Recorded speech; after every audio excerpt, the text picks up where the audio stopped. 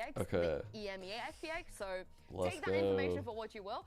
Also, tell us who you're rooting for by using the hashtags VCT and Valorant Masters, so we can feature you here on Put that the there. broadcast. Who do you think the fans are going to vote for That here? there. I think PRX. it's got to be PRX. Yeah. Yesterday we had a poll and it was like, what's the There. duelist that is going to have the better performance or the highest ACS? Everyone voted for Jing, of course. I mean, they have so much experience. They have such good players. You would think they'll bounce back from that game. Fnatic, though, I think are a sleeper pick. I'm thinking of Champs last year. Mid-yappers. They lost the first round. They ran that back to top 4. Almost made it into that lower final as well. They're good in these situations. And you think about the experience and the expectations coming into the tournament, you're kind of praying that, especially having so many seed ones losing on their first encounter, that they're going to have what it takes to bounce back. So, because you know they have it, especially on their, with the amount Yo, of I'm not gonna lie, Brain, PRX, I have they can no be idea where under the these art's pressures. from. That's what I I just think, fucking but love it. I fucking love it. What's it from? What's the artwork from? Poll, please? What poll? What poll? Where? What do you want to poll for? Respect that. I really respect that. But I'm glad you guys mentioned Fnatic, because let's talk about them in this first elimination match even. They will be going up against Foot. I sensed a little bit of copium here in the conversation we had, so why not play a game of truth or cope?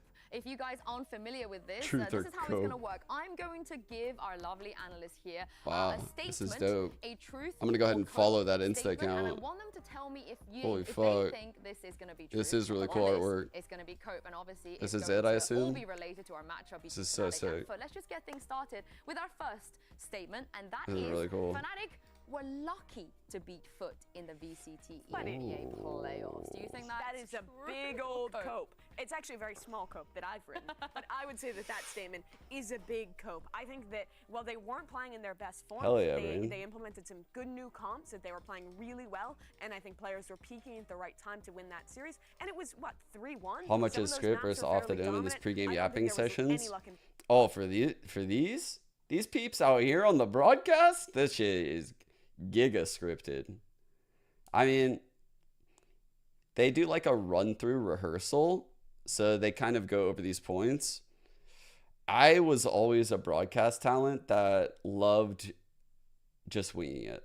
I can't stand the feeling of doing something like staged. So in rehearsal, I kind of learned this in CS from some of like the GOATs in CS. They just kind of like dick around in rehearsal and kind of like set the mood, right? They're like bantering with their lines. Like you still do the run a show. Like they would do probably like this whole segment maybe where they're talking. They would say their points like on truth or cope. But maybe for my point, I would be like cope because, or maybe I'd say truth because Fnatic is actually just like dog, and you know, like Boaster is actually about to retire. Like I would say something like absolutely outrageous in the rehearsal that I'd never say on here. Pray for the no hot mic. Just pray.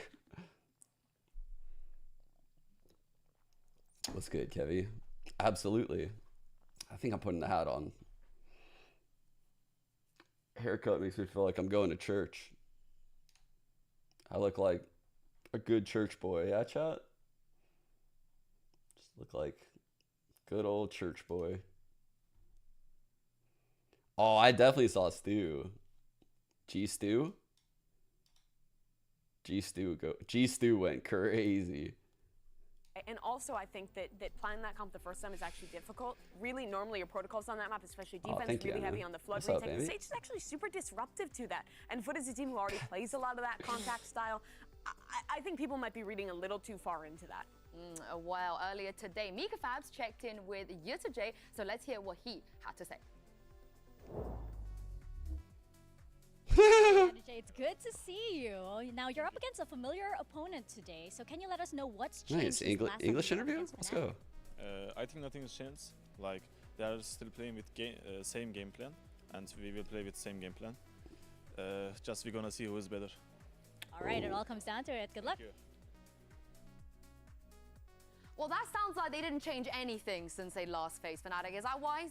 That sounds like BS. But that's just a lie. Is the I never really used that they pillow. Have changed their comps. That Lotus comp you talked about, they shifted that to something more reasonable. Oh, really, I think they've Lena? come into this event with some good ideas. Did you catch the major when I was I think that Foot has co-streaming stepped it? up from EMEA playoffs to now. I was honestly hoping that they didn't need to do all those crazy things and shenanigans back in EMEA. CS is amazing just because of like the history of it all. And just, you know, like how cemented everything feels. There's players that have literally been in the scene like Kerrigan for like over 20 years. You're just like, what the fuck? This is insane. It's like a real sport at this point. So it's just wild to see. You know, like I remember watching Kerrigan, or even like maybe even playing against Kerrigan. Dude, this had like probably like around 2010, somewhere around there. Maybe like he was probably playing pro like way before that too. So yeah, just like when they talk about shit, it's just awesome. I don't know, I love it. I hope you have your It all feels so whiteboards, meaningful. ready, because I have another statement for you to decide if it's truth or cope, and this one is CNED diffs Althea. Oh hell yeah, Tiger. You know Where did you move from? You're done? Yeah. There is straight. Do you know this is a radio station in Spain? That's cope. All right. La You Cope. think it's cope? I don't know, I'm based on gonna- this event. Diffs? I don't know about diffs, but I think there's Oh, there's a little bit of truth to that. Yes, There's a little bit of truth to that. I think they're tough players to compare because they have a very different style, right? Oh shit, Alphayer that's a is crazy always move. on the Sentinel. He's really the late round player. Low Not tr- always. Sometimes he's going. But that's the thing. That's the thing. Like the good thing about Alpha is that yes. Oh, what's he's up, very Jen good Bomb? on I saw you in the Sentinel, main but chat. He's been good on everything that Fnatic has requested from him, even the duelist, even the set.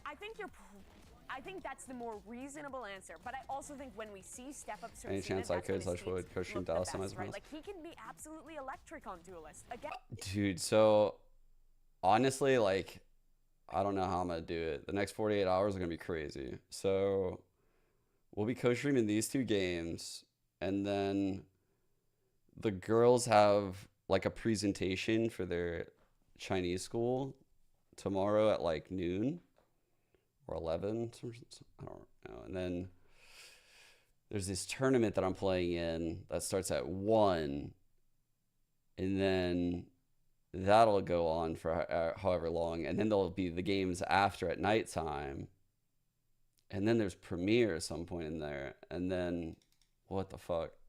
they're the two There's a best lot of Turkish shit. players I don't in know the how world. it's all gonna play out. Especially I'll be for streaming a their lot. teams. Like you could not picture Fnatic having the success that they have without Alpha, and you cannot picture Foot getting here without Cena. That's what I mean. I will say that CNED. Skip the games. Are you I crazy? feel like every Turkish Are you player just crazy? looks at CNED like he is the god. He's the godfather. Yeah, which I feel like he is, and of course it's been so long since we see CNED lift a trophy, and I he don't was know there if I'll at be the able very, to- very beginning, and he did it back then. Yeah, absolutely. I mean, these two guys have kind of defined their. It's gonna be hard, trajectory but in Valorant, it was seen in the it'll be early fun days, as and now fuck. it's been Alpha recently, and it is a rare treat that we actually get to see them play against each other at an international event. We saw it once at Champions. It's a common match in EMEA, but I think on these big stages for these two players that have been the most successful international players from Turkey, getting this head-to-head here is always really special. I think it's very funny because, as you're saying, even though CNED runs, so Alpha Walk So Alpha could run. All the way Sure, around. yeah, sorry, but sometimes it's English stupid. to English. Yeah. I think it's so critical that the gap has become so little, right? Because Where's my Alpha team has gotten at? so much experience that narrative seems like from 4 years ago, right?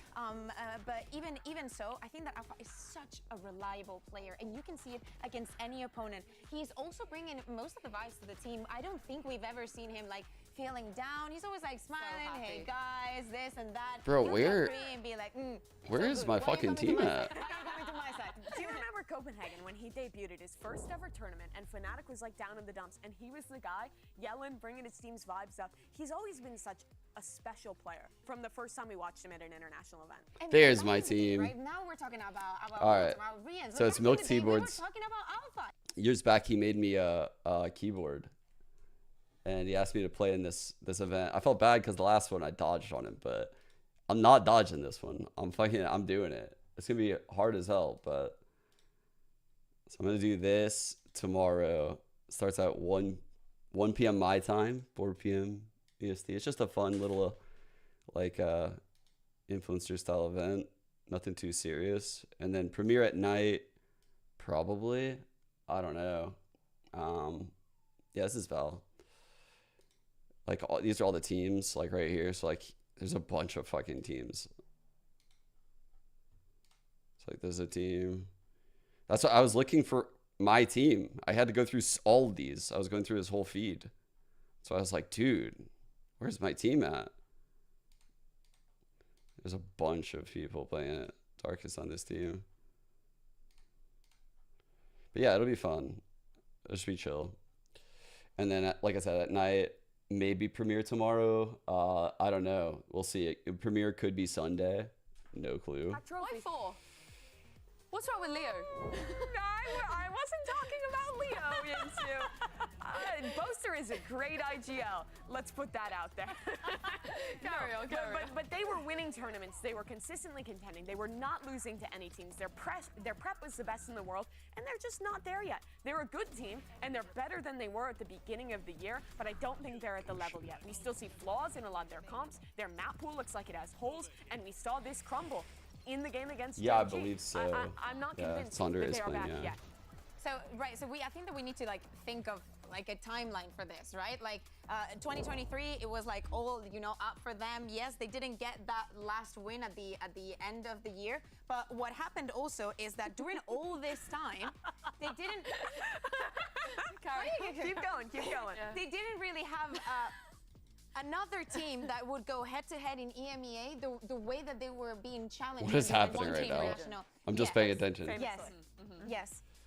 Well, not after today, but probably after tomorrow. Who knows? Yeah, what's that? I looked over and saw this graph. For such a long time, they didn't have a bigger opponent What is to she be cooking? constantly playing up There against. wasn't like a And challenge then, to push. exactly. And then when 2024 starts, they start going down because there is a lot of new stars and just people changing the game all the time, right? So Who's the third one they're like for? here, So, they're like KC. here, slightly going up because they still have to deal with their own issues. Where's right? chat? Where's the adapting to x-axis the meta right and here? everything It that has is to be like happening, here, while right? the We're rest of below it. These stars are rising Wait, to the who? top. I see Wait, KC actually- Heritage. Who's the third one? Who's The third x-axis one? might even, they might have never even okay, breached that it. makes sense. I see. I will say though, No, not this. I mean, I was thinking of the American I see teams this as well. and I just think a fun little roller coaster. Whee! That's what they're. I know Mimi, you're a hater, but Munchkin, he hater. likes Boaster, and this is what Munchkin I don't hate had to say Boaster. after he. It's so ridiculous that Yinsu just said that with that outfit on. Like, you're a hater, like the way she... Is a master Looks class so IGL. funny. We'll do our best in our next Let me match. defend myself. Let me defend myself. Yeah, I read the He is comments. I see a I top see it three like IGL this. in the world. He is an amazing yeah. IGL. He lifts his players up. He has great game plans. I do wish he would shoot his gun a little bit more sometimes. But that's my one complaint. Never you know? heard that before. The Sure. other top, The first time I've heard. a lot of other I top mean, IGLs are like the that other too. day, Finesse just got resigned. Oh, there it is. Pull up. Don't do him like that. One getting Do had not on do it. two, Yeah, Finesse. getting He's a a good IGL. toy You drop. are the goat. You're the Ready? goat. Literally. Finesse He is- made me believe in an entire team. Finesse is not here, but Boaster is. So let's see what he had to say to Mika Fabs. Ooh. Hey, Boaster. Good to see you. You seem to be in good spirits. There's a very big match coming Who do up I think right takes now. this? There's been I'm a leaning lot of talk Fnatic comparing here. Fnatic to They the looked Fnatic really of good yesterday. yesteryear, say winning back-to-back Or international 2 days events. ago. So, what are your thoughts on that? I think we can win an event. I do believe that we love a lower bracket run. We just got to find our crazy form. 9, 2, 4, click the drum. Yeah, that's it. I love it. Good luck. Shout out to 18. They get a little mention there. What the for those fuck? Is this how he warms up? That might be why he's he not can't shooting. shoot. Yeah, that's why he can't shoot Mimi. He's telling. He's No, respect. He's keeping the vibes really good on the team right now. This is like huge. He might be nervous right now, but he knows he can't show that because like he's the vibe guy on the team. So I felt like they were missing that against Gen G. I felt like I even said it. I was like, oh wow, he looks like very serious today. I mean, they still played amazing that day, but You know, they might need vibes like this since they lost that game. I'm sure people were feeling pretty defeated, so he has to play a little bit of a different role. He's incredibly consistent. His utility always pays off, and individually, man can shoot, man can pew pew. There's no one you're contrasting him to, though, right? You're just giving him a compliment on his own. I am, yes, I am. And I love that. And I love that, because he is ridiculous. The clutches this guy wins, it looks like he always has an exact plan of where he's going to go, and it's the same with his utility. He is such a cerebral player. He has such individual skill. He's the reason, in my opinion, that Fnatic won EMEA. If he did not have the flu game he had in that grand finals, Fnatic would have been playing through the Swiss stage. Yeah, I mean, and maybe the outcome would have been better, but we'll never know, right? Do you reckon anybody would have picked them if they did actually play through the Swiss? Could you imagine if you had to choose between Fnatic and Gen G? It depends also on the form that we see them doing the Swiss stage, right? Like if they had very close games and or you know if they would have been very contundent, maybe. I actually think it might have been good for them to build confidence. I'm a big believer that going straight into playoffs is actually a downside for a lot of teams, right? I think that warm-up time is huge. Adapt to the food, adapt to the hotel, adapt to the life, and get some match experience on the stage. I think it's great for teams. I think it's not about warming up, sorry. I think it's not about warming up. It's about not losing the tone that has been set, right? Like everybody, like maybe they like just like heretics. Do they show pick'ems yet? Like their picks? And all the time, just playing. I'm curious if any of the talent picks Foot. He said it many times in interviews where the reason that they felt like they didn't make Madrid is because they only played 2 games at kickoff. They needed more time to warm up. They also spoke about how their off season, where they didn't play at all, kind of played into. And I think I agree with you. Not playing at all here and then having to go up against Gen G straight away. They are the only team I can remember that There's has ever done conflict a run behind the from playoffs scenes clean on through how when they won certain Tokyo. people messing up segments in production like this or in CS? Say already having played an international event of. I would say no for the most part. There's definitely like abrasive people, like talent members. I think that's a lot less likely in Riot's ecosystem, but like in CS, I would say that maybe like a little bit more common, you know? Will make a lower bracket run. And what a surprise this is. I think you guys were spot on. PRX followed by Fnatic. I mean, I think it makes a lot of sense because of what we're saying. I think people are just, they really want for PRX to have their moment, to finally win a trophy. And on the other side, I think that the copium and the hopium is still very high for Fnatic. EDG over Foot? I'm surprised by that. Man, I think it's also because of the opponent. Like, if Foot want to win, they have to start off by taking Fnatic. So I think EDG over Foot is not surprising in the slightest. Foot got dumpstered by 100 Thieves last time. EDG, I think you have a lot of Why, Jolly? What happened? The like outside of game factors of like home crowd, of building momentum, all that stuff that I think fans really tend to value. And even though they had a really bad loss, we've always seen them step up in these lower brackets before. So I do think that's reasonable. I just think that if Foot were to be Fnatic, you know, oh, that's a bit of a surprise. But if EDG were to be PRX, I hope both things happen. I hope both things happen. When I said all that, I forgot they were playing PRX today. And the fans, delusional. Yeah, there we go. Do you guys want to give... delusional. You want to give some your delusional predictions today? I want to ask you. I have no delusions. I have only reasonable preds. Which is? Let's see them. We don't have them, so I'm going to ask you to tell me them. Oh, PRX is winning, and Fnatic is winning. Am I delusional? I voted the same. I'm not going to lie, but I am very tempted to just say at least one upset today, right? Just which one is more likely? Which one is most the second one? Really? EDG PRX? Jolly moment. I'm with you. I think Foot. Yeah, I agree. I think Foot have a better chance. I mean, He's Foot, like, again, the same actually, they've played them a lot. Fnatic looked in a little bit of rocky form. A lot to learn from the last match. What do you mean boring? Are the karaoke streams ever coming? PRX from favorites to gone home in 2 days. I would have to be a special kind of fucked up. I would have to. Oh man. Honestly, maybe when I'm in Toronto, fucking June 10th to the 17th, there might be a chance. I'm gonna give him some luck. How is it? Jayo. Jayo, EDG, Jayo. Look down the camera. Where That is one? it? Jayo. I don't want to scream because then there's people in the room and they get scared when I scream. Honestly, imagine if it happens. It's imagine me. I'm people. If it happens. I am down with this. I am down with this. But the wait, it's over. It's time to get this thing started because today Fnatic will be taking on Foot and PRX will be going on. Okay. My research chat. Elimination day I watched a couple of these. I'll watch several of them actually. I didn't know he was doing CS. What the fuck? What? That's kind of crazy. I didn't listen to Kong's, to be honest, but I listened to some of these. I listened to this one. He kind of looks cute.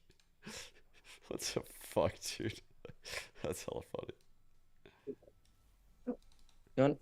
Check. Hi, everybody. We are joined by Fnatic, who are coming off of their match against Gen G. We'll begin with questions from the remote media and then move to on-site media. Wait. After losing the match, I definitely feel bad. I think it's only because this is our usual VCT Chinese venue. Oh, really? Where we usually have a lot of supporters. That's the normal venue? Feeling a little bit sad, I guess. I think we started off really strong, just ran out of energy. Bro, yeah, they were up like 9-0, right? Or 11-0. They were up 11-0. Remember that, chat? I think playing against PRX is like playing against old friends and rivals. They're very familiar with us, and we're very familiar with them. We played them many times, and every game was always really close. But in Madrid, they beat PRX, so hopefully I can help them get their revenge. I think the key to defeating them is just crosshair placement. As long as our aim is on... Probably I didn't see the last part. It doesn't really matter who I play against.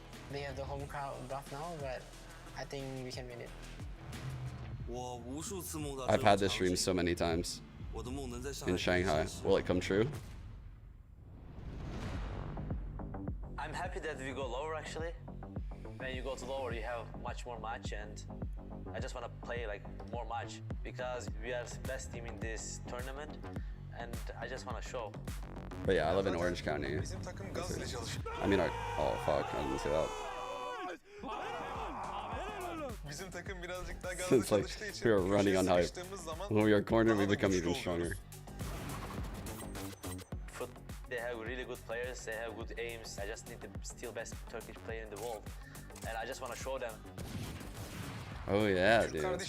Going up against a fellow Turkish brother is a great feeling. But at the end of the day, we're in the lower bracket. Whoever's eliminated will be going back home. Alfia, bro, after this tournament, rush subs. Let's hang. What? What's that? You tripped me up. I'm very sorry if that's gonna be you. What the fuck did that say?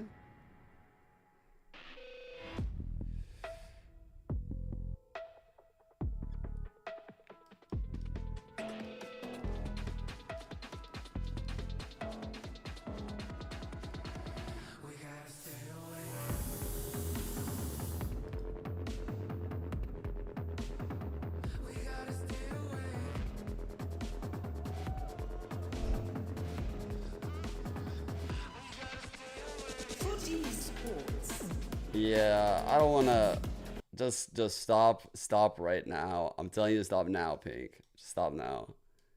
I know what you're doing. I'm not down to play these games. I'm just not.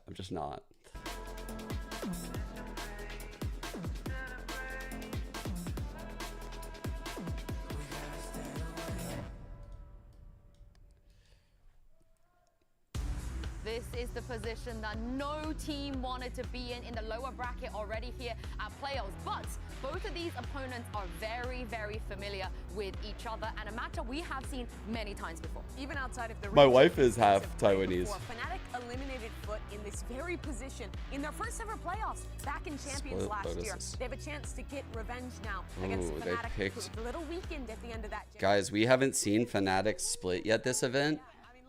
Oh, this is spicy. I'm gonna pull up their comp right now. Rabia, would you like to start us? Hello everyone. So sorry for the loss today, but it was a great match. My question is from Boaster, but anyone can answer. On Breeze today, you guys had a better defensive form with Cypher there, but while you had a great lead on attack, the same storyline didn't continue on defense. Can you share what exactly went wrong there? Oh yeah, you can talk then. I think on attack we did great job. Like entries and bolster calls was really good. But on defense we Isn't that weird how like the question was asked of boasters like actually struggle a little bit, and because I mean we can fix this kind of thing. I think it was a bit hard to play, and some rounds we know what they do, but we can't react. Like that's why we stuck in the game. That's what happened. Oh my god, dude, the fucking audio! I forgot the audio was cooked. It's not been our strongest thing.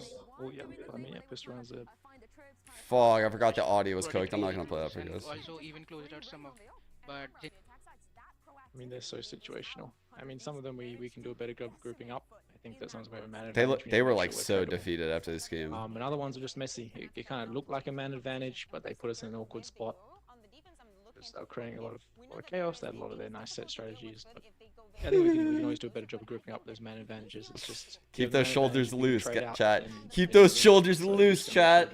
Let's go. Let's do the boaster. Wait, he's fucking copying us. Or not the boaster, the Dirk. What did I say, Bo? Thank you. We'll go next to Sports Kita. My question is, why don't this please? I think the positive is that we could have won, and I think we should have won.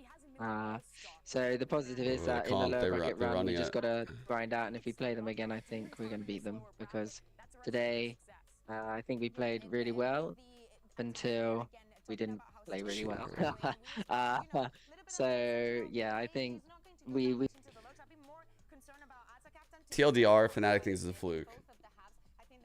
Alright. Fnatic have been running this comp for a minute. You can see they have some pretty good results using it, actually. It's a great dive comp, right? Like, imagine the type of diving you do, like these three with a fault line coming in, like a targeted fault line. You could do shit like ult with Yoru, ult with Omen for info. You could ult in powerfully with Raze while TPing in. Like, it's a very powerful comp.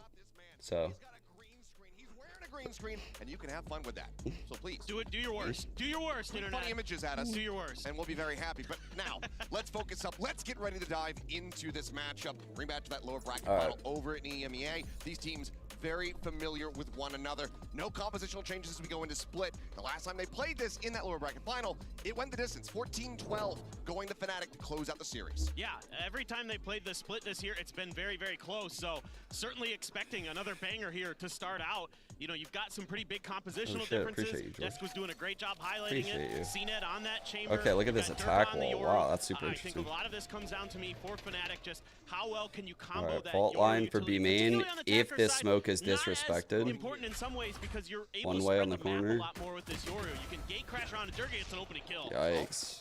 Takes it down. That's going to be CNET out of the equation. Huge Don't have to worry opener. about that headhunter anymore. No heals on this comp though. 15. There's Mr. Fallen just leading the way there. Stun across as the push getting ready to come through. He's out. Trying to stay elusive. Both with some covering fire. Takes down Nice shot up here. Holy fuck. Oh my god, he's so snappy right now. Lonesome with just 13 HP and a dream. Fake out, kill. Durka gets a second. Fnatic get a pistol, and Albion trolls his teammate. Oh well. Look at his face. Not the end of the world there. But this is something that I'm really keen to watch for Fnatic is these rotation protocols, the timings on when to go. So immediately after Durka gets that first kill, this kill is nice, man. To the that was nice. To sort of reinforce that, make sure they've got a little extra oomph if it goes that way. Hey, straight out, straight out. Yeah, okay, Boaster, let him know. what is Blood shouting right now? Mandarin he's been practicing.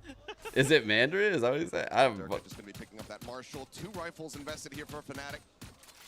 Phantom's in play. There's fault line getting a connection onto everybody, but no one's swinging off. You can see this is one of the possibilities with Breach. This fault line shot is really good. We saw yesterday this one from G2. That one's also very good. And that's just going to be the cleanup getting ready to oh come no. through. Shot into the leg. And it's a flawless anti-eco here for the side of Fnatic. Chronicle collecting 3. He said they're sleeping. No way. No way, that's hilarious. The way that Fnatic is reacting to what Foot is doing. That's so especially you got to watch the initiators like Leo being able to maneuver himself around the map. He gets the early contact. Chinese the fucking impact, shit. But he's immediately coming to the other side of the map. Okay. If necessary. We'll see this a lot this half, guys. as both Durka and Chronicle. Fnatic is aware. This TP gives you the chance to like kind of pick around, Look at the arsenal be here annoying. for Fnatic going into this bonus round. So they give him a cross Full smoke. rifles and operator. Ooh. Only the armor going to be the big difference here A between lot the of two pressure on squads. this Omen. And this is the side of the map where this comp for Fnatic is really stifling, especially when you can get You see he has Durka, blind those early out. kills like that. What? Just a huge pick, and then he's all of a sudden out, and you don't know where he went. He's already TPing, It's a heading bad over to the other death. side of the map. So if you're trying to guess based on where that op is, it's going to be really tough to try to avoid it. Push up in the That's mid. a really bad death by Trailblazer EDG. taking a peek in towards Mail, but not going to be spotting much of anything. Alpha has pulled quite Okay, far so they back, know the they op have to went use to A. That'll make them rendezvous, gets probably himself go out. into B. Does note Because they know Yoru, that this is however, probably the 3 site now, right? Yoru went from the 3 site here to over here with that shot. And that's what they're reading. Fnatic understand that, so they move 2 over. They're like, okay, they'll probably react. Aftershock to further stave things off. Time going to be bought. Still 45 seconds remaining. Ooh, fuck. Flash connecting. See them in the jiggle peek. Swing it. Wow, great peek. First step there for the Cypher, but Alfier just peeking into heaven. Takes out Fallen. Oh no, bad satchel. For a little bit more. Boombot now on the setup. Leo here, bottom rope. Man, this Taking looks so one out. good. Not quite reacting though to Krax's push, but still Like you should have solid that. damage dealt in Fnatic with a man advantage. CNED's able to slip the net, but he's making some noise, and Durka's ready. Krax, nice catch. Ooh, they know that Alfier now looks to try to join in. They know He's that this flanking. Yoru is here.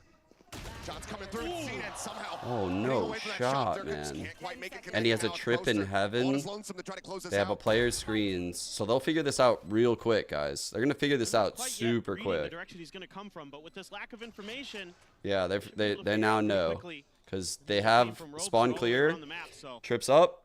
see how Foot wants to handle It's not this. planted for Trying to heaven. suss out his Look at this position. plant. What the You have fuck? to hear the tap. Pink Shell is available, but it won't be necessary.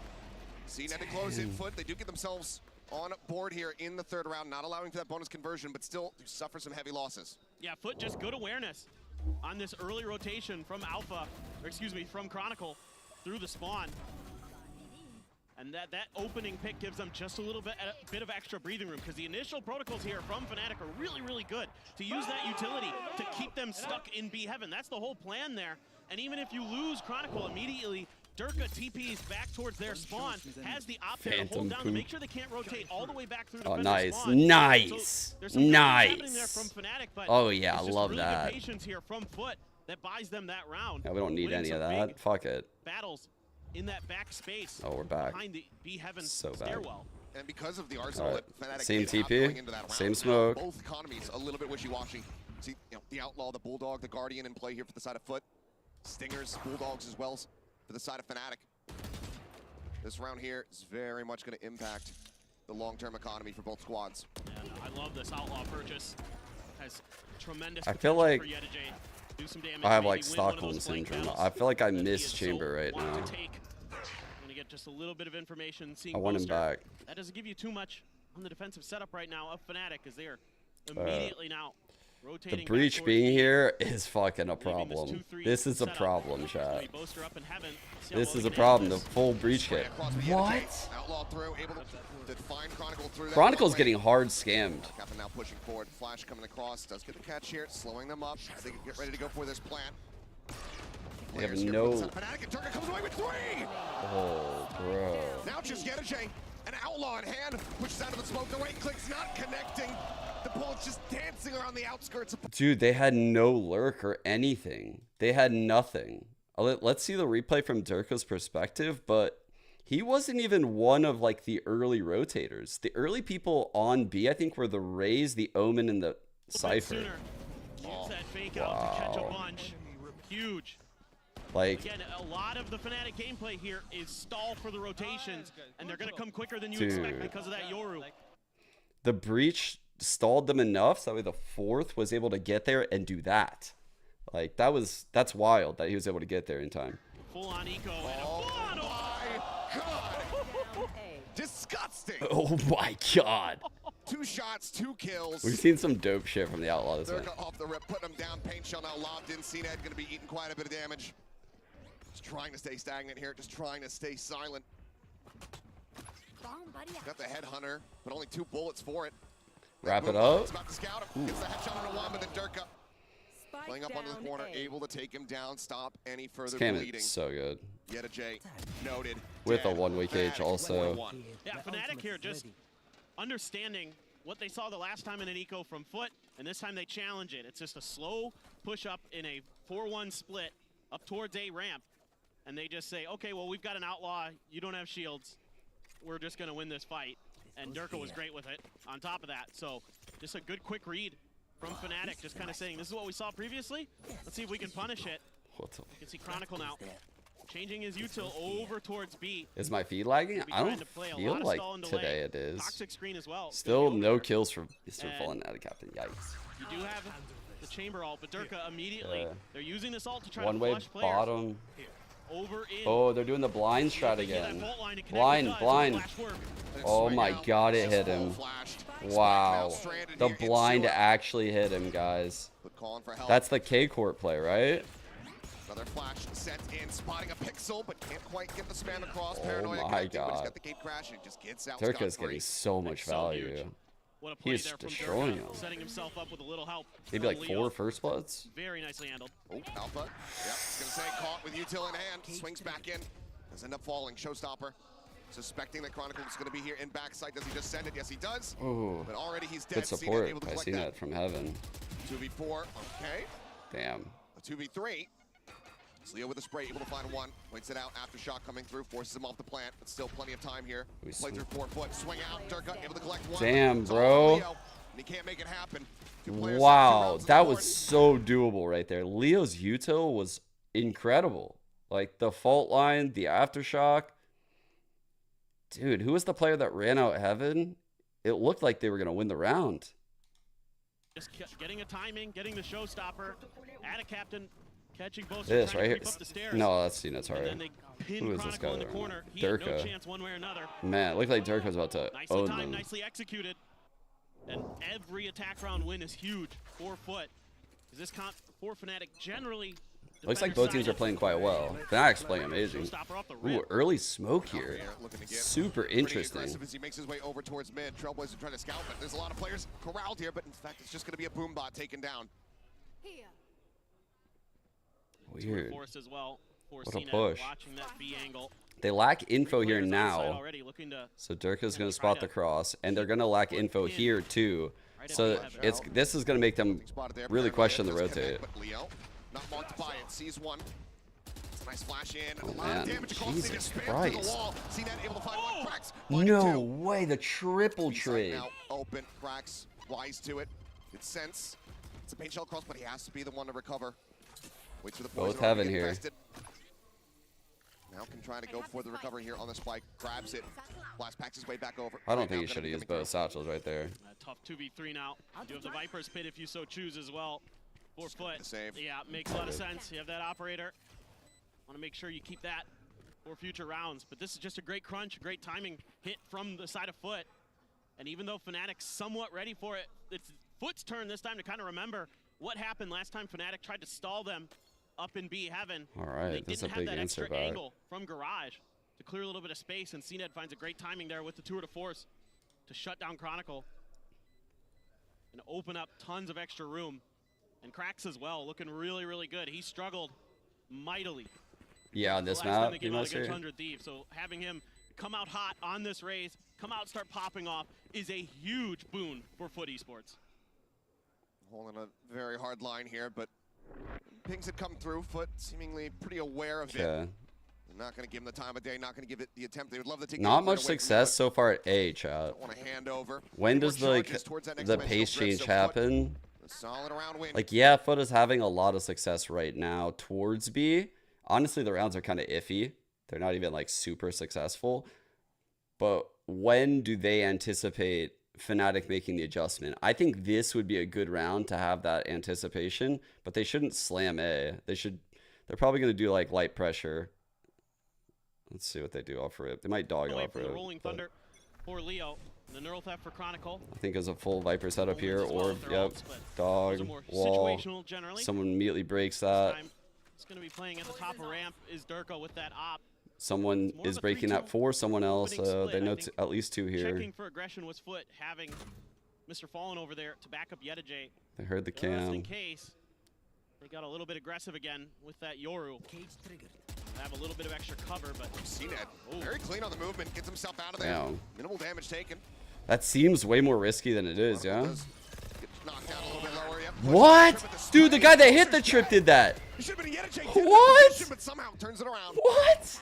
Was expecting it off the back of the paranoia. No way, Yadashay. Back across to get himself out to safety. Reveal in. Leo able to play off that one. Crack's going to be taken down. Spots out a couple of additional players, but Captain now finding Alpha here. Chronicle here on the site. Holy shit, great trade. Sends out the neural theft. Chasing onto the rest of the team. Wasted breach ult. Oh god, he's here, chat, he's here. Oh fuck.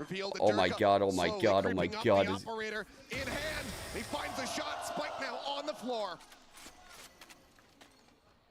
Patience. 13 and 4. Dividends for Fnatic there. And Mr. Fallen is just not ready for it at all. Been having a rough game so far. Now EDG. Nothing more to be done. Just drift back over here, wait out the rest of the time, but this round very much getting away from Foot. 10 seconds left. Yeah. Alright. So even though they win that opening exchange, they use that. The change in positioning of those trap wires for Fnatic. Did Cracks use this? Players with it should have had the first. But somehow EDG was Alfear able to get used out of his, there. but I don't remember if Cracks used his actually. Because he followed up right away with that paranoia as well. Did he use it? And then the other trap wire, right at the front of B, catches a player. They're able to spam him down through the blocks, and that's criminal. It's just unbelievable. Just aim for the feet and spray. This right here is huge. Getting Cracks off the rip, and then again having this Yoru makes it a lot harder to make plays like that. Omen TP work looks that Yoru really on point today. Fnatic needs that. The other end and use that gate crash to quickly get back. Dude, he's still try to too help off out on a potential retake or defense of the other side of the map. Durka. The poison orb to consider. Trailblazer coming. That's going to back him off a little bit. Does spot him. Alright, spots it. And now he's just back over Great here. reposition. This is still a good setup. I like how they keep that in mind with the breach rotating. Like, it's a good setup if they don't come because he can have the line, but it's a good setup if they do. And it looks like I need a face. Shifting off that rendezvous, so doesn't have the fast TP back into sewers. Pit now going to be invested here up in heaven just to try to take some control. Boaster spamming across. Wait, a heaven pit? Cannot. Cracks. Able to collect him. Ooh. The Omen goes down. 2 first bloods in a row on Boaster. I mean, the other one's kind of fluky. Now onto the site. Zerka still here. Alfear still at heaven. And now they're very much aware of it. As CNED falls. Brilliant setup from Foot. Damn. Feels like in all likelihood they're going to have to try to just pivot across into vent.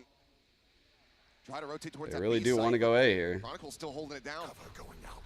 And he's got a trap wire right in B heaven as well. So if they do make that pivot, he could get a quick kill and back out, buy some time for rotations No potentially. way, but still Alfear. Are you Foot going through this? considering how to make this work. Is he going to go through this? Don't have any more I see that flashes. breach holding fault line. Honestly, that would have been sick. Decoy sent the peek, the kill. Mr. Fallen dead once more. Durka continues to make the site. Big fight here, big fight here. Next kill. Huge. EDG with both of those. 3 on 2 now. What? Somehow comes away with that kill. Dude. A 3-piece for him. The plant now with 4 seconds to spare. Chronicle finds himself in a 1v3, but HP bars dangerously Yeah, they're very low here low. for 2 of the players. If you can isolate, pick Cracks them off. only with HP out in the open. Oh, dude. Oh, no, no, no, no. This becomes so much more winnable for Chronicle. Shots here below the headshot found, but out of Captain with the swing timing. Wow. Stops him from getting that next Ooh, they opportunity. got it. Operator Right. going to be picked up. Foot Chamber. again. One See round that gonna away be from off in here? ties. You gotta love the creative use of the Viper's Pit here by Foot. They gain mid control, so they know. Chat. I haven't seen anything from this chamber yet.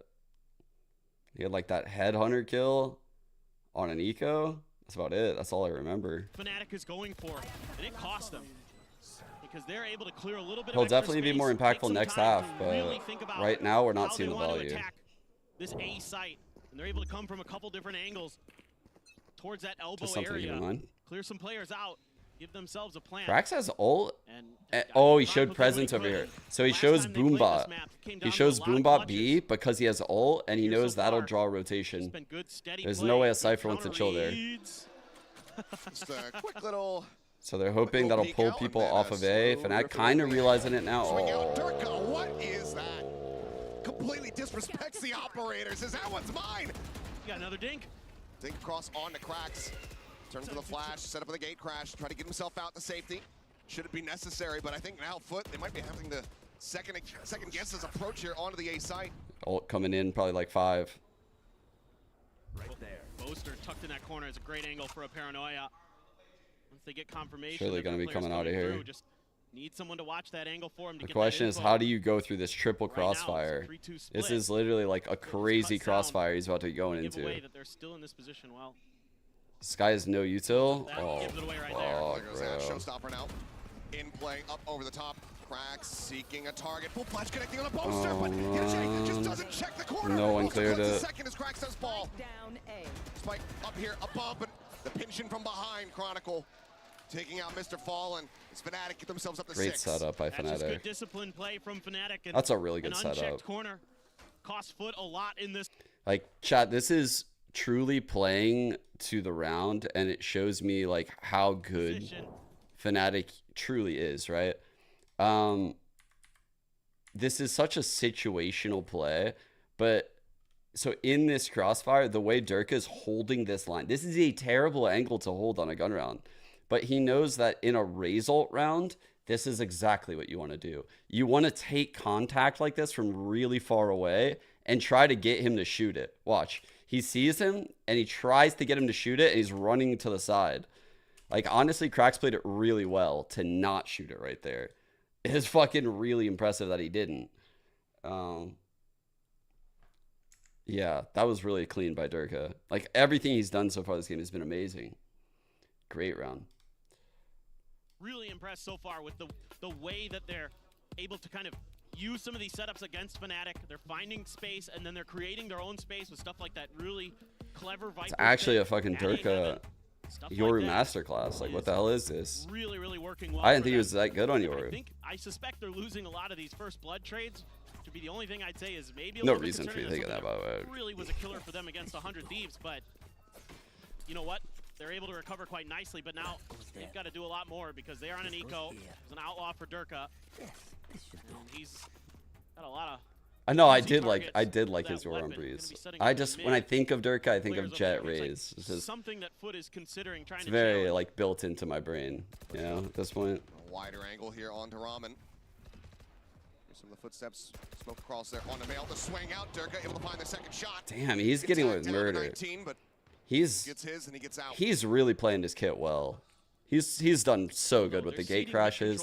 Got value with the ult. Got value with the clones. It's being so aggressive. Finally, Boaster starts accounting for it. A good win for Mr. Fallen. A little bit too aggressive there from the side of Durka. That's the downside of having no heals here. Weapon not going to be recoverable though. It's Alpha is still sat atop ramp, watching the angle. Anything for you, Faye. I got you. It looks like if they keep drifting in this direction. Oh, I forgot. Tarek asked me if I wanted a watch party with him. He actually asked me like 3 days ago. I didn't check my DMs because I'm stupid and bad. But and these ropes. Boaster? Gets off of that one now. Finds 2 quick kills. That would have been so bad. With Alpha finding Fallen. Spike now. Can be grabbed by EDG, but nothing more to be dealt. Alpha here puts him down. Fnatic now 7-4. His Foot get ready to go into the last round of the half. A last purchase to see if they can make this a 7-5. Yeah, and you're not super close to any ults here for Foot Esports. 2 away from a Seeker. Yeah, it is.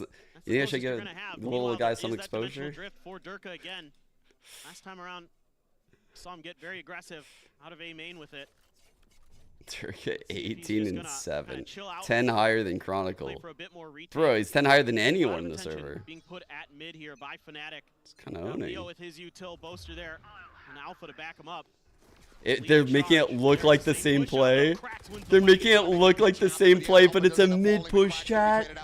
Oh my god, they're way too smart. They're way too smart. Out behind the box, takes a quick gate oh, fuck, that is so smart. You can see the ideas behind these dimensional drifts is to try to funnel players into the traps that are set up by Fnatic on the other side of the map. And it doesn't really work as far as Fnatic would like. You know, losing that first blood. It could be any liquid, Molly. but they're not able to do any more damage after There's that. no labels allowed on stage other than it's like a sponsor, like Red Bull. Nicely, but they haven't grabbed the spike just yet. Oh, the instant dink His into the Phantom. spray down. Leo coming up with a second. Out of Captain going to be taken out. Another flash sent. EDG with a nice timing. Does catch Chronicle unaware and the push up and find Leo. Wait. It missed. It missed. Big way when they need him the most, and now it's all on Durka. Drops down, grabs a weapon, but cannot steady it fast enough. How the fuck did they just win that? Gets foot up to 5. EDG.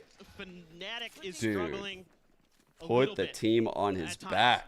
And Foot has good reads, especially on that drop. He was like, what did we just do? To come right out the back of that fake out. EDG knows that he can step up there, find a timing on that drop down. They're just doing a really good job here, finding that open space as EDG. And this is something that we weren't seeing from him in that last series. These weren't given the time of day, weren't given the opportunity, but EDG right now looking strong, looking like the player we know he can be. But speaking of players, let's go ahead and zoom in a little bit on Alfier in our Omen player moment. I mean, I'm feeling a bit sad because I expected we're gonna win. They play unexpectable, but expectable in the same time. Like some maps you can expect what they're doing, but some maps you can't expect what they're doing. It's a bit hard. Like maybe we just play with Korea team like after a long time, first time. Maybe that's why we just struggling a bit. Took the TP to get to the other side of the map. Meanwhile, Leo able to clean up one more. Alfier, rid! And 2 fall! Landing onto the third, it's Alfier! I mean, of course we're gonna prepare for next match, and for me, like I'm just a bit sad, but I know we can win every game. And when you go to lower, you have much more match, and I just wanna play like more match. That's why I'm happy to be lower, and I'm also a bit upset because I'm gonna eliminate Turkish team or they're gonna eliminate Turkish player. Like a bit sad. I think they are really good. They are a really good team actually. I think we are best team in this tournament, and I just wanna show.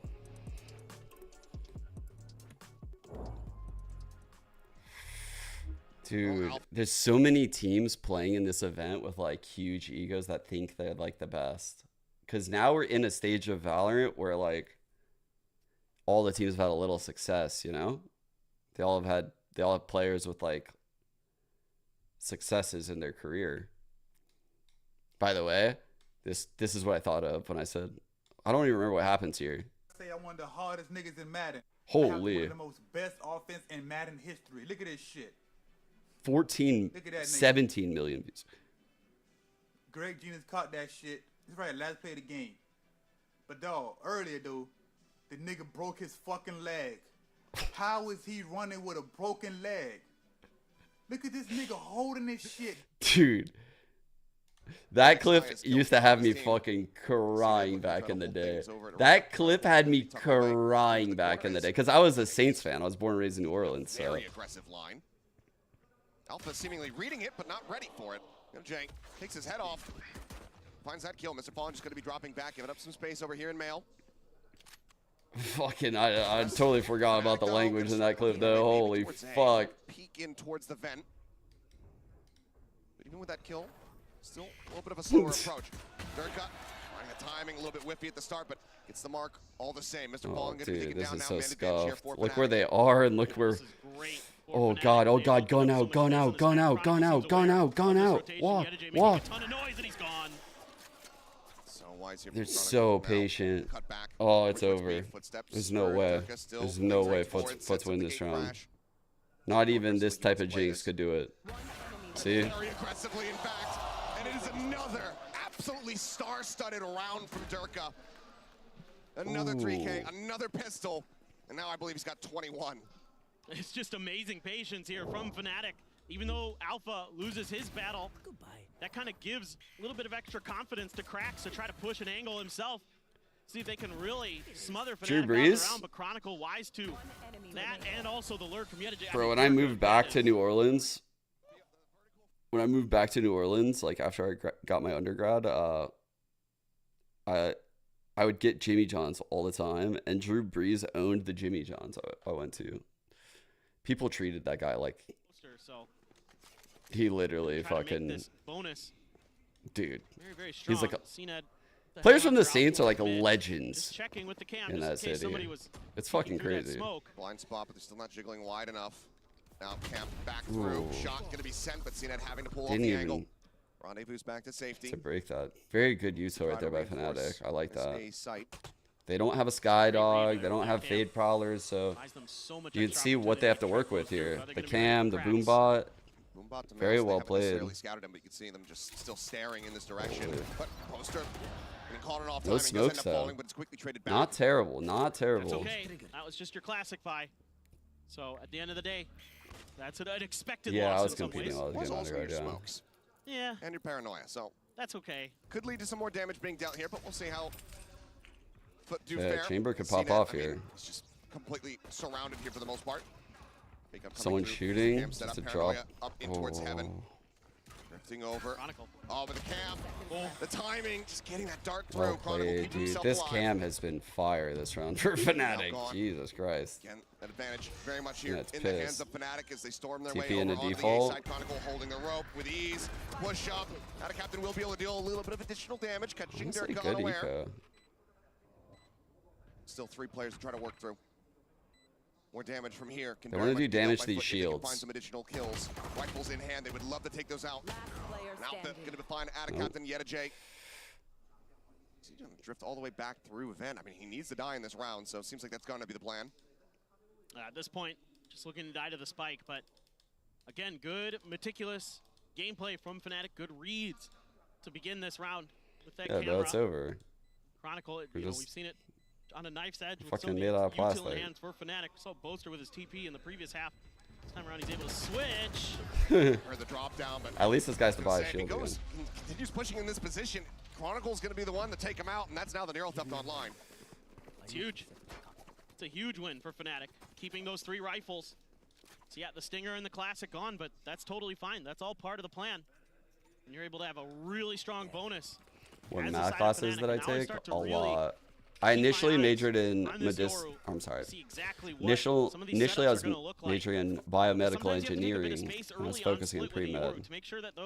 Backed out of that, but I got a lot of my math done and ended up getting a minor in it. Well, look at this gate. What the fuck, dude? Is this going into mail? It's going into mail. What? Right next, but I think it's cleared there, or just faked. One of the two. That's an insane gate crash. So that's just gonna, just send them slowly, working their way through. So yeah, everything. They're gonna wait for some contact, then try to crunch in a mid. It looks like to me. Calc 1, 2, 3. A little bit of noise made there. Differential equations, like your algebra. What was after that? Worried about a paranoia potentially coming through.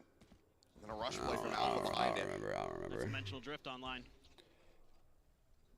This is 2 big ults now for the side of Fnatic to try and get this converted.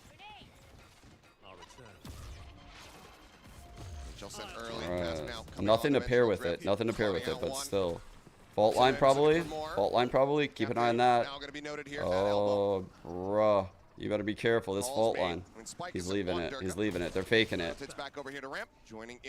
This isn't a good fake. Look. Oh. Maybe silently cutting their way across in towards B.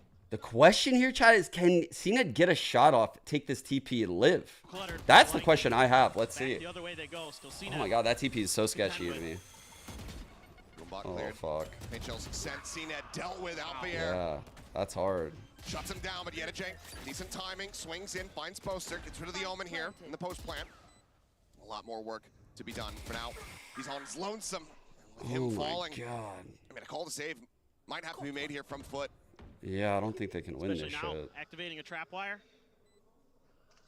Just full awareness. Chronicle tucking back. They're still pushing forward. Good reposition by Chronicle. Opportunity to deal so much damage here.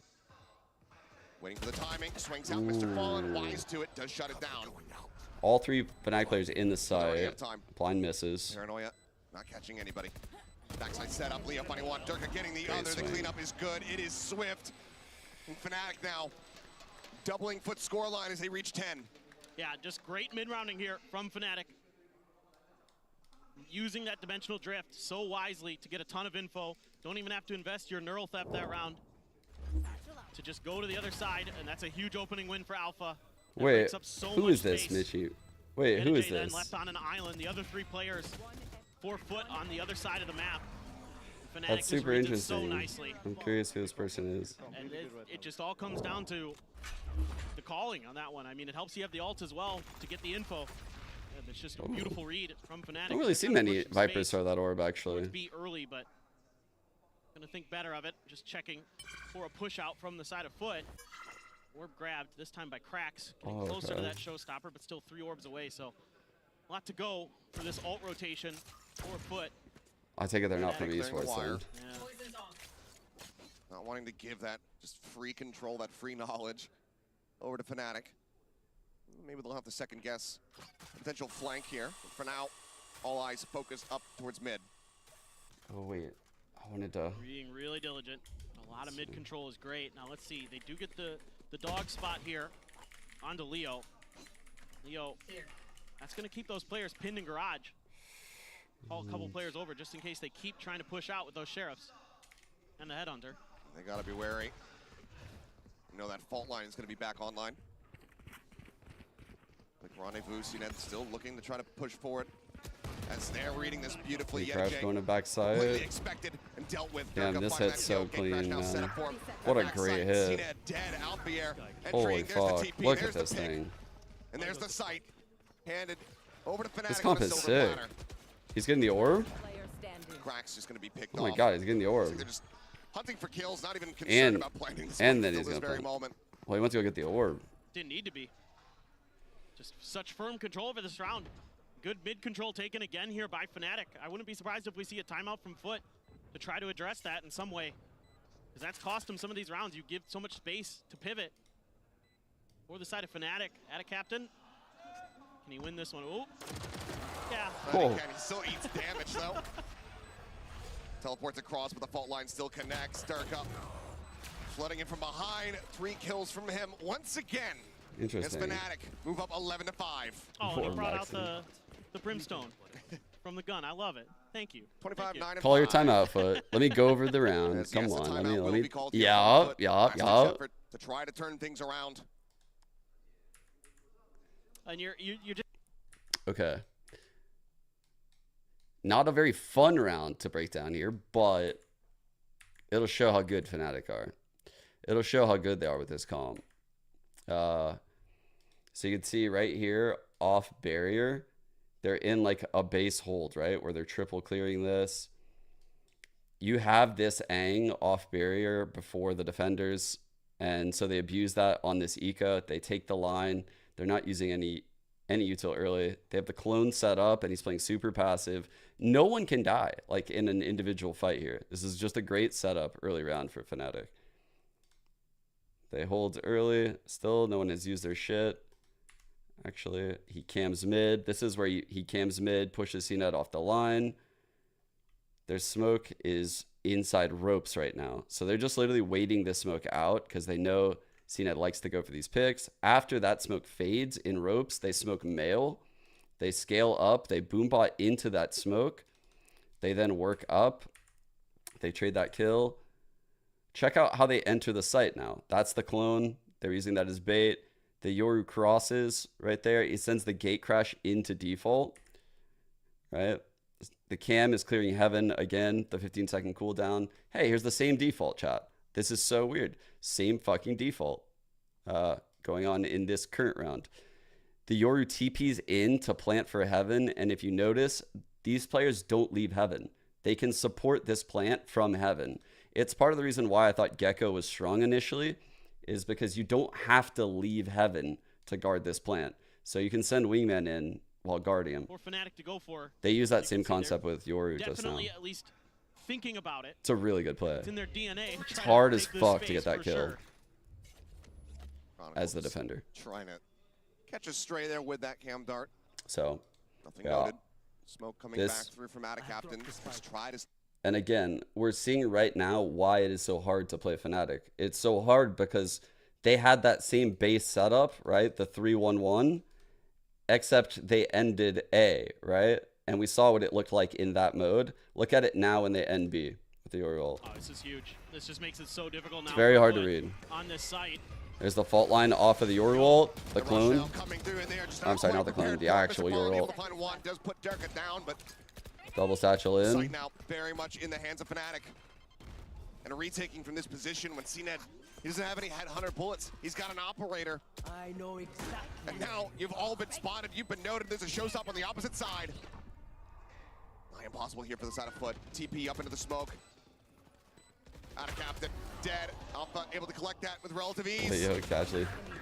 And that's just going to be CNED now hightailing it out, trying to get himself out to safety to hold on to this operator that he just wasn't able to put to use. Fnatic will get themselves up to map point, and there's not a damn thing that CNED can do about it. It's just fantastic stuff off the back of these dimensional drifts. But it's like those little spacings that I keep pointing out, right? Like, you know, like how they regroup into like this 2-2, right? There's trades on both sides. The Yoru's gate crashing here. The Raze is protecting from heaven. The Cypher is playing this mid ground using cam and could support either way. You know, like everything looks very well organized, and there's a safety net almost at every turn, right? In order to beat them on these rounds, they would have to have like 2 consecutive failures in a row, which is why they're such a great team. You know, like a lot of these top teams that you see, they have win conditions, but it seems like it's just a like 1 tier win condition. The way that he's been playing, it's like once you beat it, they're it's cooked. definitely in the cards. And Krax really wants this orb. Jumps across, he's trap-wired, he's stunned. He got killed by the trip, dude! Will be taken down, but Chronicle That's that finds himself a insane second. trip I saw yesterday. That trip is so ridiculous. That trip is Stay so on the map here. insane. I don't think Dirk is too concerned about it. No. Just wants to get himself over to Lotus. Can mark that trapwire kill on your bingo card. You don't see those every day. No, you certainly do not. Jay just sat here behind boxes in mid, but no one gonna give him the time of day. No one gonna go pushing through. All of Fnatic now just shifting back over here in towards main, where it's CNED, the first and final line of defense on this side of the map with that op in hand to see if he can turn this round. Dirk is dirking hard. He's gonna have to try to play ahead of the smokes that are coming through towards screens, is my guess with this operator. You see the pings coming down. Get the one and done. Flash is coming in. Fault line still available. He's got that rendezvous to try to take him out. Okay, tucks back. Is able to dodge Oh. out. Shot on the Durka. What a shutdown from him. Damn. Great reaction. Great That was a good read here TP from too. CNED, but still in a very rough position to try One to way. retake the site. 30 seconds left. Those are peeking for it there, trying to utilize that smoke. Zeta J around the back. It's gonna have to alert him. It's gonna have to break this trip. For now, we'll just play this out quietly and wait for the rotate from Mr. Fall, and the Seeker's now coming through. A 3v3. Possible 4-foot. Tripwire destroyed. As there's the wire. Chronicle now aware of Zeta J's position, ready for the swing timing. Flash sent. CNED in a bad spot. It's going to be taken down. Chronicle finding himself a third. The swing up from Leo. We'll finish it off. 13-5. Fnatic. Dude, that was Foot's map pick. Not allowing for Foot to even get close here in this Holy opener. shit. Fnatic looking dialed in to start the day. Insane stuff from them. Absolutely. Now they have their map pick of Lotus coming up. We'll When are we gonna see if Foot can ISO in a rally game? back after the break. Yeah, I don't know. I kind of thought we would see it from like APAC or something, or maybe like a Chinese team. They typically like are willing to play with a little bit more variance in their comps, and I don't think ISO's so bad where like he can't win in that scenario. Like I really don't. I think he's a very snowbally agent, and the ult can get value if it's cooked up right. Like taking a player out of the site.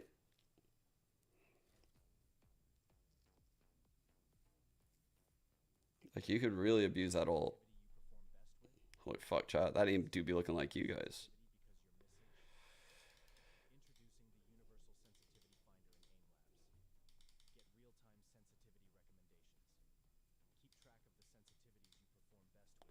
I feel like Fnatic are the only team who is still performing better and better every day. Not really sure that the question is. I do think Fnatic's definitely getting better and better as the year has gone on. But I mean, like G2 has done that, 100 Thieves has done that. It's hard to have multiple teams from the same. I know I just listed 2 from the same region like that, but it's theoretically, if a team is getting better and better, it's unlikely that you're going to say that about another team in the region. Just so it happens that there's a huge glow up for like both G2 and 100 Thieves.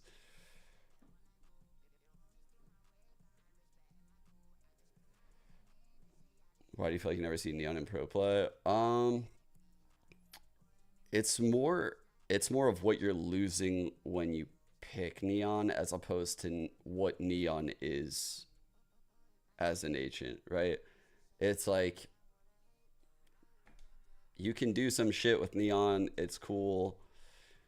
You can obviously win a lot of games with Neon, but the Raze util is super powerful.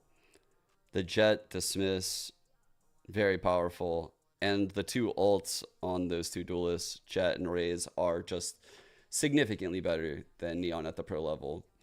I know Neon's laser fingers fucking do a lot of work in ranked, but in pro play, that shit never does anything when I watch it.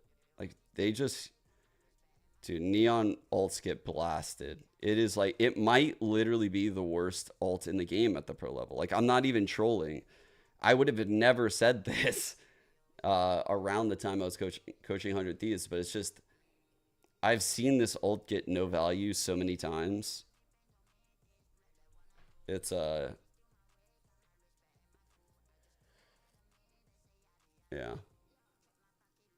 Like, when you compare it to its competition, which are the other duelist ults, it's pretty bad, right? Like, it's pretty bad when you compare it to the Bladestorm or Raze's Rocket or Yoru's ult, which can get info on the whole site, or Phoenix's ult or ISO's ult. Like, you look across the board and the other duelist ults are just incredible compared to Neon. Like, it's a huge deficiency in her kit, in my opinion. And that's not even going into, like, you know, the ability to get away from shit and create space, which is what I truly think the value is of Raze and Jet. It's like with Neon, you still do have to run on the ground. Like, that's, you know, you're still at a headshot level as you're running on through the ground. Like, you actually have to stay flat foot too with the ult. Like, I don't know.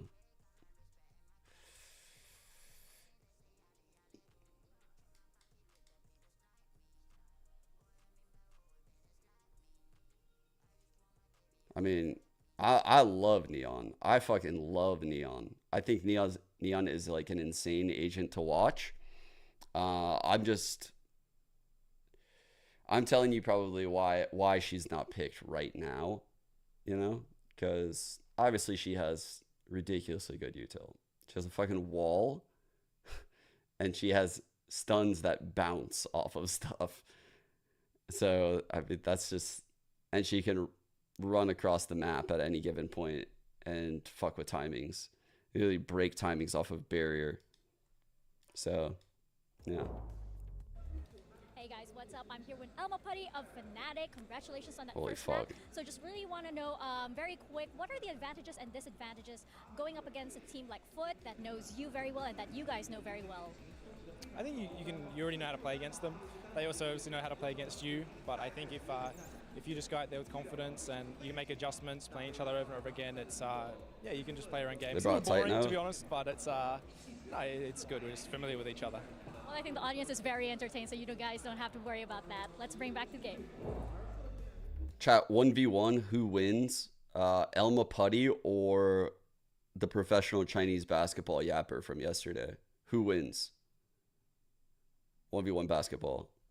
I got my money on Elma Putty. I think he's...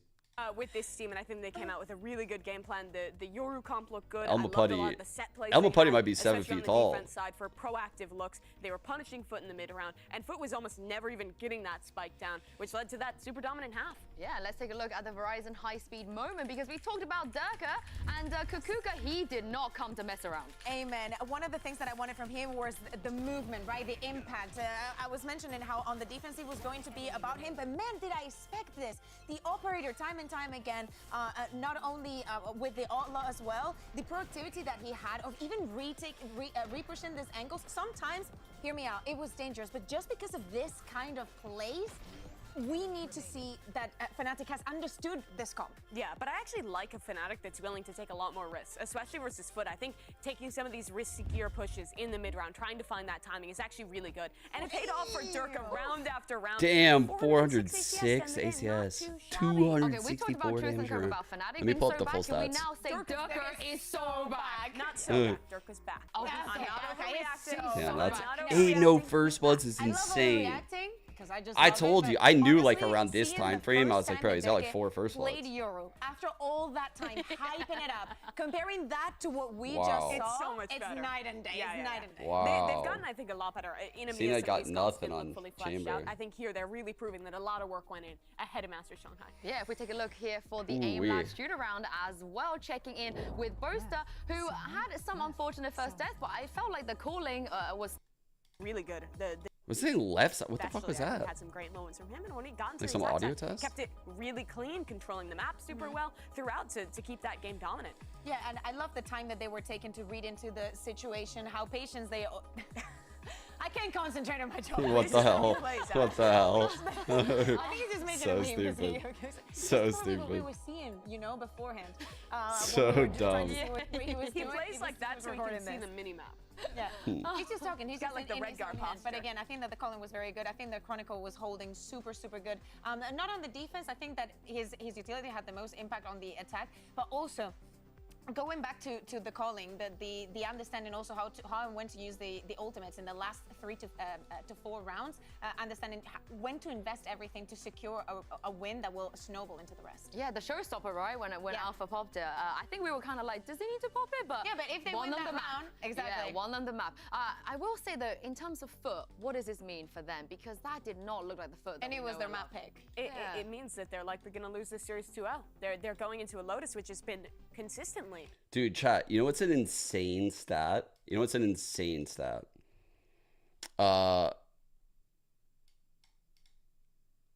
Dude, so let me get the number.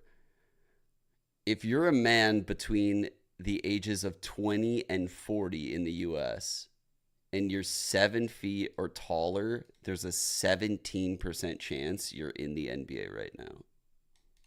That's fucking insane. It's like no other requirements. It's just 7 feet. You're in. You're fucking in.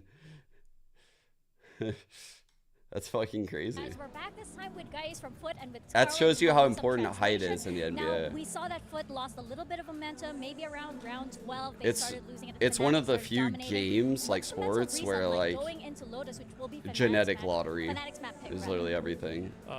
Hand size is also super important. There's like some crazy stat with like hand size in NBA players too. Mentali nasıl resetlemeyi, sıfırlamayı planlıyorsunuz? Ya aslında split'e iyi başladık. Pistol haricinde bence dengeli bir oyun var. It's fascinating, right? Ama defans pistolünü verdikten sonra ve bir round'a gidince otomatik olarak snowball etkisi yarattı bence, en azından benim fikrim. Belki taktiksel anlamda da olabilir. Onu da çok şu an için detaylandıramıyorum ama split haritası böyle geçti. Lotus haritası bildiğimiz bir harita. Onların veya bizim seçmemiz önemli değil. Çünkü map pool'umuz bence Fnatic'le biraz daha ortak. Ama şu an onlar en azından split tarafında iyi gözüktüler. Bakalım Lotus haritasında ne olacak. In the first map, I can say that at least the first part of the map was quite equal despite the gun round. On the second part of the map, we lost the gun round, we lost the pistol rounds, and then when we lost the gun round, they gained momentum. We struggled to come back. Tactically, I can't really get into it. I'd have to get into that further at the end of the match, maybe. As for Lotus, it doesn't really matter who picks the map because we share the same pool with Fnatic. Them picking it, us picking it, doesn't really matter. We have a good Lotus as well. We're prepared for it. So yes, it was like that, and we'll see how it goes in Lotus. We'll see indeed how it goes. Let's see what Foot has in store for Fnatic. Well, it looks like they're not going to go back to the comp that they... Yeah, they're not. They're keeping the breach. Dude, I googled Kawhi Leonard palming a basketball. I got this clip, right? Check it. So, he just fucking dunks all over that guy. It's free. That's not what's so awesome, though. What's actually awesome is this comment right here. When the enemy try to block what God has intended for you, but the good Lord confuses them, and they deliver your blessings to you anyway. Glory to be God. Let the church say amen. Amen, chat. The fuck?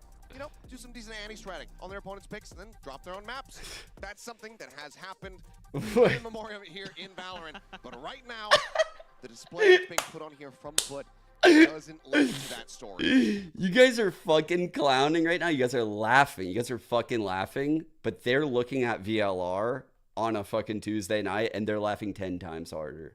I promise. So they definitely are getting the bigger laugh here. Throughout the year, about 60%. So, amen, though. In that respect, amen. We get the laugh this time.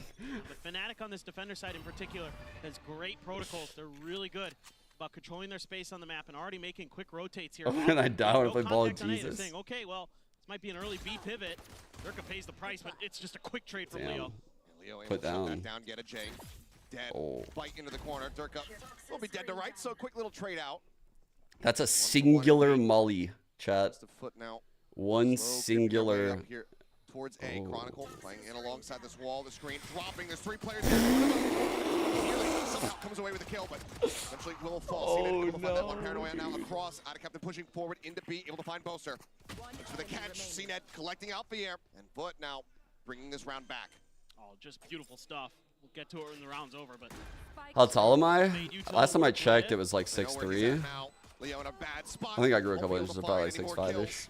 Yeah, no. More value built up. CNED collecting himself a second, and that's going to be Foot winning out the pistol. A desperately needed pistol round. 47-inch vertical. It's just a good understanding of how Fnatic was going to rotate off of this in a way.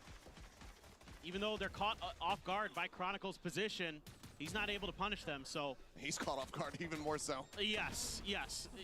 Everybody's caught off guard by that. Like when the wall crumbles in Saving Private Ryan and everybody's just there with guns in hand, like, what do we do? Everything in my room is fucking. I have to get everything in my room extra large because I'm big. So you guys can't tell that I'm 6'5". But trust me, this is all large items in here. But for now, Foot is this shirt is an extra large. Very good. Making sure that they're checking on it. Yes, they're pushing out, but Foot should have a lot of space, but the spike's down out here. Yeah, this could potentially be bad. I mean, Trapwire to continue to slow things up. This water bottle is like 2 feet tall. Do they read this at all? So even if they do deal with Alpha, which they will, CNED finds just to give you guys some perspective. They suspect he does. What a read, CNED. Picking up a second here in round number 2. They're working his way forward at Mount. Can confirm that there's no presence on this side of the map. He'll just be grabbing that orb to try to build up a showstopper. And there's all of Foot now stopping their way over towards the A site, where it's really only Leo at stairs to try to slow things up. Mr. Fallen has that outlaw, that deep cover that they might need. Fnatic trying to get into position to contest. Poster. Decent amount of damage dealt. CNED now finally dealt Oh with. no. What was that run 1 on 2, 1 on 2. An explosion of death into the kill feed. Solid damage dealt here on the back end from Fnatic, where it looked like they were just going to get absolutely rolled. I might be totally capping on this next stat with basketball, but I want to say, so like the height thing, right? 17% chance if your age is like 20 to 40 in the US that you're in the NBA if you're over 7 feet. I want to say for every inch below, like 6'11", it drops in half. And then 6'10" drops in half, 6'9" drops in half. And eventually you hit like 5'11", and your odds of playing in the NBA are like 0.0000001%. You know, like wasn't much to be able to be there's like a that. direct correlation between height and playing in the NBA. Cracks? It's kind of insane. It must have just been a jiggle peek. Cracks able to just double tap when some added damage from Mr. Fallen plays off the back of that outlaw. Alert timing in. Leo going to be taken down. Chronicle now forced back over at Waterfall. He just saved? They might have to, given that the operator is once again in play. Like, who's that player back in the day? Like Muggsy Bogues or something? You don't really have anything that guy's just a total anomaly. And yeah, as you can see, slowly dripping away, trying to save. Probably gonna whiff that. Out of Captain will catch one. Not sensing Boaster here. I think Out of Captain had a rough map one, yeah. To be punished, but already such fantastic Huge damage bonus. dealt, and this is the Foot that we were looking for on the opener. The Foot we were looking We'll be for. converting this bonus and start things off 3-0. Yeah, that opening pick is the go button. A lot of times it's kind of a single player on C for Fnatic. They got that kill and they immediately opt to punish it, especially when you know it's Leo. I haven't really kept up with the NBA the last couple of years, truthfully. So ready for those quick but rotations. when I found out that right now, Boaster at risk, Boaster dead. Oh, Across, but what? He just came satcheling out blind. Up 3-0. What the? Take everything away from Fnatic. This is huge. So many ults almost online already for Foot. And Durka's close to a showstopper, sure, but let's see how this started. This is wow. That's pretty. Oh. Outlaw wall bang into the finisher. Man, what an opener. That's so cringe, actually, for a bonus entry. Hands off the keyboard. It's like, what else could I have done? Nothing. It's just a good reaction. It's crazy. I missed the opener. Ready for that jiggle out. Insane. They had a captain. So proactive in that round. You'll love to see it. Contest for rubble space. Boaster trying to push aggressively far forward. Yeah, when I heard that stat about height, I was like, oh, that makes so much sense why Shaq was so bad at free throws. There was no pressure. Like, if you're actually that tall, there's like no pressure on you, right? Like, if 17% of the people at that height are in the NBA, it's like, that's pretty much the qualifying factor. Taking down CNET. Not quite ready to see that many faces over at Waterfall, it would seem. Leo is able to take him down. Jet now dealt with.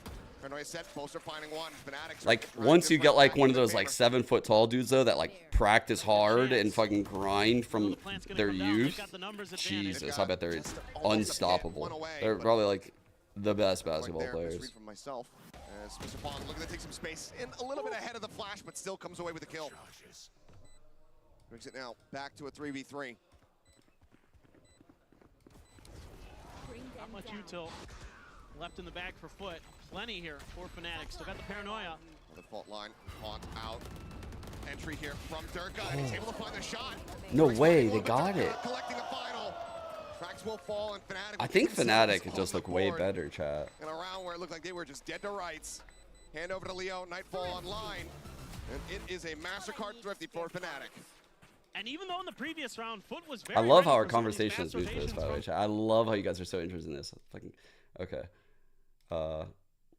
Die off the rip, and so you have a little bit more space to work with. And with this late, yeah, dude, imagine the height jokes. So old, so annoying. He's able to shut EDG down. And now Boaster's into it. Now he's saying, "We got you. We understand. We understand what you're trying to do." Now you get the showstopper in the Nightfall. Honestly, even with those odds of playing the NBA, chat, even with all the perks of being tall, I still wouldn't want to be fucking 7 feet tall. I'm not gonna lie, that's too tall. Those people a little bit further, but this time opting fucking get really fucked up for being that tall. They have a lot of health problems. Wise to it and just backs out. Yeah, but Cracks reading that decently well does send the fault line to the back end to ensure that he finds a stun. But Waterfall pit. Pit now, thrown through, and that's gonna be the Nightfall in over. Prowlers, one prowler on Leo. Anyone? Trying to stay alive at Alpha, able to find and showstopper in from Durga. Takes out Mr. Ball, and the pit's still standing. Still in with a chance here. Our Foot, but it's 5 members strong on the opposite side. CNET finding one, Alpha dead. Big opener, still 2 coming Waterfall. Oh shit, he can't die with this ult. He cannot die, chat. He cannot die here. Massive. Huge by Ada Captain to live and end that round with 2. But they stop Fnatic from finding that second round win. Ada Captain having a great half so far. And he plays this Viper's Pit so well, just feeding over information, never pulls the trigger on some of those identifications. He like I said, Alpha's crossing on top of sight. I'm 7 inches off of being 7 feet, and I have these problems, so I can't imagine. His trigger the whole time. Discipline wins them this round. I'm only 6'5", so. Very nicely done here to continue on their merry way and force a timeout out of Fnatic here within the first 5 rounds of play. That being said, I mean, breaking down the economy and also exchanging 2 for 2 on ultimates. Yeah, Pit, Rolling Thunder, 2 very costly ones. Takes a while to try to build those ones up, but getting the Showstopper, getting the Nightfall, those big retake tools, and still winning the round. That is a big boon here for Foot. Exactly.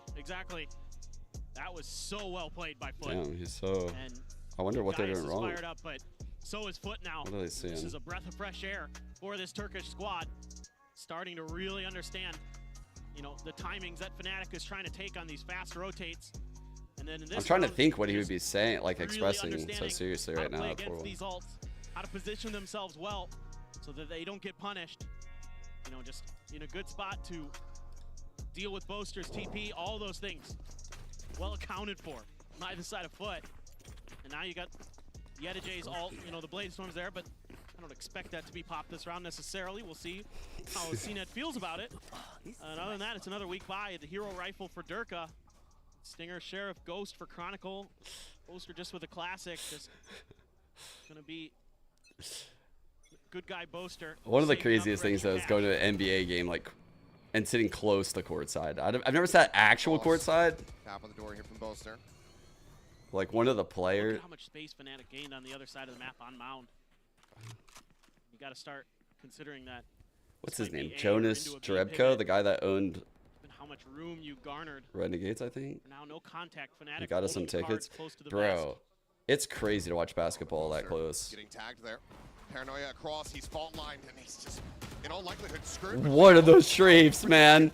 Oh my God, he was dancing up. Fnatic have been collecting too. Chronicle now arriving. Quick headshot. Trades it back. EDG ult. He's so far from these bodies. But Durka has that hero rifle and he has that paint shell at the ready. I feel like EDG should get closer. This is just going to be an extended pivot here across the board from Foot. It looks like the answer is going to be yes. Tap on the door and they want to try to make their way out of here. Don't want to give any opportunity for this retake attempt. Yeah, they're going to be. Yeah, picked up. So now Fnatic in with a little bit of a better shout, but PRX able to find one. Durka dead. EDG likely love to try to invest in neural theft off the back of that, but it's a dangerous position to try to get into to send the ult. Right now, he's basically face to face alongside Chronicle, who's able to find the kill. Brings it back into a 2v2 as the rest of Foot storm their way now into B. I like this Very one. rare plant spot here. I like it. Connector. You almost never see this. Got an aftershock angle. The fault line. I don't like how they're both playing over here though. Yeah, aftershock actually not available. Just gonna. Yeah. And I also don't like how he threw that smoke because it makes it obvious that they're both over here. Why on earth would he? Lurk all the way around towards upper. They would have had to clear main. Why would he do this? Oh, hold up. Let me just give away my fucking spot. Hold up. Where's the spike? Let me give away one of the two people. So that way, if you manage to get lucky on the other guy. God, fucking Foot is triggering the fuck out of me. And then this guy gives away his foot. I'm going to lose it. I'm going to lose it right now. They have a read. They know exactly where Mr. Fallen is. They're able to find it. They both just willingly give away their spot. 30.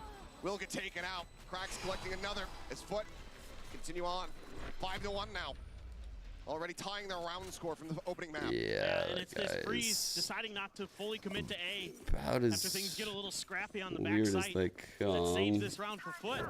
I mean, it's just really good read here early from the side of Fnatic. They completely isolate any info on where they're hiding on the site. Yeah, Boaster takes a little bit of damage, but Chronicle's able to step in there, do some damage. They're able to get those gun upgrades, but it's that late round pivot from Foot. Those options available to you on Lotus, utilized so well here by the Turkish squad. Durka out the rip, does some serious damage. Yeah, Mr. Fallen dealt with, spray across, trying to find CNET, tags him down to 78. He will be able to stay alive, but that's a good opener here for the side of Fnatic.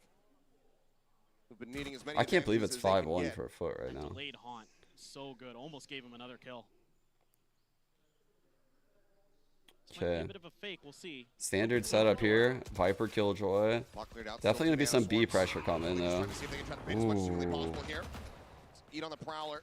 CNET wanting to see if he can get ahead of it, try to find a timing, get a headshot, but Foot needs CNET to get activated. A little bit lower on his HP bar. Boaster. As Boaster on front, able to deal with one. The Jet now gone. Spacing is bad there. A little bit of damage found, but overall, not too much. That's huge that Boaster can win that, because now he's forcing Foot into the heavier stack sides of the map for Fnatic. They still got all this defensive utility available. I played basketball a lot growing up. That was my favorite sport. Trap EDG in the corner.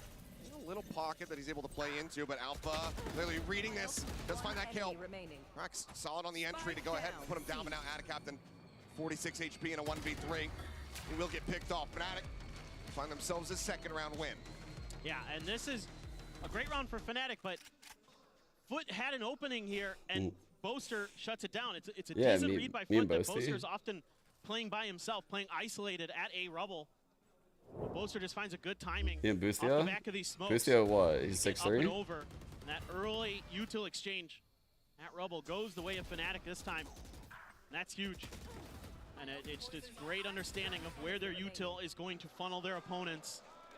Beautifully handled by Alfier and Chronicle on that C site. Great crossfire setup. Football popping. Do you mean? I assume you mean Blade Storm now for CNED. Soccer. Oh look, they're hanging out together. Yep.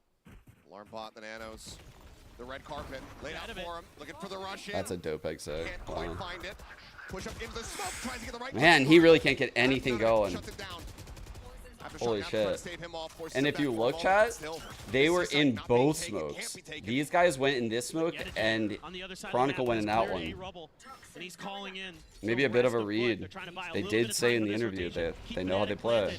The TP all the way in the back for the plant. Beautiful from Foot. A-side target was still a bit of a gamble here from him. Captain still going to be noted on this side of the map, but as the plant gets ready to come through, Fnatic will have a faster rotate timing here. Oh, not beat Captain over towards that A site. Oh yeah, dude. American is huge. Okay, Captain does find one. Chronicle dealt with. It's fallen on the site. And Cracks hanging back outside of door, outside of tree to try to offer up any kind of utility he can, but it's just 2 flashes in hand. And now he's dealt with. Poster finds that kill. Lockdown needing to be respected. The kills will come through. Fnatic fairly clean. Just Chronicle getting picked off by that late lurk. Otherwise, very solid round for them as they shorten the gap even further. Now just 2 rounds separating.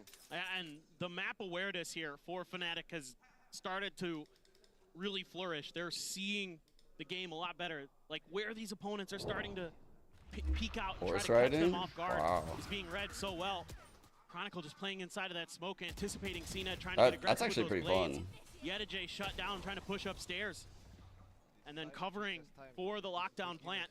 I mean, that's why you can afford to leave the A site open a little bit. When you have that lockdown available, you can shift your weight. I'm sure with it one did side some of the map and the extent, other, like playing for those sports retake as if a kid. necessary. Fnatic working it absolutely to a treat. A little bit different positioning of the haunt this time. Back of that paint shells and Foot not wanting to get caught. Trying to contest Alright, dude, look at the rotate from Fnatic. They're all over this. Showstopper coming in late from Derek. A potential C's. Oh. Massive trade. Then get taken down. Showstopper short distance here from Durka. Doesn't ensure the kill. Mr. Fallen going to be taken down. But very smart. They didn't get that smoke, by the way. If he went through, he's dead. Just not wanting for Fnatic. I thought the round was over when he popped the ult, actually. Spike, however, very well played by Durka. All the way outside. A mount. Durka with that headshot brings it back to parity. Now into a 2v2. Dude, EDG. Cracks. Why can't he ever be near a body? In his position, and even though he has to reach what is that timing? What is that? That's unlucky as fuck for Boaster, low-key. Already over here towards this A side of the map. Quick check on the cam. Nothing going to be spotted. Tap on the door. He works his way forward. Sturka pushes up. A paint shell to try and delay, but he's not reading this left side hold. EDG puts him down. They can buy again. One more buyer. Once again, keep themselves separated. Now up to 6. Yeah, they do a great job of finding the weaknesses in Fnatic C-site defenses. CNED breaks through. Basketball, though, was like my sport of choice, right?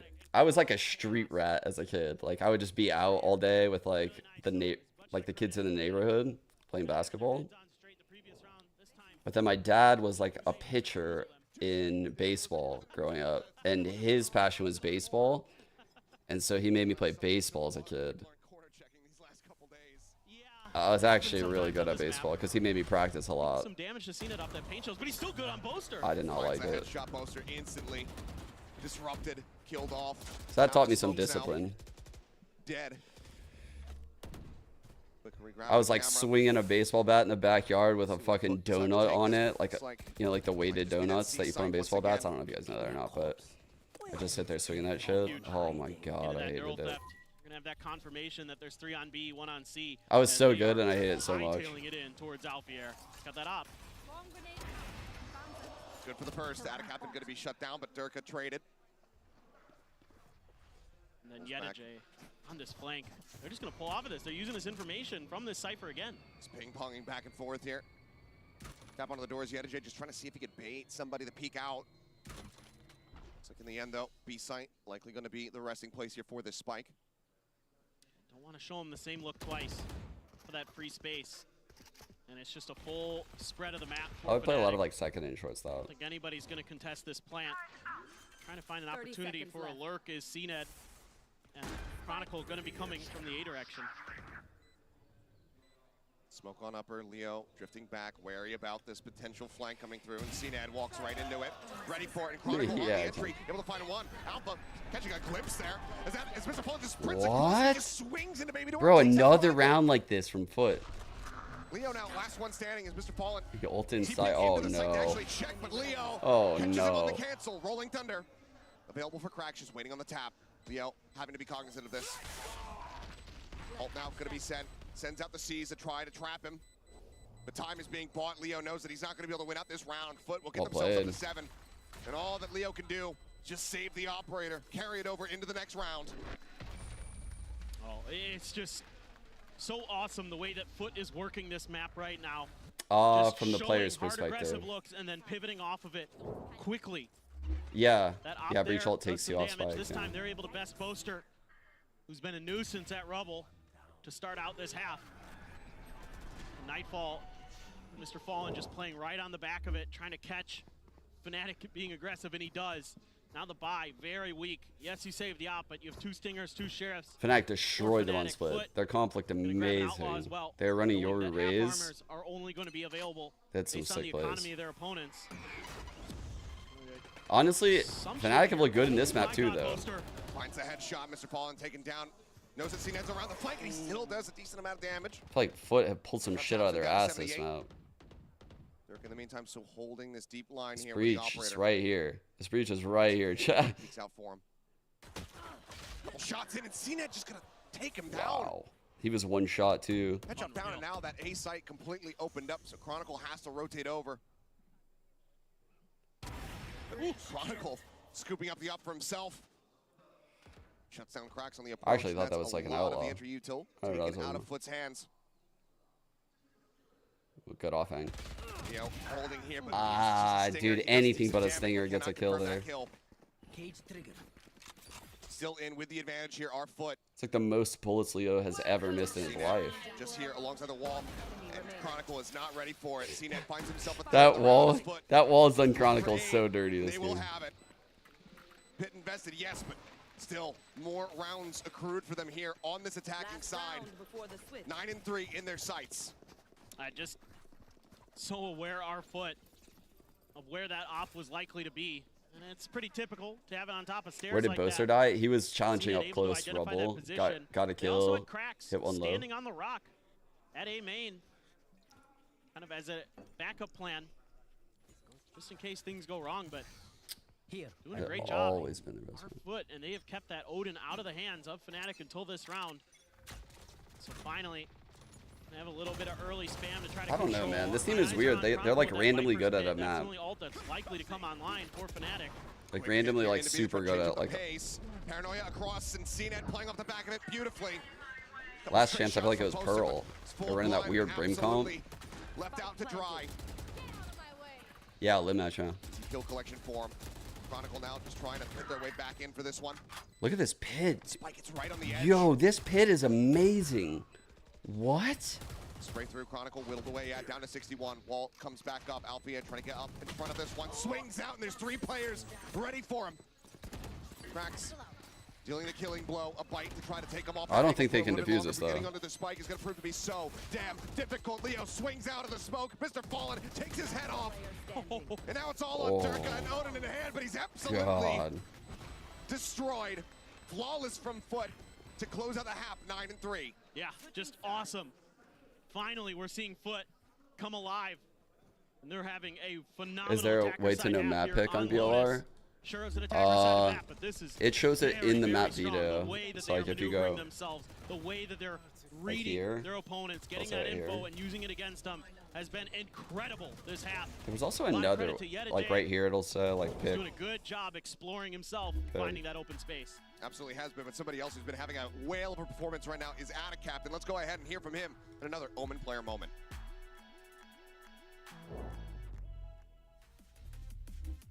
Oyuna zaten hızlı giremedik. Çok çabuk. We weren't able to get into the game. Fazla Oh my god. Zaten Amerika Ligi'nin birincisi olarak so fast. Kalmıyoruz. Çok güçlü bir rakiptik ama birazcık That's on you guys, shot. Fazla takıldığımız için kendi oyunumuz arka planda kaldı. Yüksek ihtimalle kafa kafaya gitse kaybetsek daha çok Toe to üzülürdük. toe. Ama oyun fiziği They're hızlı on gittiği a için team called Foot. pek fazla bir üzgünlük, bir sıkıntı yok şu an üstümüze. Diğer maça hazırlanacağız. What if you just only talked in Foot puns? 1v2. I'd do it. Gets a headshot, gets the spot of the bang and a smattering of damage. And he readjusts. Fnatic cidden çok güçlü bir rakip. Zaten yüksek ihtimalle şu an yani dünyada top 3'e girecek bir takım. Ama onu ligde 2-0 yenmiştik. Son şansımız, kazanmamız lazım. Başka şansımız yok. Really? Daha çok hırslanıyoruz.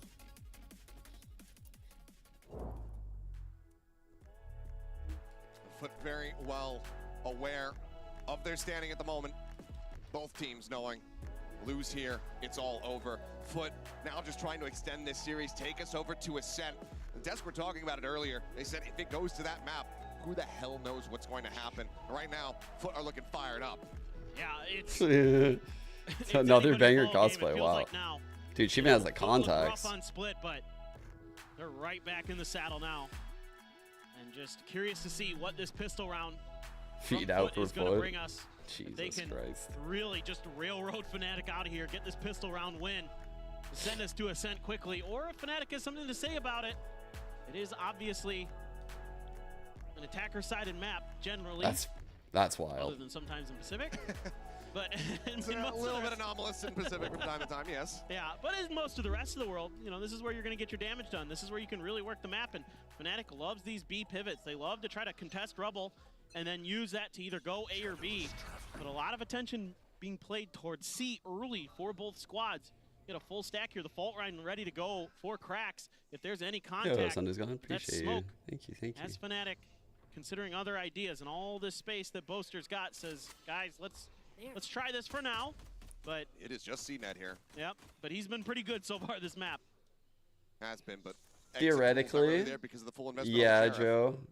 They could just end up 50-50 him a little bit, but there's a swing out. It's a decent amount of damage. Wins across, gets himself into sight. He's reading the push up here from Durka. Does some damage, but gonna be caught. Well played by Durka. Right before he can fully reload. He was taking those peaks, knowing the bullet count. Team to potentially be able to bring this round back. Played it super patient. For now, plant gonna be coming through. It's Durka. Check out the deep smoke. Yeah, the duelist v duelist battle goes the way of Durka this time. The layers are really good here. Reload timing, flank angle here for Chronicle. Plays in the corner. This guy's ready to swing. This guy's ready to swing. Find the shots. It's going to be Attacaptain taking down Durka in the meantime as they push their way out of stairs. Chronicle low. Attacaptain finding that kill. Leo. 3 on 3. Great Cracks, blind. Oh my god, he one bursted him. Mr. Fallen taking down Leo. Buster finds a nice timing though. Pushing out here into stairs. Keeps it now at a 2v2. Recovered, pushed up into the smoke. Out in the air. Able to steady that spray there with a Sheriff. Finds one. The hold coming through. Shoulder not being noticed. Nice. J will fall, and Fnatic will get themselves a pistol round win. Next big round, probably the bonus. What an awesome pistol round. Both teams making some really clever maneuvers. Coming from a bunch of different directions, our Foot with that overstack towards C.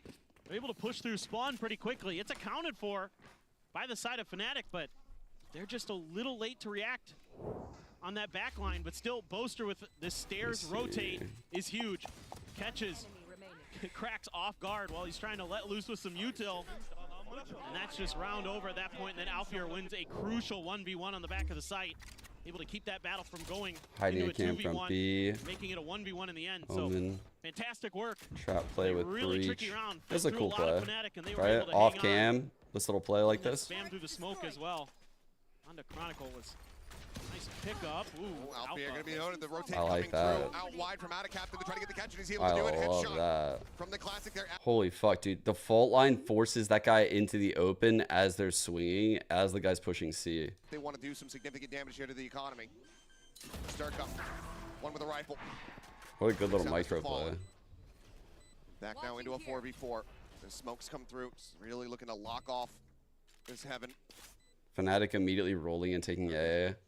It's something I would have been molding about if they were bad. At the ready, comes in, tailwind. Durka, oh, he's fully blinded, but he still manages to find that kill. Weapon now passed over into Leo's hands, trying to maintain control of it. Gets a headshot onto Cracks, and EDG out, last one standing. Looks like he's going to go on a long walkabout. Camera taken out. Camera destroyed. 13-10. Died of the spike. Wow. And Fnatic is pinging it out. They'll need a clean bonus if you this think it's could happen, 13-10. so 13-10 would be nuts. He might end up there, but Let's see if they're going to try to contest it at all or just let it happen. Is good stuff here from Foot. Again, identifying this open space and just being even more aggressive against it on these C lurks and catches Boaster a bit off guard. So I think that's something that certainly in this round Fnatic might want to consider is how are they going to deal with these aggressive push-outs from C if they're going to keep their attention towards a Rubble. I'm always rooting for map 3. Map that they love to fight for. Rubble take, only CNED here. This comp will struggle at fighting for A. Even with a breach, like, the Jet makes things quite difficult. They're going to start contesting this space a bit. No info coming in. Big trade. He's the live, though. He's got to get out. He's out. That's massive that he lived. All right. Honestly, not terrible. You obviously want something better on a bonus because this is 4 rifles now and a 4-on-4. Literally favor them at this point in the round. But very flat-footed entry. Very flat-footed entry. Double trips in B, nothing in C. But the fade raise. Phase raid. I'm getting my so trying to make presence over here, force 2 people here. Yeah. But anyway, you can understand why they would be willing to contest that space early.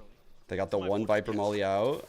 That's the stall. Solid trade out there from Mr. Fallen, but now they nano the ground in case there's any trips. Ready from cracks. Really gum up the works here. C hit coming in. At a risk of getting clipped by this one. Just waiting it out patiently. Spike going to be passed over. Fault line now coming through. Prowler on the check after shot. 30 seconds, guys. Find any opening kills, but nothing going to be spotted there. No one in yet. Orb goes down. Out of Captain filling here over at Ben, going to be noted by that Prowler. Oh, that's massive. He's able to find one. 4 on 3. TP in. TP up over the top. Not going to be heard here, but Captain still finds out the air. Prax getting another Captain ready for it. Dude, the flawless after the first death.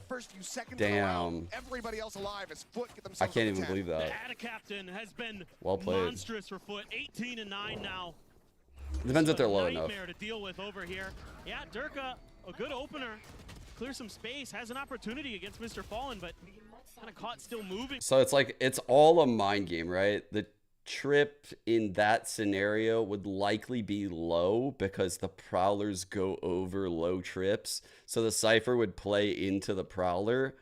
If it was a dog, you might see like higher trips. So, you know, like Cyphers, good Cyphers put their trips based on like the initiative usually. Damn.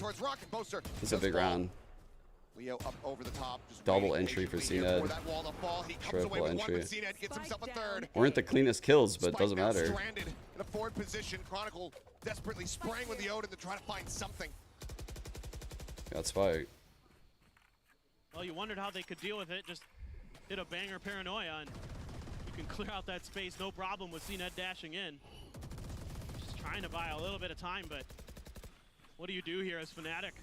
Your options are so limited, and Foot can just stack on top of the spike and wait you out, grab orbs, everything they want out of this, potentially more. There's no way they're going to give them opportunities, you would think, for that Odin spam. Starting to work their way forward, clear out on the camp. CNED feeling it, gets himself the 4-piece, can't find the ace. Nice round from CNED. Foot get themselves now up to 11, 2 more broke, rounds guys. to go. Fully broke to here. Replicate and invert the map score from Split and take us over to Ascend. Man, this is awesome. I love this. You know, one of the things I was concerned about with this compositional difference, trying to control this space, well, CNED gets behind Rubble, a beautiful paranoia from Mr. Fallen, and it's a lot of players falling for Fnatic. Chat, where the fuck? Gaius fired up, and now things start to get desperate for Fnatic because they are 2 rounds from dropping this map, and they are in an eco. They have a showstopper, yes. Late storm pop for CNED. Ada Captain has that Viper's Pit. Boaster gonna lead the charge with a frenzy here. It's Fnatic looking to see if they can get a thrifty. Have I seen them use Orb? Yeah. Yeah, I have. Keep this map alive. Oh, what a spot. They used that right here a couple rounds ago. Reload right as the trap wire does get the catch on the Durka. They're saving it for a late round. Cleared out. Cyber Cage going to be set up as well. They don't use that at cross right here. Nightfall committed. Going to be able to note 2 here on the site. clearing out the prowlers. Just he threw the orb here just now, I think. He ends up falling. PRX just again pot shots in towards three, finds one. No audio, no problem. Captain catches Boaster. Got it. Picks him off now, 2 players left alive. Dash back from CNET, unable to get the knives to connect. Leo. 1 blade left. Mr. Fallen keeps them close, but Captain shuts it down once again. Leo now gone. CNET needed to be a headshot. Dude, CNET's kind of throwing a little bit, man. Down to 31, they line up for him, but he cannot get the shot through. Captain with another multi-kill round will get foot up to map point. He's just unbelievable right now. You cannot displace Captain. Once he's got his feet planted, forget about it. On this defender side and on the attacker side with some of those lurks, but he gets caught by all the utility from, I mean, they invest everything here. Except for the showstopper. Durka doesn't pop that, but... What the fuck is going on? Fnatic trying to scrape together something. Nightfall be damned. Util be damned. Leo's still able to come out with some big kills. Why is Breach looking over here? Oh, I guess in case they, like, quick take. He actually used that fault line, too. Wow. They preemptively used that fault line that we saw, just in case they go out. I guess that's to protect CNED from the guy that double satcheled up, right? That's a good adjustment, actually. Wow. They did that adjustment really quick. Trapwire set up for a bit of a raise catch here, knowing that showstopper is going to be in play. But looks like it's going to be scouted. Poster maybe noting that. Durka just sneaking in underneath. So, Wire not getting the catch. Captain is destroying them in this site, man. Some great holds. Not quite registering that. Ends up falling to it. So Durka trades it back and still has the showstopper in his back pocket. And now this retake gets extremely difficult for Foot because you know that showstopper is going to be coming your way. I don't know. Maybe I didn't set that shit up right. From Fnatic. Just wary. I didn't really do any setup for YouTube. Finally going to feel comfortable enough that they can go for this. Alpha. Try to sneak in behind. Why did Foot look so much better? I mean, they just have a lot of awareness as to how Fnatic play. Manages to take him down. Showstopper now. The further delay to buy some space. Sends it. CNET quick with the tailwind. Keeps himself out to safety, but as he repeats out here. All right, Fnatic got this one. Final elimination. After shock through, but Durka having none of it. PRX dead. Now it's just yet a J. Clean and necessary turnaround here for Fnatic. Whoa. Paint shells built back up. Yet a J. Wanting to just try That's the place I ordered my cosplay from. Weapons out of the hands of Fnatic as humanly possible, but it's going to stop at Durka. Alpha with 3 keeps him afloat, but it's 6 rounds consecutively necessary for Fnatic if they want to go to OT.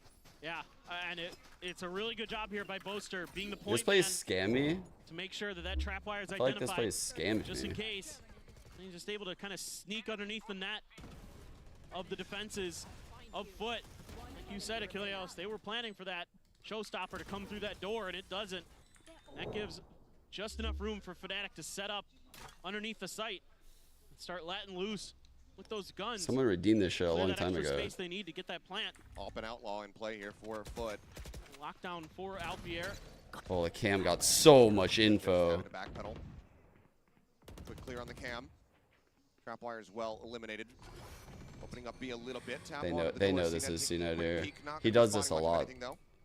In fact, the game I saw in EMEA, he literally did this exact play to them. Sat over by Mound, Mr. Fallen at the same time. Holy shit. Outlaw in 2 hand. of them. Not Durka though. Of movement here.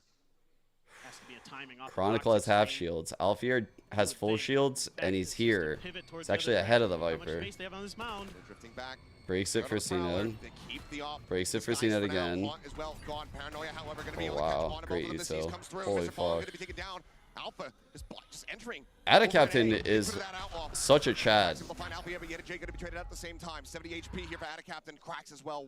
Worse for wear. 53. Amazing ult by Boaster. Good read. Boaster TP'd into drop. And I think Foot somewhat aware that could be possible, but should maybe get the plant down here for Fnatic. Plant through. Fault line. Not connecting. Boaster still sat. Turns on the flash. Quick to it. CNET swapping over onto the Phantom. Looks like they still want to try to play this one out. But now CNET's dead. Cracks has to give it up. Picked off Boaster.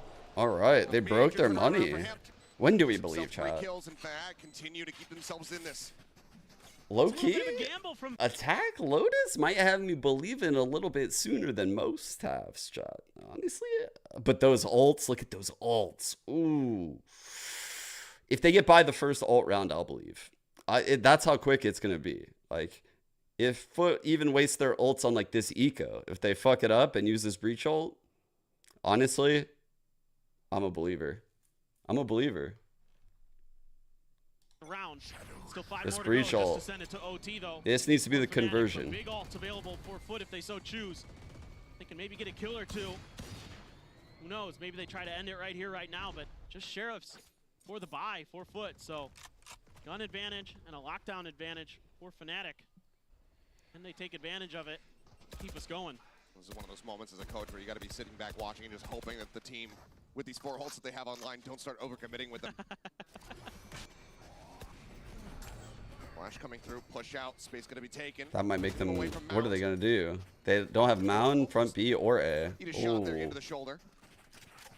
Cien only has a Sheriff though. It's not terrible. They're trying to get ahead of this. Already rotating multiple players over towards A. This is what they did last round. Did Fnatic, It's a B split though. Look, Alfiar peeled off when. They're reading it really nicely. Our Foot, our Fnatic. They'll probably activate the door and then roll away from this. Early contact. Cien tucked right behind the door by Tree, seeing if he could find the angle. Already that baby door cleared. Spam through. Tailwind at the ready. Fault line sent. Try to slow things up, but now maybe the pivot, the cut through into B. 30 seconds left. 30 seconds. This breach ult is online. Oh fuck, guys. Wrap around from Alpha, gets himself over in towards main, but the cam is there, set up to go ahead and note him. Wait, is this happening, chat? Oh my god. It's 15 on the clock, chat. Sounds out on the multiple. Alpha pushing forward, able to find one, but right now they're just trying to buy some time, and Alpha Air has opened up space. 2 kills bound, plant can come in, they cannot deny it any further. Why have they made me a believer? Why have they made me a believer? They get that rolling thunder out of Foot as well. Yeah, Foot felt like they maybe had an opportunity to try to close the door, but just not quite able to do so. And Fnatic starting to read the map pretty well, so Foot gonna take a timeout, try to reassess, try to figure out how they can make sure that this doesn't go any further, that this stays as far away from overtime as possible, and we get to Ascent. Hold up. Scan this puppy. That rolling thunder, man.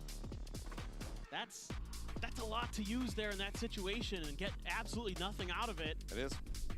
There's still plenty of ults to work with, but having that rolling thunder, knowing that the lockdown is going to be on the opposite side, it makes that Viper's Pit feel a lot less safe, a lot less assured. We'll see what the call is going to be, but Foot now in this position where the economy is going to swing like a pendulum. Buy in this round, but if they drop it, Fnatic up to 9, back into an eco for Foot. Chat, I ordered this Raze cosplay on March 10th, dude. I think I got scammed. Just close this out right here, right now. Do not let them get any closer. I think I got scammed. No doubt about it. I'd like to see a little bit more working of the map here by Fnatic. I felt like that was read pretty well by Foot, and maybe with better weapons in hand, that could be a little bit more tricky for Fnatic to deal with. It was from this site, dude. The site looks legit, no? It looks legit, yeah? The cosplaywarehouse.com. I mean, this looks pretty fucking legit to me. To speak of on both sides. Can Fnatic continue this run? It looks so good for Foot. Looks like they were going to make quick work. Yeah, $1.04 discount. Shit's, you gotta get it while it's on sale, you know? They're going to take their time off the rip. I like this. Check for some aggression. Check for like a trap pinch play. Somebody gets aggressive out of C like this from CNED. He's pushing up at Alpha. He's got an operator on the opposite they side. cosplayed as cosplay sellers. Hard angle. Leo now Fucking got me. Forward, Fuck. as that haunt was out over the top. Ooh. CNED tucks back into the smoke just in time. Ooh. CNED playing it beautifully. That was so clean. That timing is insane. That trip at Mound is so annoying too. Because he's just going to hold this like tight crack, guys. He's going to hold this crack, and this trip is right ahead of it. So he knows no one can peek him like shallow. No one can take like this route and take this peek on him. So while that trip could be jumped, it's doing other things. Check from Fallen Chronicle, moving forward. See what I mean? See. In the trap wire, CNED a little bit early on the shot. Pulls back, avoids the paint shells. Ready for some kind of peek up, but avoids the C's as well. This guy literally just space taken as Boaster has no fear. He's going to be the X factor here in the round. Swings around in towards Waterfall, finds one. Mr. Fallen going to be taken out. EDG needs to get one here. Love that from Boaster. Trapwire set up. Durka still expecting Cena to be lingering around. He will go ahead and start rotating out. EDG left tucked away at Waterfall to try to intercept Big this fight for race. EDG right here. Across, He's playing it well. I don't think Durka reads this. No shot. What a play by EDG. EDG finds the shot. Neural Theft invested. Reveal coming through. Hats off for map 3, chat. And now the pit to retake the site. No cap. Spamming wildly, hoping No cap, map 3. Find some kind of opening. I'm done. None to be found. Leo, a spot out onto CNED. Drags across, finds the shot, but it's going to be cracks to put them down. 13 to 8. Foot will take us the distance. They are not going out without a fight. They are sending us to Ascent. A huge map from It's like CNED forgot that guy existed. They look completely recovered from that disappointing performance on Split, that disappointing performance against 100 Thieves. They are ready to take us to Ascent. Very much alive. Now Ascent, anything can happen. We'll see who comes out on top of this series after a quick break, so don't go anywhere.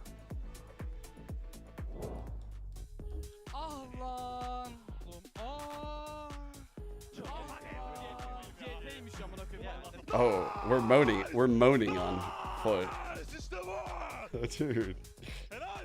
That shit's got the deepest fucking yell.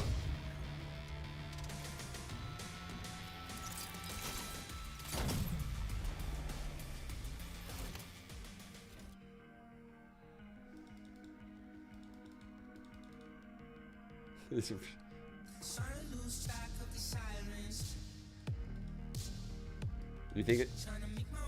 Nah. I'll make Ascent. I'll make Ascent fun. I'll make Ascent fun. What do you want me to do to make it fun? I could literally break down a player. I could break down Fnatic. I'll make this map fun. If you guys are scared of a boring Ascent, let's see what they're running first of all.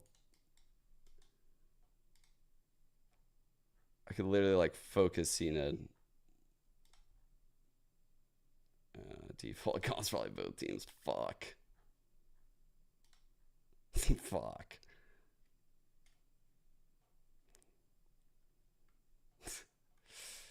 Fucking Jesus Christ.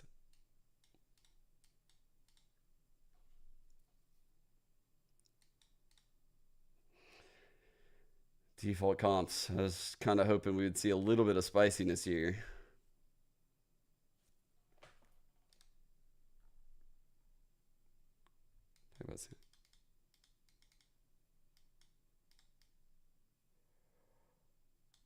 Sure, macro? I always talk about standard macro.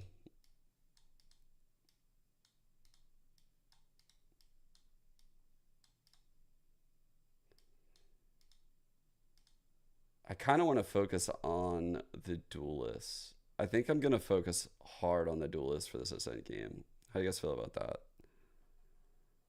I'll focus on like the place to set them up. The only problem is like when I do stuff like this is there's a chance obviously like the fucking initiator pops off, or the initiator popping off wouldn't be terrible because usually they're pretty tied to the duelist. It would be a problem if like the killjoys pop off. Jesus, if like, which is obviously possible with EDG and Alfier, assuming it's EDG that's playing that killjoy role. Where's it out? Why am I looking at the TL game? But I remember this game, dude. I actually have no idea how this is gonna go, chat. Turkish Ascent is obviously pretty good. Like you can see here, this win was actually more solid than you would think. Vitality is a good team. Don't be fooled. And we're going into last year, so can't really look too much into that.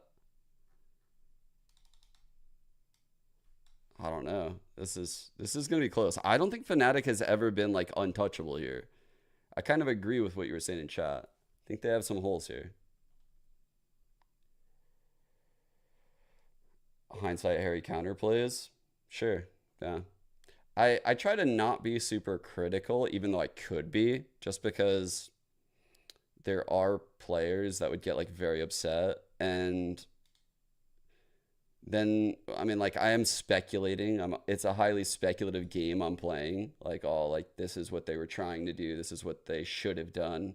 And it's basically inviting those players to then, you know, like kind of shoot the shit with me, like call me out somewhere. And I'm willing to take those convos, but the problem is that I know historically, if a player were to do that, it's just like they just win. They just like the whole community just takes their side. The communication was not on point, and time So it after just like time, opens we saw up Foot a whole taking the box upper of hand problems. and just capitalizing on This is Fnatic's annoying. mistakes. Yeah, it was a little unlike Fnatic, right? Like you see in this round, players kind of coming in one at a time into this retake and really looking reliant on the individual plays. And, you know, it looked solid when players like Dirk or Alpha was able to have that individual moment, but then you have rounds like this where Dirk is just not clearing a close corner and loses the clutch because of it. Those moments snowball games, and that's exactly what happened here. Yeah, I think time after time, we're seeing Fnatic like loosen the plot a little bit, where we see No a Foot points? that can have I the same got patience, you. but with a very different outcome. Because when we think about the way that they were attacking, how they were moving around the map, it's so difficult to adapt onto that, because they were moving around so much and making so many later calls that for the next round, you really do not know what to expect. I mean, we spoke about the hero plays. Yutajay on the first map, coming into this one at a captain, it just felt like you could not go to his site. Yeah, in particular, late rounds on C, this guy was an absolute menace.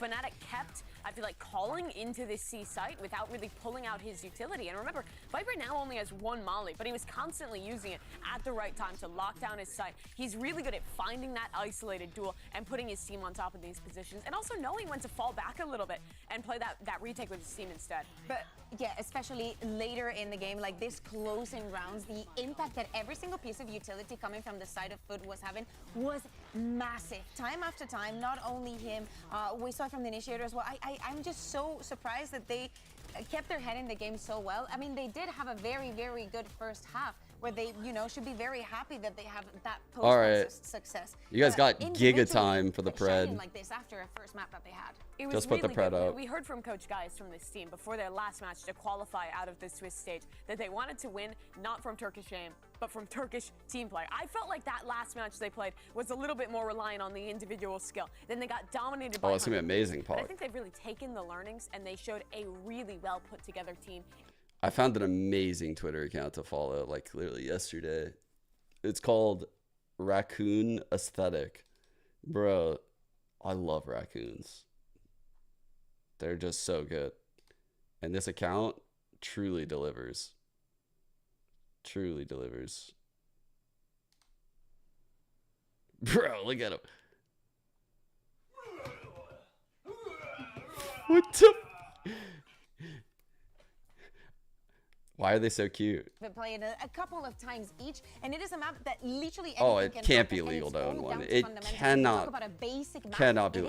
I don't. You don't want to own one. We've never No, seen you them don't. play Ascent head to head. So this is really going to be an interesting one. This to me now. Dude, one of my ex-girlfriends had like raccoons that like built a nest or some shit like in the gutter.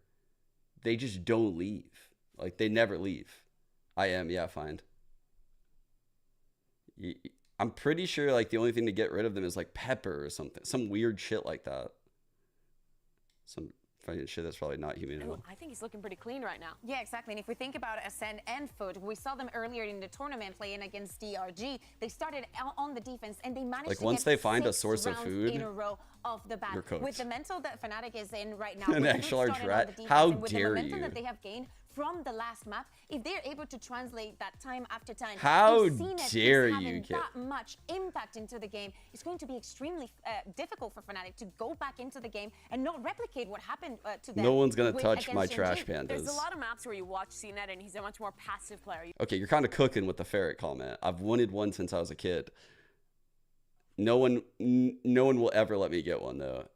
Anyone that I live with will never let me get a ferret because they smell bad. I have a dog. And I want to see a lot out of him on the Jet here on Ascent. I think what worries me is the roles, right, on Ascent, because for Foot, it's almost best in slot for them. You have Cracks on the KO, he's played that like a billion times. It's actually the only agent he had unlocked for like 2 yeah, years of his career. right, and Charles Neddington on the Jet, Mr. Farland as well, moving into something more comfortable. So are we right to be a little bit more worried? Dude, yeah. I've seen the raccoon eyes at night too.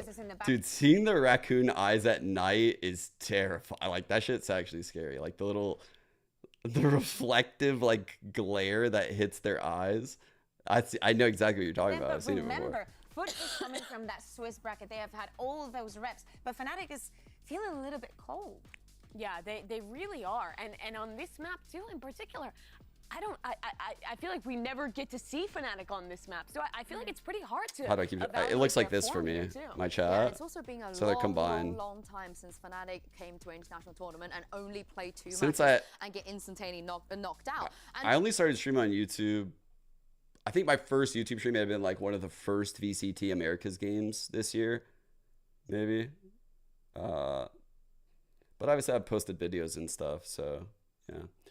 Definitely miss competing, but it comes with some sacrifices that, you know, I'm just not willing to make right now. But it's always, you know, it used to be a huge struggle. Like when you go from having that be all you do for a decade to not doing that. Like competing is what drives you, right? Like every day. To not have to do that took a long time for me to get used to. And it's probably why someone like FNS ended up going back to playing. You know, he thought he was done and he ended up streaming, and he couldn't have even been more successful streaming. Like he had so much success, but it still wasn't enough. Like the itch to play again as an ex-player is ridiculous. It is so hard. I was actually depressed for a while. It took a long time for me to like work through that. Fine. It would be great if it was on fine. But yeah, these days I'd like to think I'm fine. Especially when we're talking about how stale this map is, you have to play it to your strengths. And even if there was something prepared for deeper in the tournament, is not the moment to whip it out now. I think it's the pressure is on both of the teams, and it's so high. Cracks, you were talking about him. He is best in slot. He's fantastic on this KO. The synergy between him and CNED to set each other up for plays is really important to this map for Foot. Well, this is it. The loser will be going home and leaving the like what happened to his brand that first run in streaming. Like you only get a couple momentum moments like that as a content creator, and like it's pretty important to strike on those, and he did. He put in the hard work for that, but he doesn't know if like, what if he retires from being a pro player in a year and a half, and by that time Benkai has retired, Boaster has retired, fucking someone else in NA has retired. Like what if like some random person like Jogma retires, and they're all co-streaming and they all have big brands? Like yeah, he would still be able to pull like a good amount of viewership, but he would lose that to an extent. I hope that makes sense. It is definitely an opportunity cost, this decision. EDG versus Alpha. Like, I respect the fuck out of this decision, actually, from Leo versus Mr. Fallen. I totally get it. So good on that Sova. Mr. Fallen in his comfort role as well as that IGL. Flash across, looking for the entry here. Across, and that's going to be out of captain noted, but not dealt with. Ooh, that should have been a kill. Finds a headshot. Kill coming through, but Chronicle going to be good to trade one out. EDG now going to be taken down. Oh my god, triple. Chronicle finds another. They're all pretty low though, chat. Look at this. On the omen of the HB right now on the side of everybody. With Fnatic in tatters. The man advantage might not matter too much. Another shoulder shot there onto Alpha Yer. Oh my god. He wants to flush this player out. That one burned now out of bullets. Gonna have to go for that. Bro. Reload here pretty damn soon. That's got live. Runs it down, but for now, just gonna be held at bay. Alpha still pushing forward. Dart coming through though, Leo barely able to jump across into market, tries to swing out, tries to take the fight, but it's gonna be Cracks coming up with 3. I feel like they needed to commit to A right there, and they just never did. This is huge for Foot. It looked like it was gonna go Fnatic's way.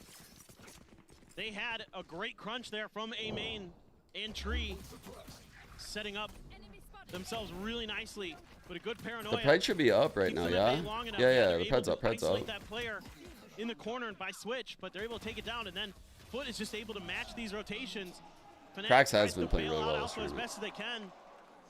and they try to make a rotate off of it, but it's just read nicely. CNED with a finger wag across the stage. Then, Alpha Air. Not gonna outdo me like this. It's so exciting.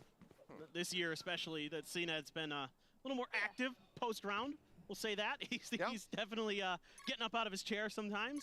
You saw earlier on, he almost sent it flying off the stage. That would definitely be classified under active. For now, holding back here outside window, Vandal in hand. It's Jiggle Peaks, just narrowly missing one another. Who's support utility? Gonna drift back across, get himself into the A site. Let's see how Foot wants to play this. Giving up a lot of space in short. Maybe just gonna try to shut this push down. Holding this angle. I'm gonna take this eco to get some water because I'm dying. I should have got it during the break. They're just gonna cut through window. It looks like it. Art not gonna be revealing much here. Entry attempt from Durka, but Mr. Fallen shuts it all down. 3 quick kills with the Spectre.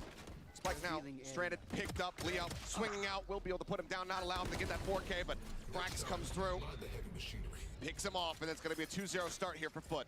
Yeah, just good positioning from Mr. Fallen. Able to catch the first. The dash from Durka, well accounted for. That's basically shutting the round down right there. Gets the third as well. Finds the fourth at the very end. Yeah, insane stuff from Foot. Looking good on their defender side. Gonna have 3 Bulldogs and a Vandal going into this bonus. A Sheriff for Mr. Fallen and a Bulldog. Passover looks like. Yeah, looks. Exchange that with Captain. Ah, yeah. Okay, right makes sense. He deserves it. Get a nice round. Give him the Bulldog. Give him the upgrade. Trying to get that Hunter's Fury online. CNED, in the meantime, pacey push out here.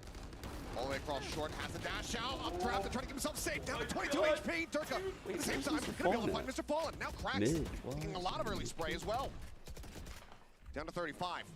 How is CNED alive? I don't know. I think we saw Foot do the same opener earlier in the tournament, by the way. With that man advantage, Fnatic still in a stronger position.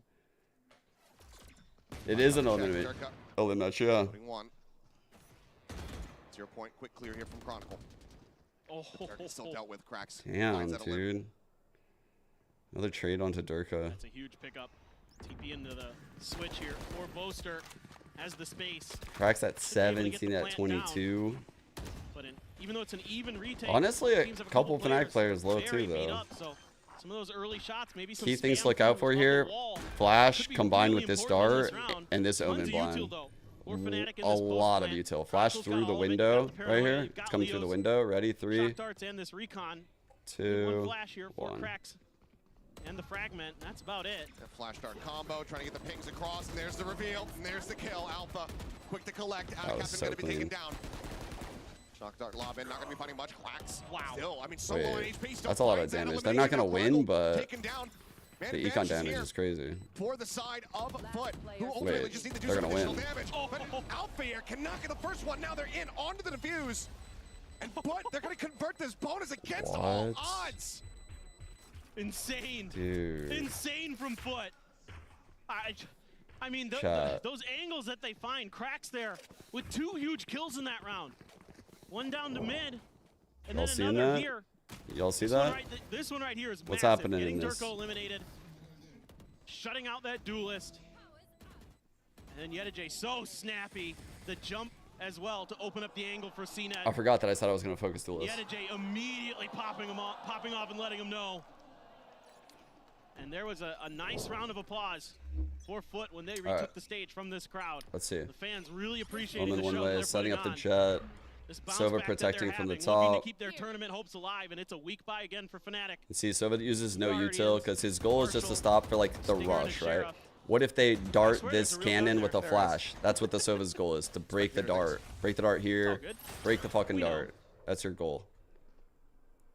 Clear out some of the util, but they set up CNED into 1. Working up as the smoke fades in the mid round during all this noise. As it fades, 3, 2, 1, they clear it. Alright. Distracted briefly. Pushing through A right now. Back away, takes a little bit of damage there. He makes his way over to switch. That is good. I like that he floated with this one way. I don't know if you caught that. He wouldn't have been over this scene. Not revealing anything here.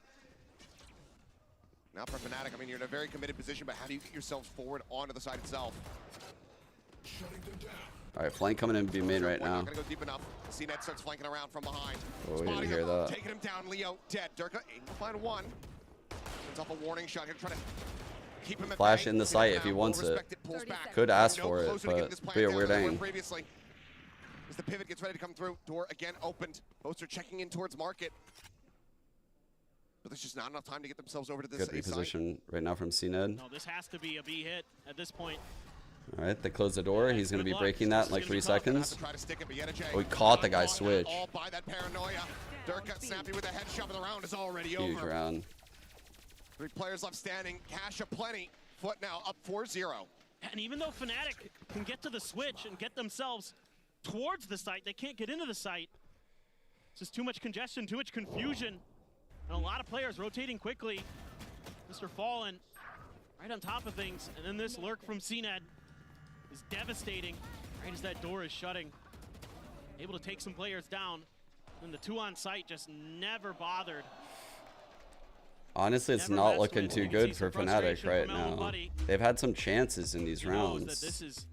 Choke Fnatic, maybe? A very tough start for Fnatic, and Foot just looks so dialed in. As we have a bit of a tech issue. I was curious about it. Saw the headset come off before the previous round was played. We went right into it. It seems like how 100 Thieves could dominate Foot while Fnatic is getting clapped. It's just familiarity with opponents, right? What I said earlier is like Foot has prepared a game plan for the core of Fnatic now for like 2 years, right? Like they really understand how to play Fnatic, probably across all the maps, because they've prepared over like 4 series now. And while Fnatic has changed things that they do over that time frame, a lot of the core characteristics of Fnatic remain the same. Like when they take aggressions, how they take aggressions, what kind of risks are they taking across the map when they make that aggression. Whereas when they play 100 Thieves, they probably struggle massively to read the game. And 100 Thieves are playing a lot more free-flowing of a game. You've heard it in both Zix and Boostio, where they give a lot of freedom to the players. And when you do give freedom to the players, what it does is it'll increase your variance, but it will also raise your ceiling. So if you have the right players where you can trust them in those scenarios, right? Because it's always just, think of it as like a constant working relationship, right?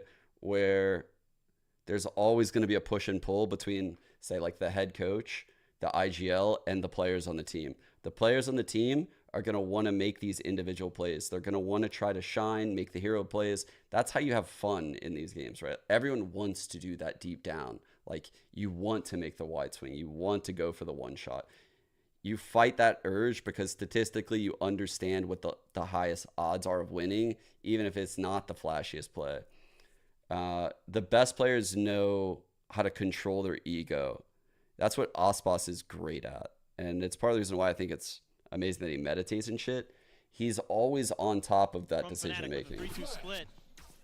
Trying to take some space at A, and look at all this from Foot. So heavily invested to B.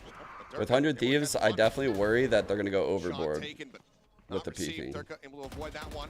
CNED trying to still push up here, does find Alpha here, but already a 2-man. Coming through here for the side of Fnatic. Solid opening kills, but Durka's just bouncing his way forward in the tree. And now he's going to be taken down. A site is taken, but Durka keeps getting traded out in these early rounds. All right, CNED coming up, cat. Door closed. He's going to break it. He just broke it. Set up here for this post plant. Leo out in main. Hunter's Fury at the ready. Getting the cat lurk. Yeah, he's just playing post with Hunter's Fury. One way on door right there. That's 0 point to try to interrupt. CNED has smoke to get past this one way. I'll probably smoke the ground. Molly hell, here it comes. He's out. There it is. Hunter's Fury early before the tap. Great taps. It's all on EDG. Trying to fish him out. Finds it. That's with Hunter's interesting. Fury already committed. It's going to be a shock dart. Get some decent damage to swing in, and Leo, he will bail them out and get Fnatic on the Nice board. play by Leo. Yeah, Fnatic have to dig deep, but Foot gambles on the B side of the map and just says, okay, we're going to try to push space. We're going to try to show you an aggressive look off of this tech pause. See if we can catch you sleeping a little bit. But they don't. Durka very aware early towards Attacaptain's position. Like when I watch PRX, I think they play with a high level of variance. A very high level of variance. And I think they guide diff a lot of their opponents in their region. And then they come to these international events where they have these Americas and EMEA teams with so much. Who is he going to swing this? Sportsmanship certainly never in doubt. Surely not. But I don't know where the support comes from. Not going to be able to find its mark. I don't think he's... That's still just holding. Yeah, like this outlaw purchase. Yeah, he just goes back in. To back it up as well. 3 players on half armor. CNED's still off cat, prodding around. This could really get you a ton of value in this round. I mean, I don't think he's going to push and go for the tiles peak just because there's no one in mid. If someone came in mid and held his top, I think he might be inclined to go out and pick tiles. But unless this guy makes this, if he makes that play, he might. Knife gets probably the drone. If I missed it, but he made the play. Great kill. Oh my god, that's huge. Hit now coming through here on A. He hit the. Trying to find some value. Durka swinging around the back. No. That crosshair over, but it doesn't matter. The reinforcements rotates immediately to heaven. So good. Tucked away here in B main. Right, got that kill. Immediately goes heaven and is there for the A hit. Swings in. Spike once again on the floor as Alpha falls, and now it's just Boaster here in mid, vulnerable up. With just no time to make anything happen. No knowledge of Crack's position. 5-1. Fnatic broke. 5-1. Yeah, just awesome stuff from Foot. Great time to buy that outlaw. And even though the first player he makes contact with has full armor, Cena's just so good at controlling that recoil. Oh, what a spot for Mr. Fallen, too. And then Chronicle only on half armor gets taken down. And you were just talking about it. Well, here it is. It's time for that timeout from Fnatic to really figure out what's second going on. timeout, chap? This is going to be difficult, Achilleos, because there's a lot of Yo, Floppy, thanks for 13 months. A lot. Yeah, same. I love these events. Between both of the They're jets great. with the null command, sense been built up by Cracks, can easily Masters is so goated. That ult from the jet. But right now, it's seeming like Fnatic, similar scenes that Foot were putting up. So someone asked if I could like elaborate on those thoughts on PRX. I just think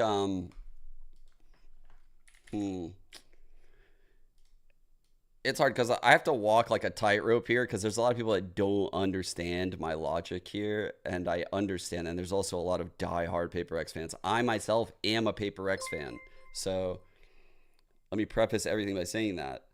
But I will say, like, their play style is very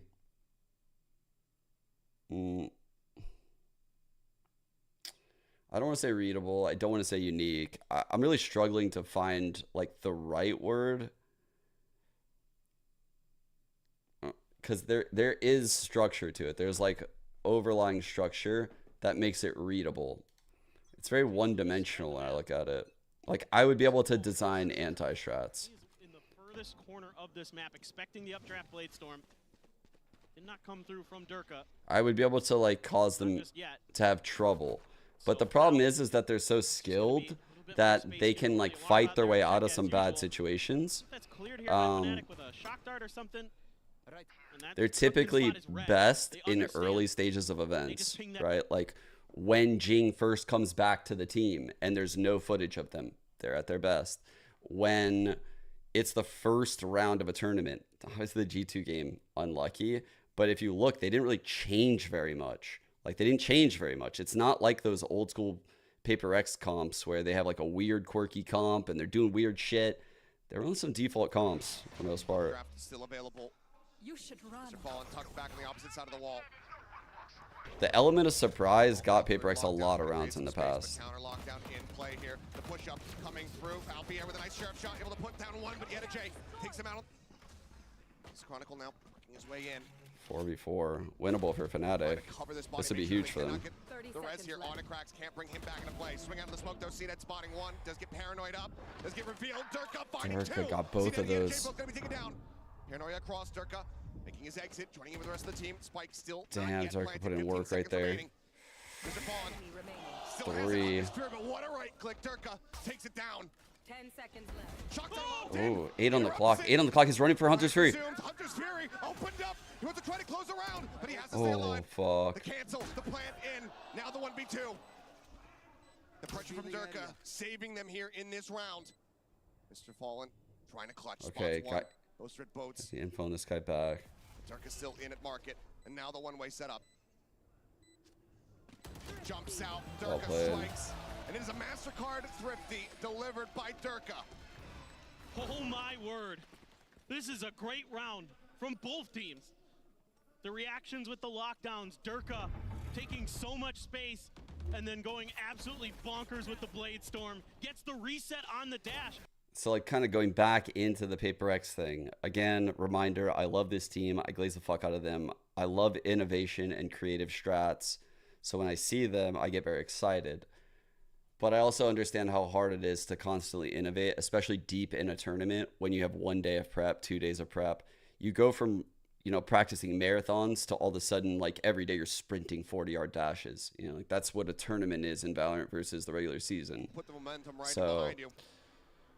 So Fnatic are going to be banking in their region, I think they're very dominant because a lot like how Foot is capable of playing Fnatic so well, PRX, they have insane skill relative to the rest of their division, their league, and they know how, ooh, great timing on that peak. They just know exactly how the teams in their region like to play, and they take a lot of calculated risks with tons of data on those teams. So yeah, they'll like never have those kind of reads at an international event. On that push out. So shot on the market door. Poster going to be the first one to take contact, and that's going to be the spike revealed, but a quick trade out. I think when it comes to like their mid rounds, they're like inherent like counter-strike understanding that I see in a lot of NA teams, particularly like NRG, Sentinels, 100 Thieves. They're missing a lot of that. Goddamn. What a play by CNED to live. Dude. What a round from Foot. What a shot from CNED. Jesus Christ. That's a heartbreaker. Yeah, Fnatic, they're like forced to half buy at best right here. Fnatic might save. Misses the first and then buys a ton of time for the rest of Foot to come through. It looked like maybe Fnatic was going to be able to get through this round with those trades, even though Foot catches them off guard in a couple different spots.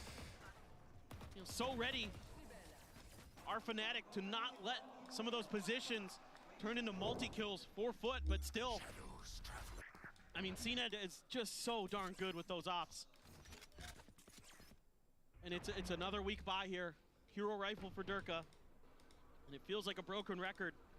Talking about these ecos for Fnatic these last couple maps. Drone spot on the 2.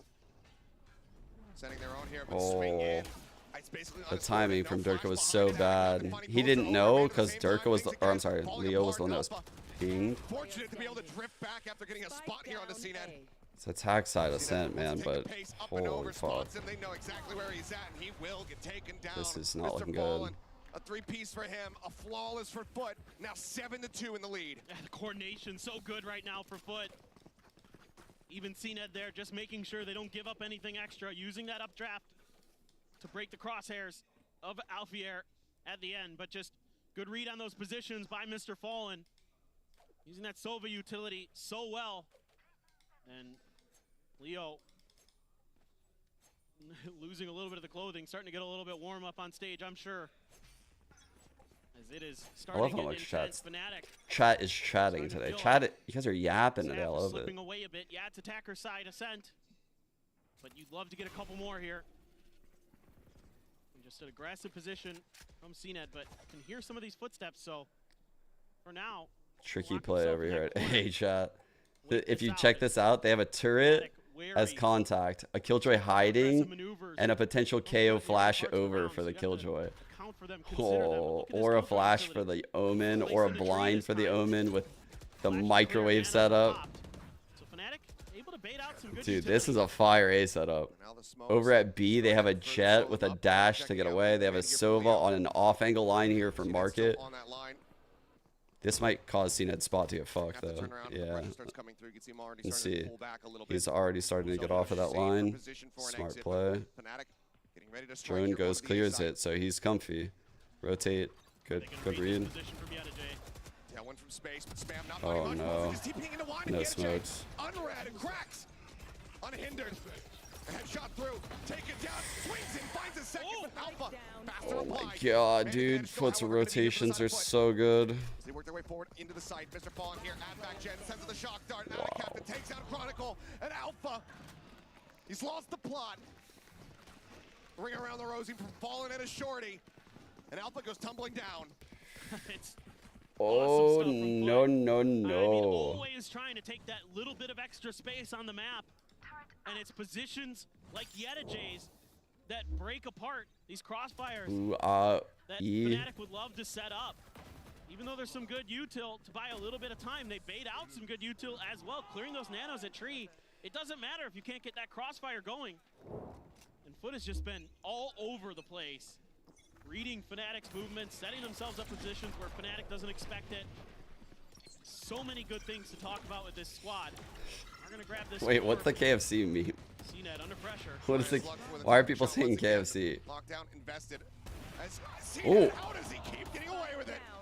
The boldness to push up. Okay, he's in the lockdown still. Fuck it. And comes away with the pick. Oh. Take it out. Connect. Alfie dead on the floor. Oh my god, he is dashing in. He's gonna go back.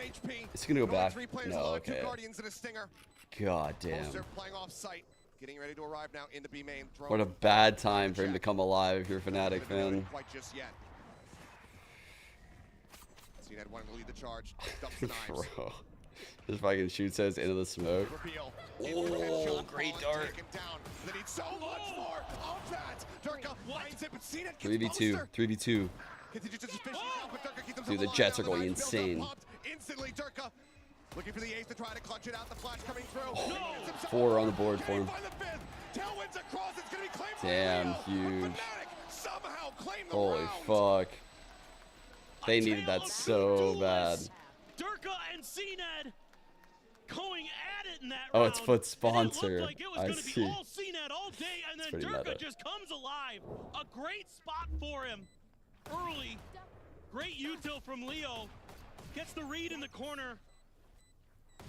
Saw Attic Captain on the map, but that third shot is crispy and right ahead of that flash. Unbelievable stuff in that round. Oh my word. It's like the first sight hold I feel like Fnatic has had all have. They want more of that. All right, they got info that the Jet's here. That's going to let CNED maybe play a little bit more aggro. Honestly, he might feel a little bit bold. God damn, I can't believe they got him. That's a true info knife too. Look where it went. That's like a true info knife. They might think he's B main though. There's 2 spots he could be, B main or here. So I was trying to set him up on a line here. I was curious if Fnatic was going to try to stack mid and try to pressure him and go Just looking for that kill on Cat anywhere. Doesn't get it. Smoke is gone now. Wow. Damn. Mr. Fallen did so much work to... Leo tagged by it once, swung out right into Attic Captain's welcome hands. A nice backup set there from the side of Foot, ensuring that they get that a limb. Unbelievable. Here. I was like, Alpha, you're playing with fire, but he was the one that had the fire. Oh my. CNED getting burnt there. Favorite to win the tournament right now? Winner of 100 Thieves Gen.G. I predicted Gen.G. Still 2 nanos on the entry there, but it's going to be cut back across over towards A. Seemingly intended here, but Mr. Fallen is able to find Chronicle. Durka dead. Foot once again wanting at 9 3/2. Foot have just like this aura of perfection right now. All the peaks are just perfect like that. Like that's tragic, bro. That's tragic. Unreal. Oh man, that was an incredible half. Some great moves, but Foot so proactive on their defense. Did I make pick'ems? Yeah, I did. Here, I'll show you. They come out 9-3, but is it good enough? Actually, that's super quick. Is it a good enough defender's half? Oh, the way they coordinate with that Hunter's Fury to push through. Ah, the captain, dude. Those sea holds, chat. Those fucking sea holds on Lotus went crazy. Great reads from Foot all My pick 'em. I got cooked yesterday. I got fucking roasted yesterday by PRX and EDG. We'll pass it back over to the analyst desk to break down that first half. I had these two. What a great start for this Turkish squad indeed. And it just felt like on that half they could do no wrong. Everything went their way. Yeah, it was an incredible half, but it all started off with this bonus round win after winning that pistol. This team has been pulling off some ridiculous moments, but I feel like they shine the most when you're watching the coordination between CNED, Cracks, and all of these boys. It is crazy, right? The confidence, the know Calm down with that little to be and cope. how to breathe into the game. Time and time again, they get to isolate a lot the of skills. cope. Not only this, at the beginning of the round, also knowing what Fnatic is doing with the time and how they're working with the map, having very good reactions in very specific places. The fundamentals were absolutely on point, but so were the stars. CNED stepped up and had an amazing start to this half. He had so much impact once that operator was online, getting tons of first picks for Foot. But on the other side, Durka has started to come alive at the right time. Yeah, exactly. This might be a 9-3, but remember, Bringing in lowers is just so brutal. I mean, think what they have to do in lowers right now, right? So they're going to have to win. PRX has to beat EDG. And then, so that means here, the last time Foot was in brackets would flip. That means the loser of this is coming here, I think. Now they're just 4 rounds away from making their so they have to win that game. Guaranteeing the top 6. It would be and such then, a moment for this Turkish squad. It would be indeed, as Alfia said, either of Turkish squad loser goes home of this. Player goes home. But Honestly, this isn't so bad. Anyone else on this planet can make a potentially 3-9 comeback. Paperthin and Achilles, one of those teams. Like I would favor them in this matchup. Certainly the credit that we would give to them just based on the and then of this team in the past, but right now, Foot, they're looking like a probably be the loser. Probably be like whoever wins that game losing to the winner of this game. They could do that one too. Yo, you're cooking actually. They might be able to do it, but they have a couple hard games before I'm a believer. You're kind of cooking though. It's possible. Possible. They're kind of cooking, but they have a couple really hard ones first. They persevere time and time again. Wonder if that dart's any good. Probably is with this smoke, huh? With that smoke, probably pretty good. Decides if they stay in this event or not. It's so important. Oh my. Starting things off, right foot forward. Oh my god. Oh my god. A lot of them tagged up, Foot as well. HP bars whittled away at, but Mr. Fallen on a deep flank line, and EDG somehow stabilizing to take down Boaster. Paranoia at the ready, Captain ready to send it. Durka will find one. EDG going to be taken down now. Mr. Fallen starting to arrive, knows that one has cut his way up into heaven, and Leo is not ready for this. Kill found, push into the smoke. Durka will find one, and Mr. Fallen will close it out at Foot. Will win another pistol. They will get themselves up to 10. Oh no. Great prep work on this pistol round. Reading the positions of Fnatic so nicely. Fully ready for another player to be tucked by the plant that's in the corner. And the Sheriff's working a treat here. They bought 2 of them into this round, and they're getting great value out of it. Arc, Foot, EDG, and CNED doing some serious damage. And that is a heartbreaker potentially for Fnatic. If they can bounce back, they're going to invest a Stinger and a Sheriff into this eco. Trying to spam through the wall a bit is Alpha. Leo trying to set him up with some util. Dart cleared, drone revealing. Leo tucks back. Shooting down towards the legs. A little bit of damage going to be dealt there on a CNED Mr. Fallen. Big spot. Just do a triple B clear right now with CNED. Quite a bit there. KO holding outside of A. Killjoy hiding Sabrosa with turret holding all of mid. Ready to capitalize off turret. Put up alarm bot in case first layer of holding A falls. The alarm bot will be second layer. If they get too much contact here at tree. This is such a good round by Foot. I feel like there's no way they lose this game right now, chat. Right now they're moving their way up into mid. And if they just cut to market, they avoid all of this setup here from Fnatic. Not seeing or hearing a damn thing. Yeah, they've got this. They've read it. Yep, 0 point into the back. You know that boats is going to be cleared. Sight open. Foot happy to go ahead and That's so Raven. Oh my god, that's so Raven. That was a fucking banger. You want to invest in this? I mean, EDG is going to do You got me singing the theme song in my head right now. Try to play a little push and pull. For him, yeah. It's the future, I can see. Ready, but EDG still tucked. Finds the headshot. Leo going to be taken down. And that's a lot of the investment that was put into this one from Fnatic. Left on the floor. The Sheriff, the This Stinger, shit both so gone. over, chat. Just classics remaining now. As they look for some damage. He's looking for a knife. Durka down low. Set up for the kill. As Hannah Captain collects it, and Chronicle, he can identify that there's 3 people suppressed, but he can't do anything to take advantage of it. Damn near flawless Foot. Now just 2 rounds away from sending Fnatic home. It's a little bit disrespectful. And they're just continuing these brilliant reads on the map, and the way that they set up for this late round attack or retake that Fnatic is going to try, it's just impossible to break through. That Bulldog through Market, then EDG around the corner with the Sheriff. Fnatic fans right now. It's just nearly impossible to deal with. Just waiting until 13 hits the board. Guardian, It's just the waiting game now for you Fnatic fans. Just hoping they don't go home. Take a couple shots. It'll ease the pain.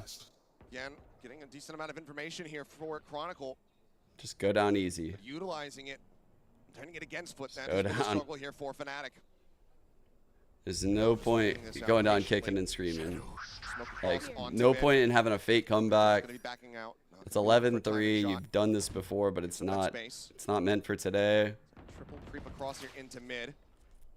Yeah, it's just very cautious from Foot. Don't really have much info to work. No shots at 5:30. Not much, because you don't want to do this watch party on Nightmare mode? We all take 3 shots right now and come back. Trying to see if they can get some damage done. See what happens.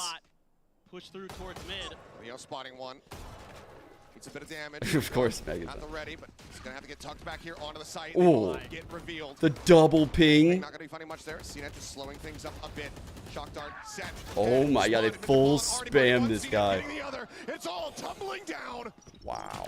As Foot once again look to convert a bonus over Fnatic and get themselves up to match point.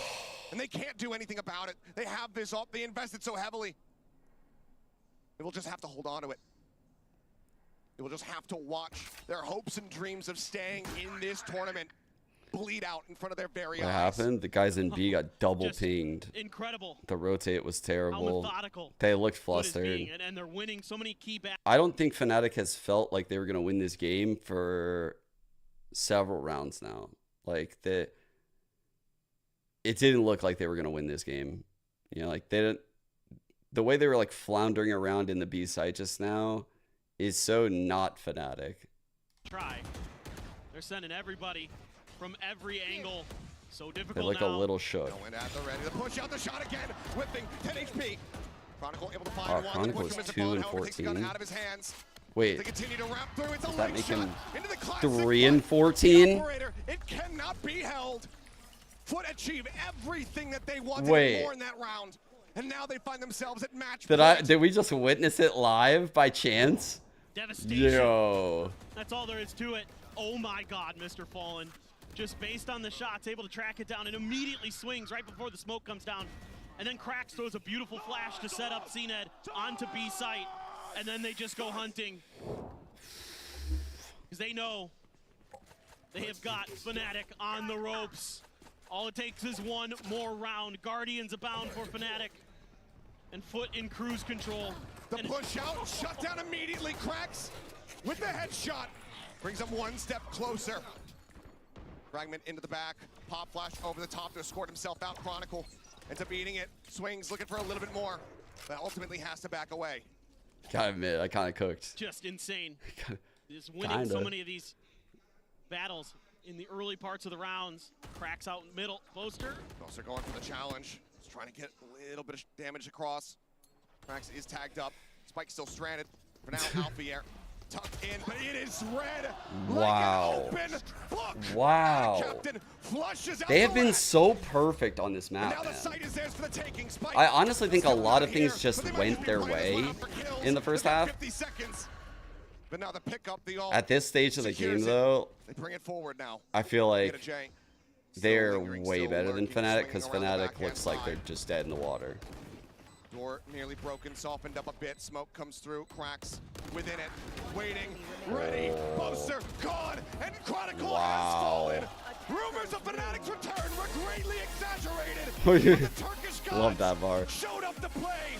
13-3. It is absolute devastation as they cannibalize their own region and send the #1 seed team home. Foot continues on. Wow, they're so happy about it. Two maps here against Fnatic, taking Lotus and Ascent, and this Ascent was beyond convincing.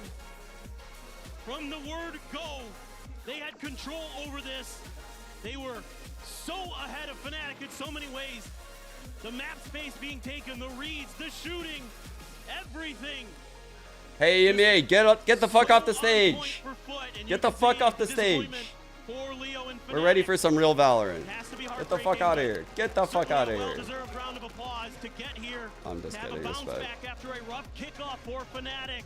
I'm just kidding. Get to this point. A step forward for sure. Yes, they wanted more. Yes, they were the #1 seed. There's still a lot of hope for this Fnatic squad. There's still a ton of talent here.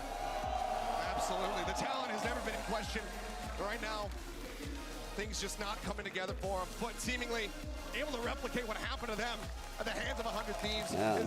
I never thought. Getting that clear understanding of how Fnatic was going to. I think I might. Dude, did I say it earlier on in the co-streams this event? I might have just been thinking it, but I was like, bro, Foot is just that team that qualifies and just goes out like round 1. Like they just like whimper out of tournaments, you know? They just don't make the runs. This was a big win for Foot as like an org to beat, you know, the reigning champ in their division at an international, outplace them, be the best placing team in your region. It's a pretty fucking important win for the team. They're like mental.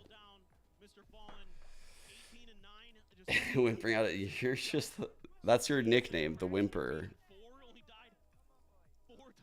mean, Fallen gets 5 first bloods playing Sova, just taking that early contact and never really losing out on those duels. Meanwhile, unfortunately for Fnatic, it is 3 first bloods in total. This was so well read, so well prepped for here by Foot. And I mean, the analyst desk, we have repeated it. We said, we don't know what to expect. Anything could happen if we go to Ascent. And I don't think anybody had this scoreline, maybe even not this result, on their mind. I also like the coaches on stage, yeah. Long drawn out affair here on Ascent for sure. Kilios, I thought this was going to be back and forth given how well these two teams know each other. Well done here from the side of Foot. Let's send it down to the stage for our Verizon post-match interview. Who they got? Hello， 大家好，欢迎来到赛后采访，我是维嘉。让我们再一次恭喜 Foot Esports 赢下了本场比赛的胜利。我们也是请到了 PRX 选手来接受我们的采访。Dude, I feel like she always has good fits. And now I'm joined by PRX from Foot Esports with us and Scarlett for some translation.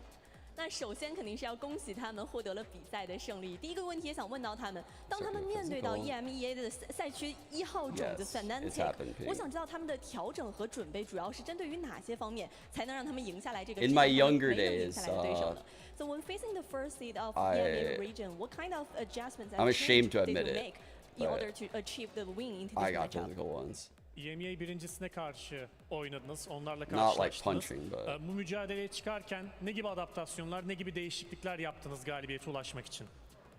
Zaten alışık olduğumuz bir oyun tarzına sahipler ve ligde de maç attığımız için az buçuk ne yapacaklarını biliyoruz. O yüzden kendi oyunumuzu aslında sergiledik. Çok fazla onların ne yaptığına bakmadık ve bu şekilde ilk harita yapamamıştık ama 2 haritada da gösterdiğimizi düşünüyorum.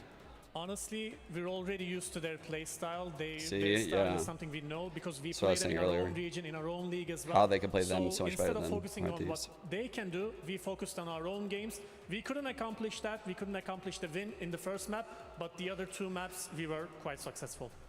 他说，其实对于 Fnatic 来说，他们是非常熟悉他们的打法风格以及他们的习惯的，因为他们来自同一个赛区，在之前也交手过非常多次了。所以对于今天的比赛来说，他觉得他们可能更多的还是要专注于自身的东西。今天的第一张地图可能很可惜没能赢下来，没能拿下比赛的胜利，但是之后的2张地图他们也非常有自信可以拿得下来。那接下来也想问一下 PRX 选手，因为我们发现，在来到了这次上海大师赛之后，他的位置也发生了一些转变，在莲华古城这张地图上，可能从之前的贤者变成了铁臂。也想问一下他为什么会觉得铁臂要比贤者更加适配这个阵容呢 ？You've changed your role on Lotus in this Masters, so why do you think French is better than Sage? Lotus'ta bu Masters turnuvasında Yeah, because they went from Sage to Breach. Görünüyorsun. Sage yerine Breach tercih etmenin sebebi nedir? Aradaki farklar nelerdir? Aslında tam olarak benim rolüm diye bir şey yok. Takımın ihtiyacı olan bir rol var ve benim rolüm de takımın ihtiyacını karşılamak. Ben takım ne istiyorsa onu en iyi şekilde oynamaya çalışıyorum sadece.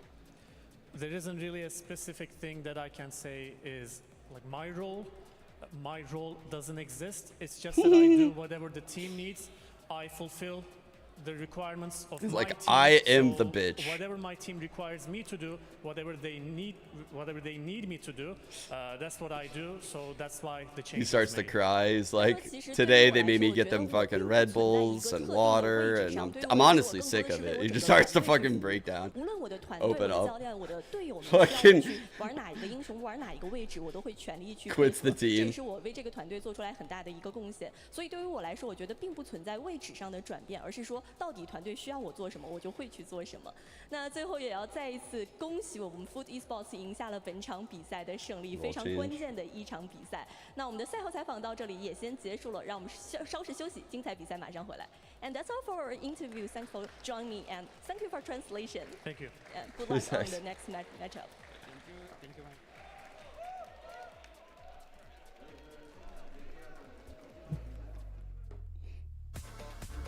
This is the position that no team wanted to be in the lower bracket already here at playoffs. But both of these opponents are very, very familiar with each other and a matchup we have seen many times before.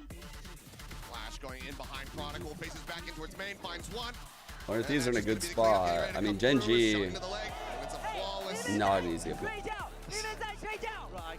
They haven't grabbed the spike just yet. Oh, the instant dink into the spray down. Leo coming up with a second. Captain going to be taken out. Another flash sent. Yetaj with a nice timing. Does catch Chronicle unaware. And Yetaj, another big round from him. I can't believe we ended like this after that map 1, right? Over onto the A side. Chronicle holding the rope. Please. 13-5. Fnatic. Not allowing for overtime. Not allowing for Foot to even get close here in this opener. And then Captain's so ready for those quick rotations. I mean, so people ask, like, what do I think they should do? Should they have a roster change? I think right now, in like where we are, they should not. They should absolutely not. The only change, I repeat, the only fucking change that they should make, if they were to make one, would be like some kind of thing where Mini would be back at the head coach, if he was willing to do that, if they thought that was a good idea, if they thought there was a deficiency in it. Like, there's so many ifs before that ever even becomes a possibility, that because you don't even know what's happening within the team itself. Since that specifically, look at the First Bloods, bro. They were just getting torn up out there. The map wasn't even fucking close. It was never close.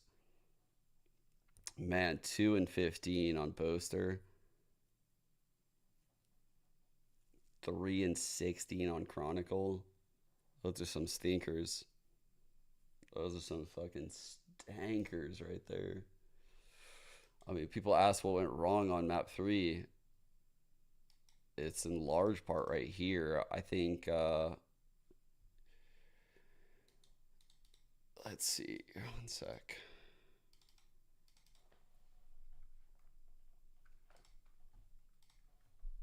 Do a little bit of that. Oh, not that. That. Let me go back to nice. We're about at the right spot. So just like kind of talking about some of these flaws. Oh shit. I want to make sure this is open so I don't miss the start. Series. So earlier on, almost. Okay.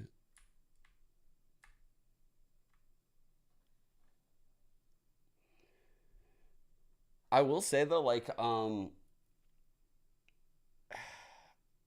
it's weird because I don't think of Fnatic as this like giga skilled team, but they do have a lot of skill in their team, right? It's just they have their skill in different ways. Like they have an amazing duelist, but he doesn't really get the op production of like some of the other amazing duelists that he's up against because of their playstyle. They have an insane Senti player, but that then makes them kind of reliant on that role being maybe like a little bit too aggressive. They have an incredible like info initiator. And I feel like Chronicle has been, I mean, I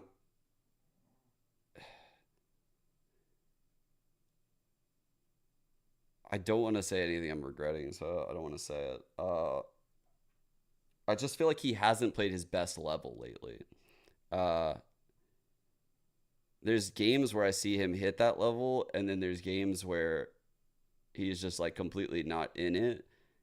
And it's a problem when, you know, like Boaster doesn't show up too, right? Like, bro, you just can't win a game with two people underperforming like that. You can't. And the worst part about it is when you look at this stat page and you see a Jet like way up here on Ascent, typically these are the trades after the Jet. So it's like Durka did a lot in that category, but like where was the responses after his openers and shit, which is why I wanted to go back and watch this again. Like typically the KO and the Omen are kind of closer to the Jet in a lot of stuff on Ascent. And if the Jet is having success, then it will create some openings elsewhere. So here we have Put on that Sova, Mr. Fallen in his comfort role as well as cat that pistol. Okay. So he dashes in. I think he could have gotten this kill on this Omen here. He sees the Omen. I've been like, dude, he was all over him. That's just kind of a bit unfortunate. The knife lets them know that the Killjoy's here, which they would have probably known anyway. The Omen is here. They know that. And I don't know if the Sova made presence. Yeah, he had shock. So they know that there's three here. Okay, let me see. So they blind through, catches this Omen, right? So there's two on Cat. There's two in main.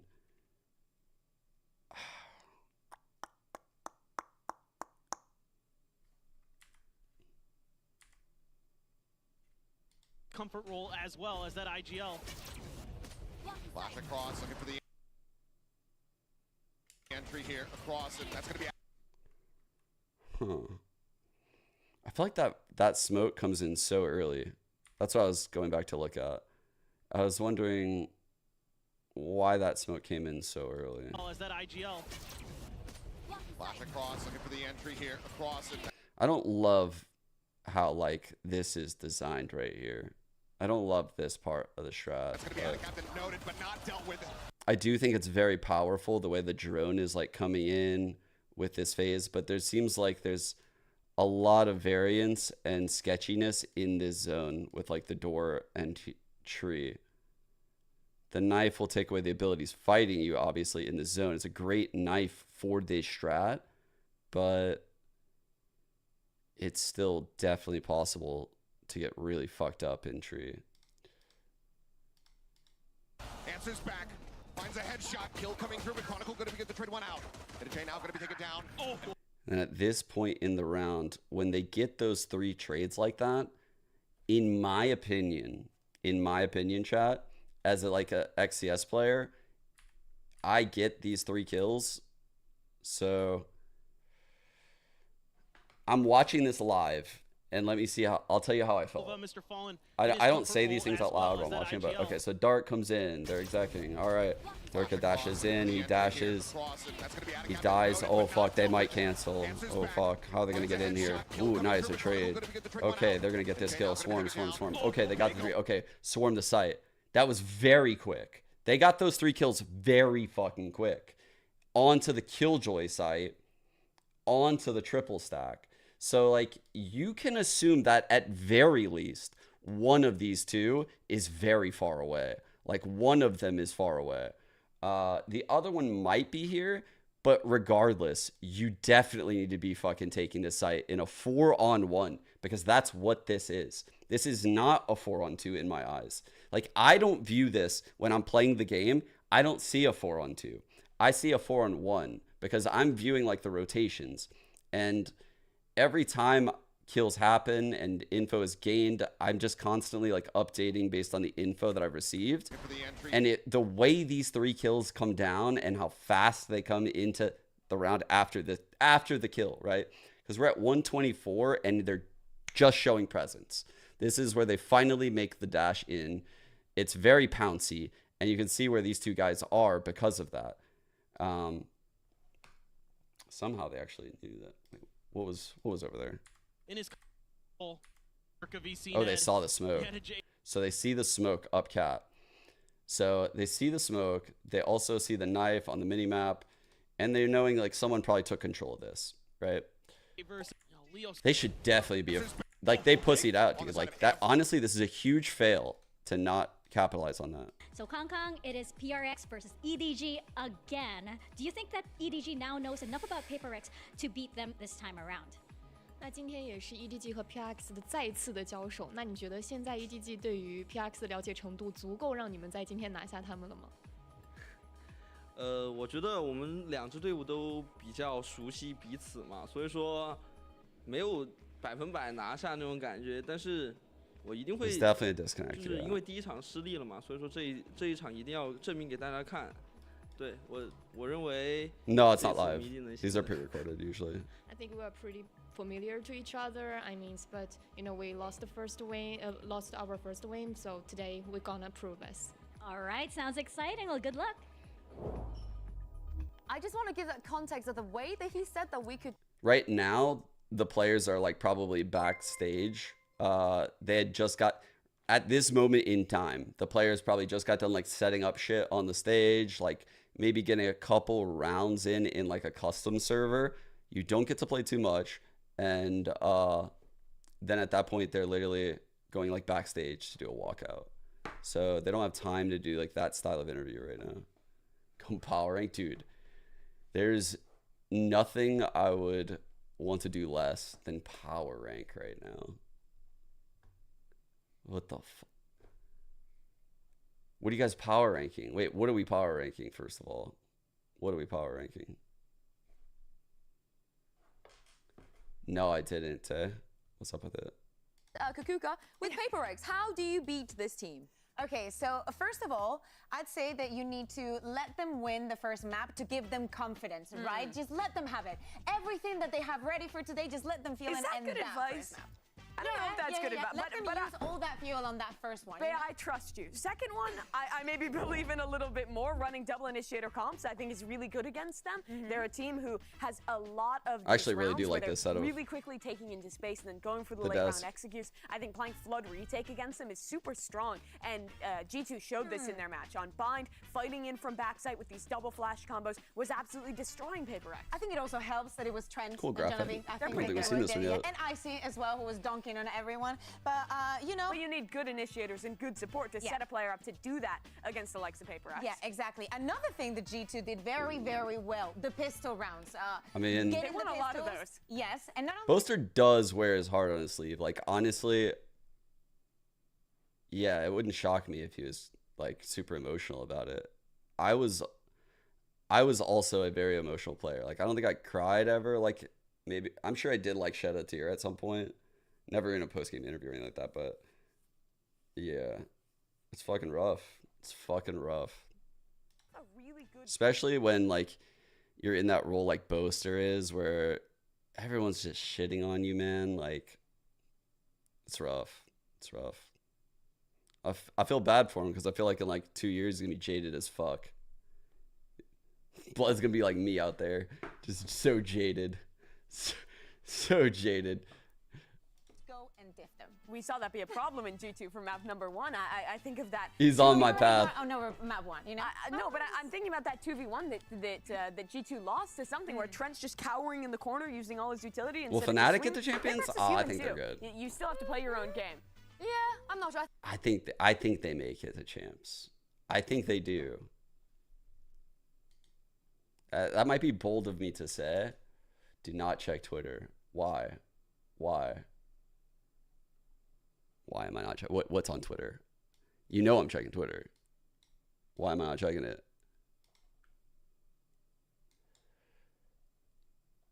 Oh, thank you so much. Friction.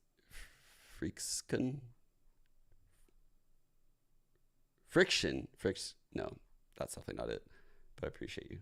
Hesitate and why? Do not give it a second thought. If it keeps working, they're still surprised by it. I think the second one is continuing from that first point. Be confident. Be willing to take aim duels. Be willing to take these forward fights. I think a really disruptive style works super well against this EDG squad, especially on your defense. And also because the trading wasn't really there. So even if you challenge those duels, if you have the perseverance to and actually the EDG restraint, cope more so to just go back, you will. Dude, you're making me give the EDG cope. You realize, like, I have, like, a deep-seated hate for this org right now after what they did to me, after what they've done to me in these pick'ems. Dude, I was the biggest buyer in what EDG was selling. I was the biggest buyer. I was purchasing full stocks in these moments of EDG. I bought what many would say is the absolute top in both scenarios. Just cooked me so hard. I had to root for this shit. Like, I had to root for this team through this. Dude, this was a painful one. This was a painful series. I don't think I've ever picked a team that I've gotten so wrecked. It was like I never felt like my team was going to win, you know?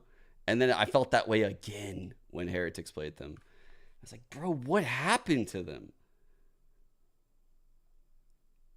What happened? Like, where's the magic they used to have? Like, where's the rounds from Chichu? Where's the fucking pop-off rounds from nobody? Where's, like, the crazy clutch with, like, Howdong and someone else, like, in, like, a 2-on-4? Like, Smoggy looked nuts.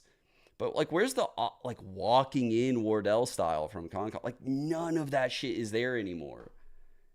Like, they look like a fucking bedge-ass NA or EMEA team, you know? Like, they're just trying to, like, default around, walking around the map.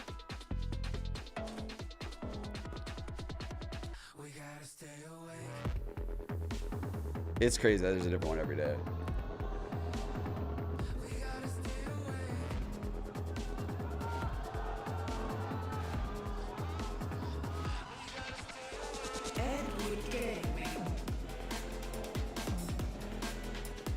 PRX.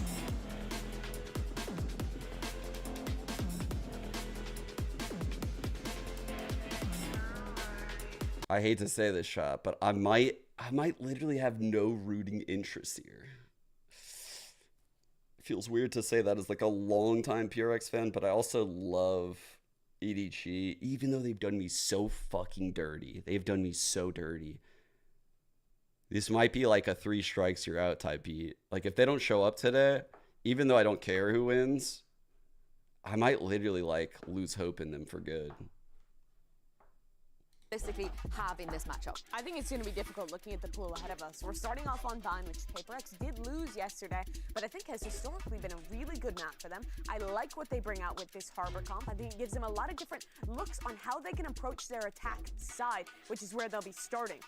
I'm wondering also in that Sunset, we saw EDG moving away from the Viper, putting the Astra in. Is that something that they're going to repeat? Do they want to go back in their tracks? Because also they were very, very repetitive against Heretics. We saw some big problems on their attacking side. They were almost always losing A namespace and didn't, I think, do a good enough job of re-clearing and pushing the defense off of that area of the map, which means late round they were hitting into B sites, they were stacked by their opposition.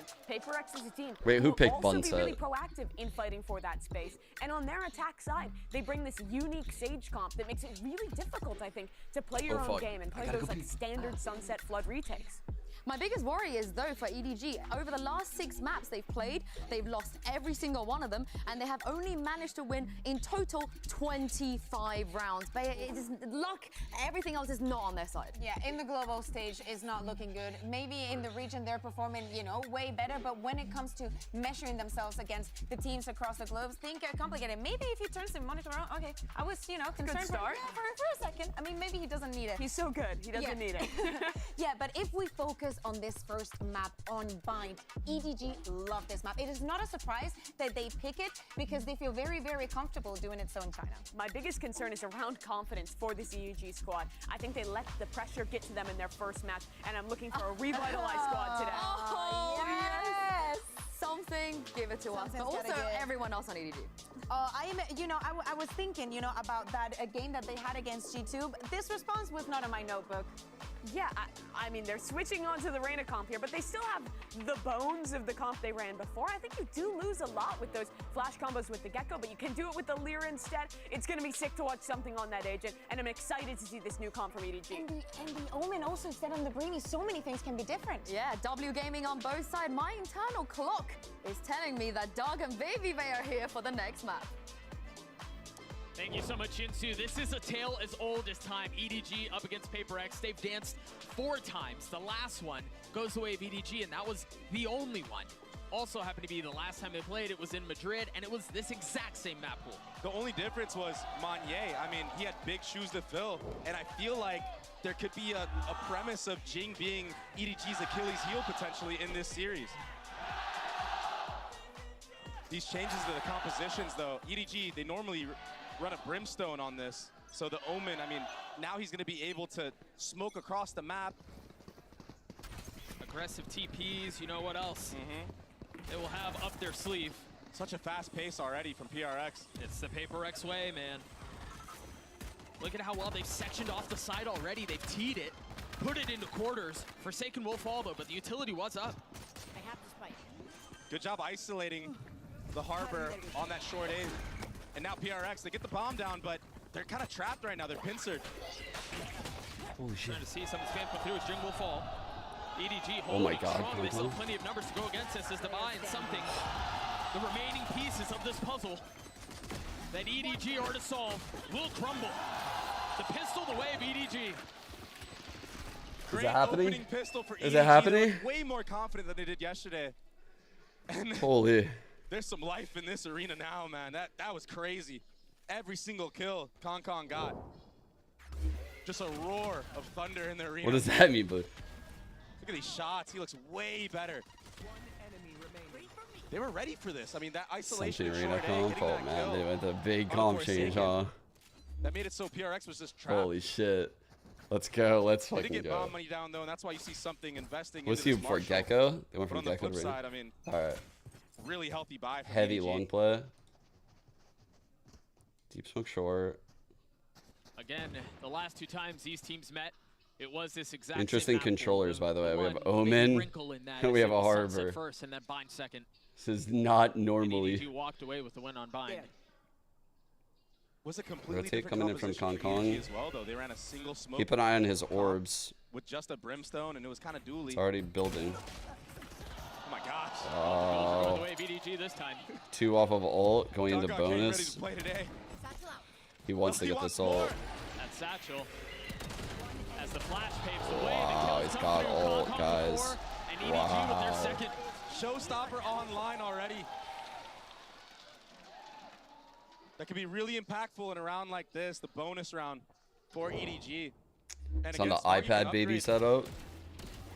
Anyone in chat This use is the like a whole iPad different team setup? right now, maybe just more familiar with the playstyle of PRX, more confident in general playing against them. We've talked about this a couple of times. Elimination also just forces the best out of you. Yeah. Right? You play to win instead of You're not an to EDG lose. hater? I know it's early, but this seems to be the approach that EDG has brought into this series. Now the showstopper used. Kong will find nothing but space, I'm not but too it's big of a space that they fan will of gladly this take. showstopper play, Yeah, by the way. forces PRX to Oh my have god. to take Octagon Wait. control, and now they're trapped once more. Ooh. If not for that stimmy, a couple of members there may have died. Imagine someone was dogging. What if Devi was like dogging? That's to it? boot. No way. He's about to have his hands full. Patient. Great The leer, blind is great too leer. much. Sick shot. Good reaction from PRX. And Jing, he has something to say. Pushing to the Kong. Pushing the pace. Great getting control up to get the Evans getting second. Another kill with it, but EDG on the Wait. counter punch. Smoggy on the swing. PRX, a great response. Not a fan of that bonus. Not a fan. I guess that's what's so weird. This is such a weird matchup. This is such a fucking weird matchup, chat. That like in the EDG PRX matchup, that plays fine actually. That plays fucking fine. But in other matchups, that's not okay. I'm sure they scrim against PRX quite a bit. But little discipline like that, like coming out of I showers and forgot checking that it was box, this right? Those matchup. little things that often go It's gonna be unchecked wild. or unthought of in high pressure All right. situations. Yeah, yeah. Okay. Well done on PRX to make sure that is the case. Meanwhile, an op online. Prediction Round 4 outcome. Choose prediction. for Kong. Oh He's fuck. so deadly with this gun too. Leer would go You too imagine deep. Something's gonna have to jiggle, but he gets taken out. No utility. Okay. almost got We haven't seen him get activated yet like Well handled this. there. Jing using his rocket, connecting on Oh the two. no. They were sitting ducks with nowhere to go. What are they thinking? And Devi continues to pile it on. Oh, nice shot. Outrageous. Free haircuts. Ridiculous. Smoggy will be forced to convert into a 1v3. Never saw it They're hit broke him. now. And if this is what we're in store for, this back and forth, this constant battle. Oh shit. Okay. Who wins This is gonna Scent? be an amazing series. Foot. I'm so Complete excited for pred. the Start a future. new pred. Boom. What a response from Jing though with this rocket getting two. And then, Yeah, and again, yes, Devi hitting those two shots. Ooh, That last one fine. was most impressive. That'll put EDG on a scrappy little bye. 5 minutes. I'm surprised EDG aren't giving All right. Kong the Spectre with what he did yesterday. I mean, it seemed like that was like the only saving grace that we witnessed. Quad stack Oh, his B. best weapon. Yeah. Double flash setup too. But here we're seeing Actually, potential double triple flash, flash. even triple flash. Dude, what? And PRX are running straight What the into fuck? this. All the flashes, bro.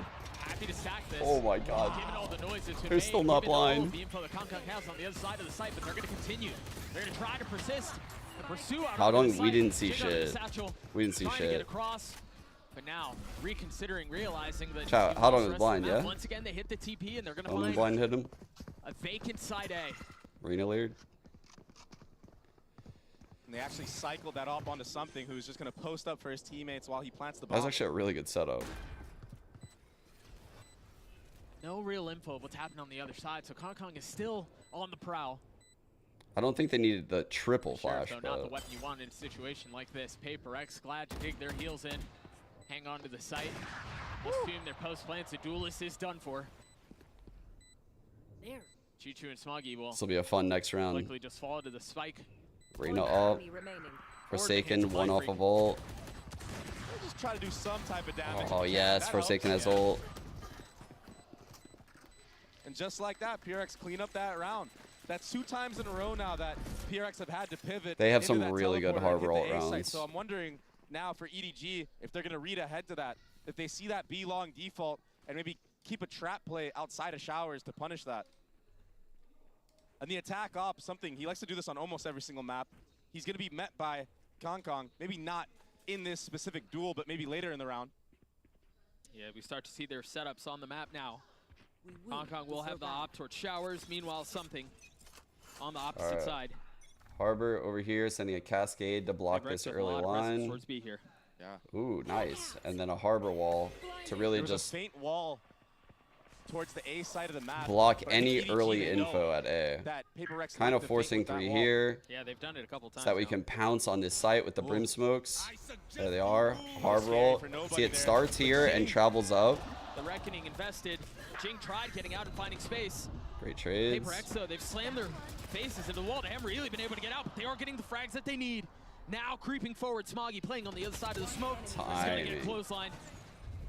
Again, a situation where he didn't really realize where the pressure was coming from. Just the media now they're going to hunt down Kong. Cabbage was going after him. He's got the op in hand. They know he's here. He's going to have to do his wide swing to try to hang on to it. Mindfreak will cross. Divide will too. Spotted him. Lands the shots. Now hunting for a second. Cannot connect. Mindfreak with 3. Is PRX got another. PRX got 3 kills spamming through the smoke from hookah on the site. That is not something you see every day. No. You don't think the Harbor stuff did much on A? I think it didn't do much on A because of how they know PRX's play style. I think if you and I were to play a team or like have a team and play against PRX, we would keep 3 at A based on that Harbor util. Like that's why I pointed out. I pointed out not because of like what it's doing in the moment, but more like, all right, yeah, this Harbor util is actively denying a lot of fucking info. And its goal is to keep 3 people in the A site, which will then give a free B site for the hit. So let's see. So you can see like on short, keep in mind like this is like cutting their vision almost immediately and it locks for 7 seconds. He then walls like this. They could theoretically from this moment like sky flash this dead zone to really know for sure if there's someone here, or they could flash this zone to like know for sure if someone's here. And you can see like they've created a scenario where a sky flash could get true info, like great info within these walls.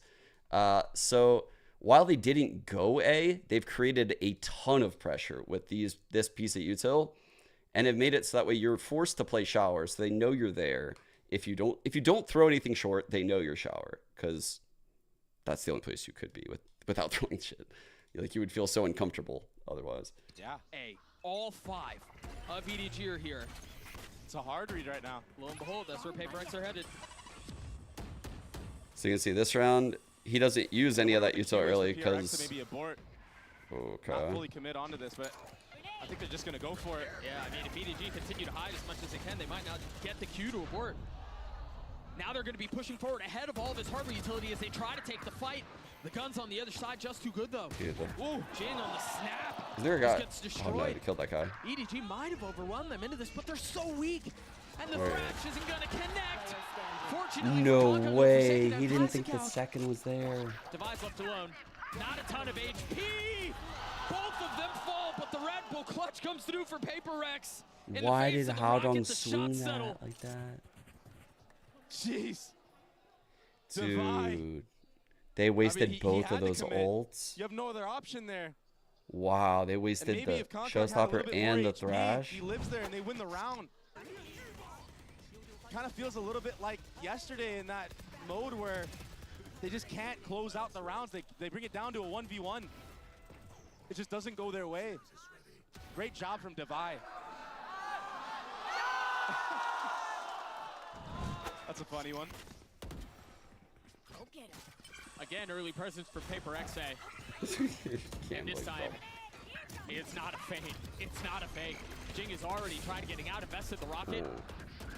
Look how crazy this hit is, man. Here's the same wall, by the way. I missed the early start, but I would love. I'm gonna go back because this is a playoff of the round we discussed, and it's what made that prior round so impressive to me. To respond a little bit, you imagine that's going to call the rotate out from the spike back towards A, and Chichu thinking the same thing was considering Susie yapping. B, but will now throw it back. And Mindfreak. Like when I point out the Harbor util like that early, it's because I know they can build off of it, and it's like a great opener. So I'm curious what they did here. I think that's why he's so wary. I mean, look at how cautious PRX are playing right now. They're waiting for the Harbor wall, waiting for all I didn't know it could reach heaven like that. Wow, what the fuck? He thought of that so fast. Nobody's positioned so concealed. Now the flash in his face on the swing. Settles the shots. Holy Gets shit. Mindfreak, a 3v2 still the way. Oh no, 1-on-2. Now Kong's left alone. He's got an op in hand. Devi is That's weak, not the but play. that's another round the way of Not the play, not the play. All right, here we go. This is the same early round look. So you can see Here, he doesn't lock the cascade. It's a key difference, right? So they're scaling up very quickly into this round. The cascade isn't locked. There's the same wall. They brim smoke inside of the TP in case there's a TP play. The Raze is satcheling up. It's just so fucking pouncy. They leer up. They're dogging out. So they're like segmenting the site massively. The cascade actually locks to block off top truck, which is fucking ridiculous. Oh shit. Really nice shot out from Smoggy. It was a pixel. I like this reposition a lot as well. Yeah, this is the Omen shining right now.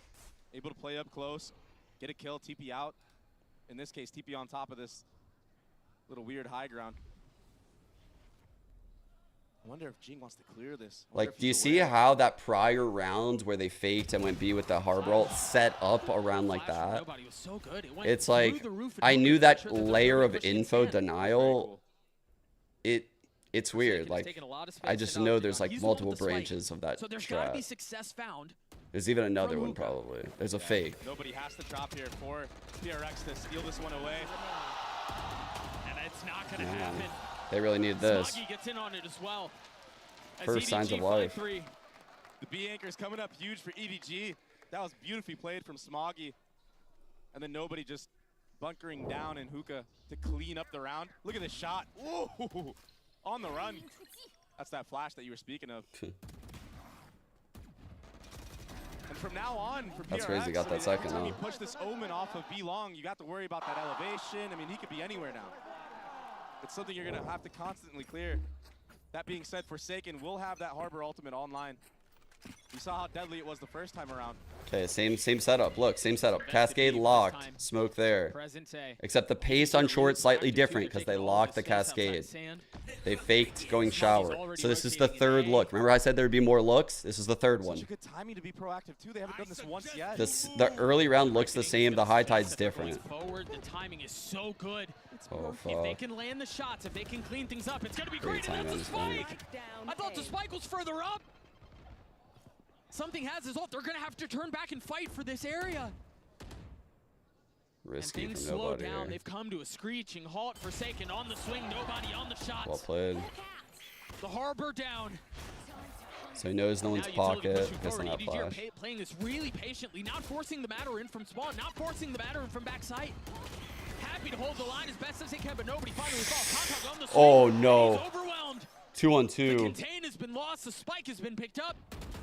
Jing one off of paint shells. Rotate from something B, while Jing draws as much attention as he can. Be a nuisance. That's exactly what he does. Doesn't land the shots, but the veil has been lifted. They've realized that the spike's not here. The Empress will go down. It's honestly what opened up that entire the grimace thing from TikTok. And the Reyna, I mean, he's got full utility now. If he gets a kill, he can just get out of dodge. And he's holding the line on both spots to jump. It's so Reyna with full util. Playing against a Reyna like something. Omega lol. He's still gonna have to win this 1v2 though. For PRX, he's gotten it down to 1. 5-3 position, 23 HP. He's swinging. He's wide swinging, low HP. He's going fucking so far. Chat. Ready? 3, 2.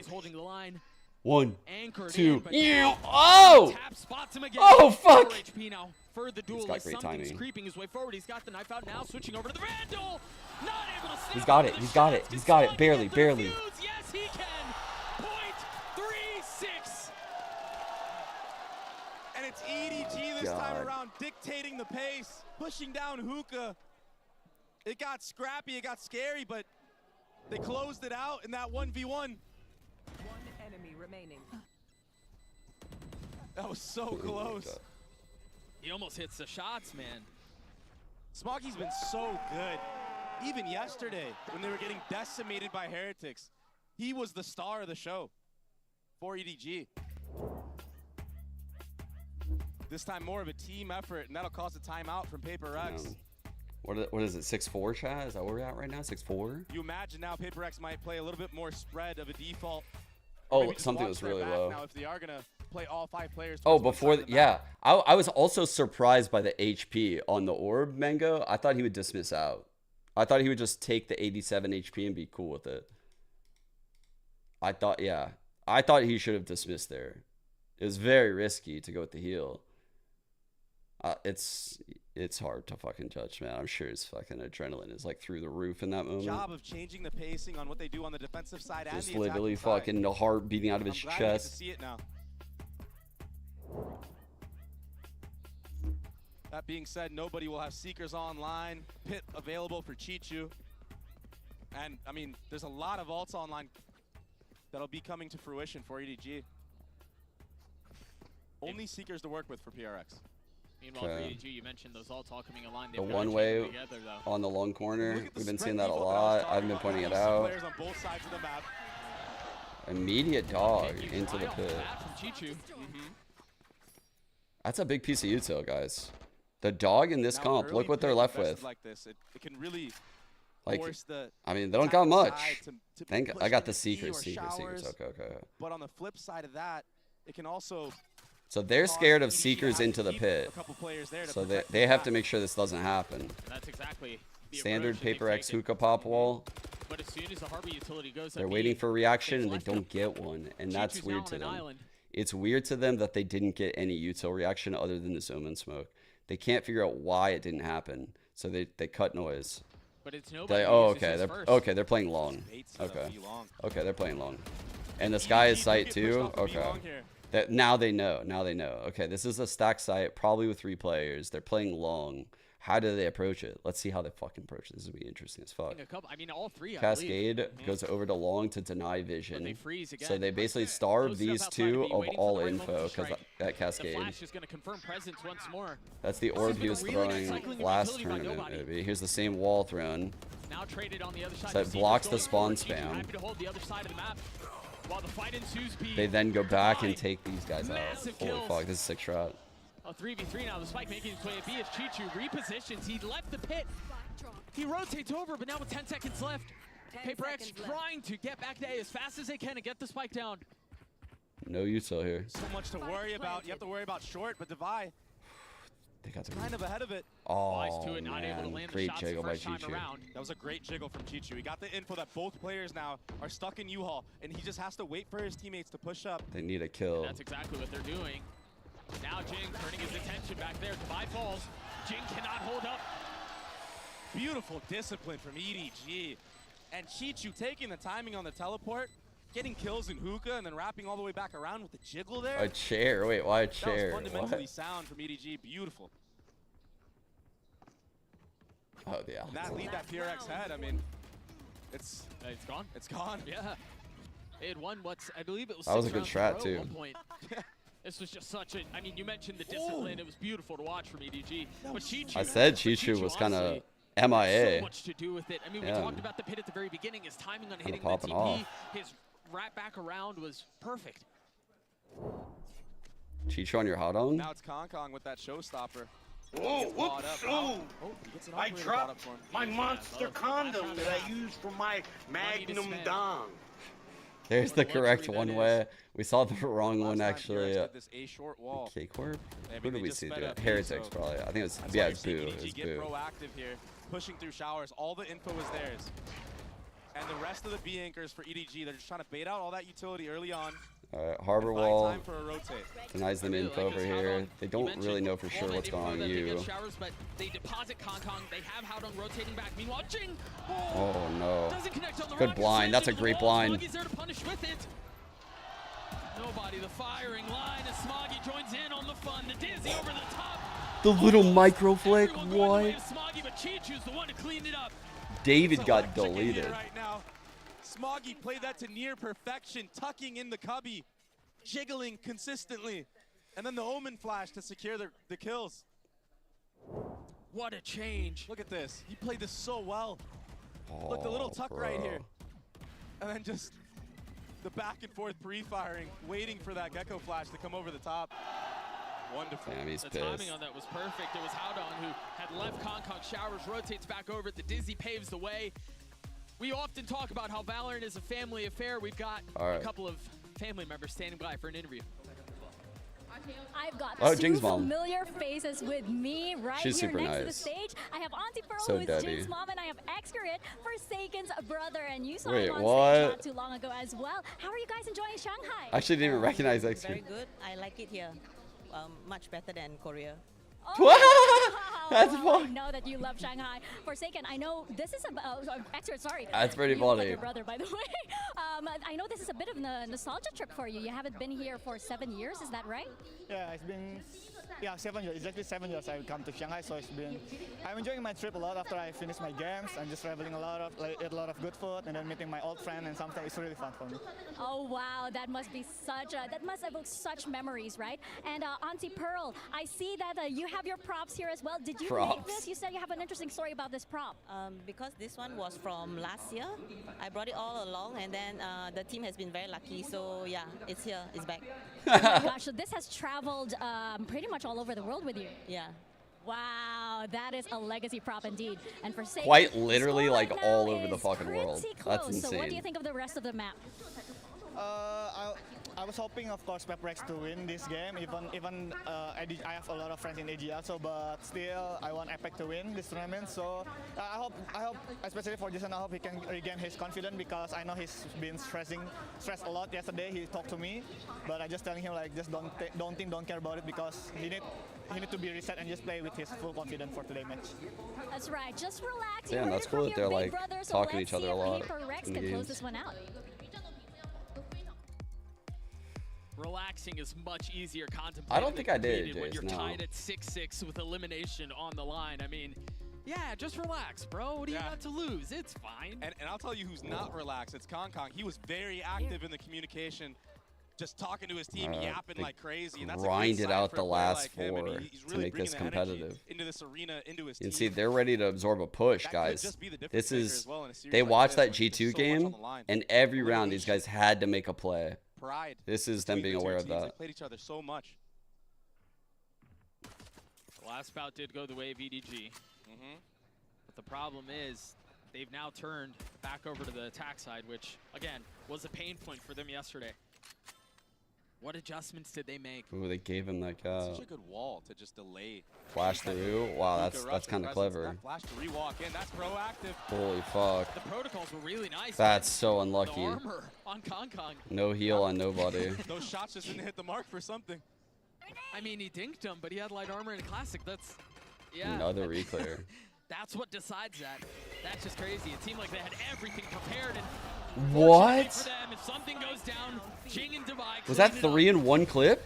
The frenzies What? are perfect as PRX get the pistol. 4 for Jing. These guys Into that refuse round. to give up That hookah. calmness pushing through. What? And a lot of EDG's demise was against proactivity. This was a double proactive fight here. Oh At my first it was god, just those two something, got then all of a sudden it's Jing absolutely on the rotate from A side, destroyed. all 3 players. Holy pushing hookah. shit. That frenzy could be so deadly in close range battles like that. Bruh. I'm excited for the rest of his defensive half, though, because that, I mean, you highlighted it. The harbor wall with the flash on the other side. He destroyed so the first 2 cool. players. This is also very cool from EDG. Hero buying Kong Kong, this Bulldog. We've seen in NA at least Oxy doing this quite a bit with Really? C9. Bulldog, And it though. paid out dividends. They could really catch PRX off guard. Oh, they know now. Bulldog seems kind of crazy, yeah, chat? Not quite deep enough. Wait, Got him what? right. Something is here, but he's No, no way he did that. There's no way, David. all playing outside of this TP. Weapons have been upgraded. What are we Mindfreak's the watching, only one who's chat? got a rifle on the other Chat, side. what's happening? This is so awkward for PRX, and now when you're going against an outlaw, Holy nobody has fuck. armor or the HP to deal with this. What It's a was something one-shot kill. thinking? What the fuck was the Smoggy can do some real damage. But they're so split right now. Toxins going up. I mean, even Chichu, a Spectre, can nuke down Forsaken or Mind Freak. Forsaken only has a Ghost. But he's going to get so much fuck. info as to where the play is. The And if title? he can get away with one, just one, that's a victory. I got He has to back up now. 30 seconds left. The thing is, he only spotted one, so Mind Freak has to stay A. Holy Unaware of shit. the fact that both members of EDG have huddled up together. The smokes across the site. Smokes go down. They do, dude, TP. 13 seconds left. The paranoia out. It's not going to tag. Forsaken still playing on the other side of it. The spam from Mind Freak not connecting. Oh my god. The warning shots have been delivered though. They've got to understand that's where the pressure's coming from. Forsaken on the swing. Mind Freak will clean him up, leaving Chichu all on his own. Spectre he needs to get a fight really quick. 70 he HP. Can't. The gun barrel. But the reposition is really nice from Chichu. Oh fuck. He has too many things he has to clear, and not enough time to do it all. That little barrel, I thought that was gonna be the dagger into PRX. Little and then he would barrel. just have to play in the Chat, middle. I thought that of was a site huge with the drop barrel. Forsaken. It ended up working against him. That's so tough. But a really good eco round for EDG, that Bulldog buy. It makes it so PRX, if they want to invest into this, they're gonna be broke in the next round. Average barrel? At least it was average. At least. I It like was that at least an EDG are average barrel. Ready for the proactivity from PRX. And it wasn't that clean for PRX as well. If they want to do crunches like that, I mean, you got to have more utility. The timing has to be a little bit better. Ooh, fast A play. Shower. Gecko Molly for shower. Dude, they're committing past the Molly. They're stuck. No, they went back. Okay. Satchel did not go the way it was intended to go. You see the layers of utility. A Gecko Molly, an Omen Flash, a Sky Flash, all to set up Kong to get that initial exchange, to come out on top, potentially get an entry. Oh, bad Molly there. Keep a close eye on that, because you imagine they're going to do it once more. Kong still pushing his way Oh, forward. no. On the other side. Won't be around much longer. The man just doesn't die to judges. Nobody needs to get this heal in. There it is. You hear Wingman going forward. Jing has Double. played this position so well, man. He buys his time and he strikes whenever That looked like a stray bullet up top. Now the showstopper not going to connect. I don't know where that rocket went. 2v3 in favor of Took the PRX. head off of Howdong, so Right, There's couldn't some get quick value. with this. Yeah, couldn't get Random value smoke there. mid-site. With Smoggy, the reposition on short here, and nobody just finessing through the smoke. He finds the timing. It's so perfect. Wow, he cut through so. 2v2. Nobody's He wants to left in a swing this. 1v1. Mind Freak waiting on the other side. Whoa, He's got bro, the chill, Guardian in chill, hand. chill. He's buying so much time and then delivers Oh the my shots god. Anyway. Nice shot. The bobbing and weaving from nobody in that 1v1. It kind of just felt like he had a hard read on the situation on Mind Freak. He played that superb.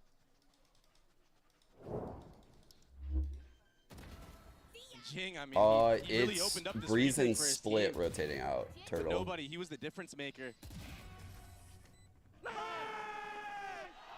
These are those little 1v1s that we talked about yesterday, that we talked about at the beginning of the half, that just weren't going EDG's way. They're starting to turn. All right. That's when Broken playing by from against a team Paper like X. EDG can be scary because they do have really good fundamentals. Another They have judge. good discipline in a lot of those moments. And they've got fraggers. Mm-hmm. Mind So if Freak they can put has all the of those things outlaw, together like they have so but they're far, nowhere near him. they've got a shot at this.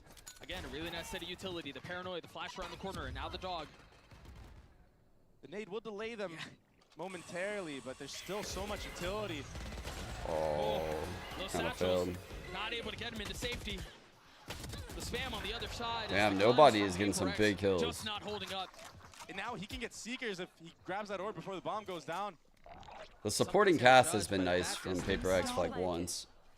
Deciding not to Or I'm fire. Did I say Paper X meant EDG? Opting for the kill potentially instead. Just secure the round. I don't mind using these Seekers as well. It You could see set this up to get harbor those wall kills shot? easier. I like this harbor wall before a spike goes down. Like as a team execs, say their brim smokes go down, I would love Forsaken like throw this harbor wall the second the brim smokes happen. This has gotten messier than it should have. Chichu and Smoggy are able to keep them back. Wow. But that got real ugly for a second. I think Paper X rally Can't here. count PRX out ever, and that's why the Seekers were invested early on. I don't blame nobody for using them in that round whatsoever. So this is EDG's pick, and we do know that Paper X switched comps slightly from this series against G2, right? They played it here. Paper X struggled massively on this defensive half, mainly because it felt like they had to do an aggressive play like almost every round, and G2 reacted to those aggressive plays so well, like No perfectly. hesitation. They're They not literally worried about gave getting EDG the outshot, blueprint, outcalculated. They're just showing and going right now. which is why I think Paper X And they are felt like they sticking to need it. to Look at this, change all the comps. utility. It's the same set of utility we saw in the previous round. All right. And when you wall. condition utility like that, it really can set up the future round. So they're looking at the long haul right now. There may not be much more of a long haul left of this map. Concon going forward with rocket in hand. Will connect onto Jing. That's a great find. And he hit Divide hello. What? What? Only able to find one though. Somehow. Wait, he spammed two. What? He just spammed two of them? What? With the third. Leaving a star on his own to settle the shots. The clip runs dry. Something with 4 and PRX. What? He just got, what, 3-4 wall bang kills? That was through CT spawn. And you see players go for that, but it usually doesn't go their way. So maybe a little bit of luck. I didn't even realize people died because I was so zoned in on watching Concon dodge it. We're going to look at it one more time. Look at this. He did see the tracers Dude, when he hit 2. What? Yeah, that's... And then the third right there. Oh my goodness. Spams to get the kills. So it's hard like, to beat PRX nah. when they can win rounds like that. It's, what are you supposed to do? You can't do anything about it. And now you're on an eco round. The ecos have been messy though. That's a good I opener. don't want to take that dismiss. Yeah, but the second kill the other way. Smart to shuffle this gun away. Not really what they need. Something playing up close on the other side of this wall. Puts the Lear out. Gives the space up. Meanwhile, PRX slowly tightening around the map. Proactivity from PRX. Smoggy is holding this though. Honestly, ooh, he was checking flick. yeah, he left it hanging. Mind Freak can have a feast with this, and that's exactly what he does. Jake's just satchelating forward. Yeah. Right on his head. Yep. Seen that one before from this guy. And so we turn our attention to the next round, a very quick precursor as to what we've got, because there are a lot of ults in play here, and we're nearing the end of this map. PRX hanging on to a 2-round lead. They've got the Reckoning. Double They've controller got the ult. strike.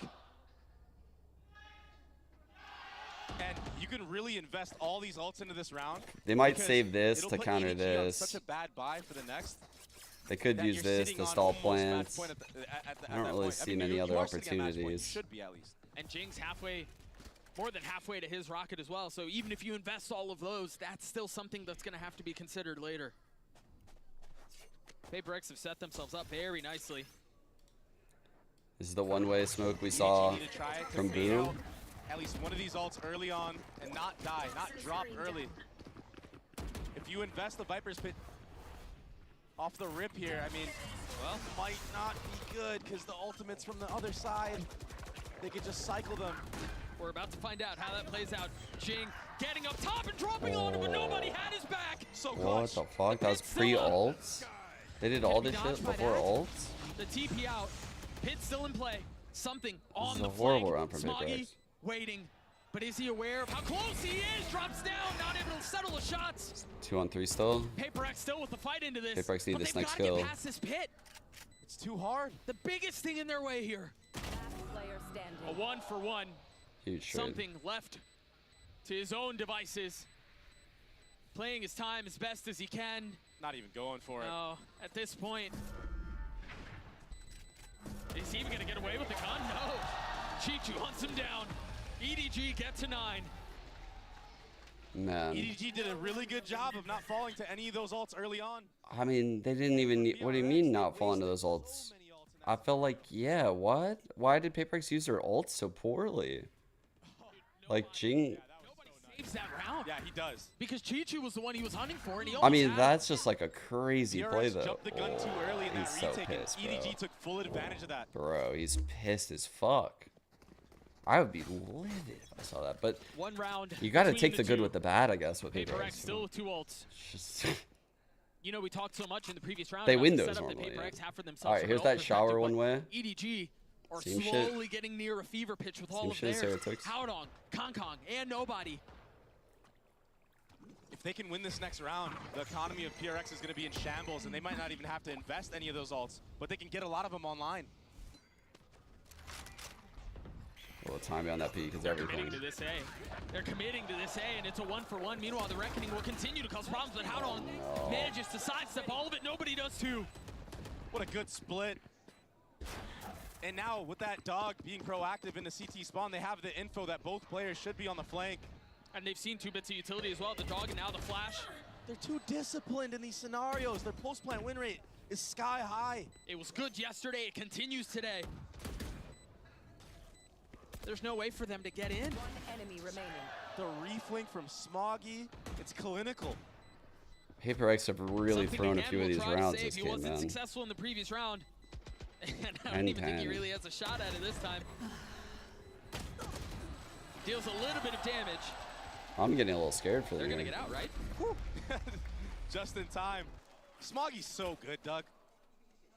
This guy's sitting at 20 kills on Omen Bind.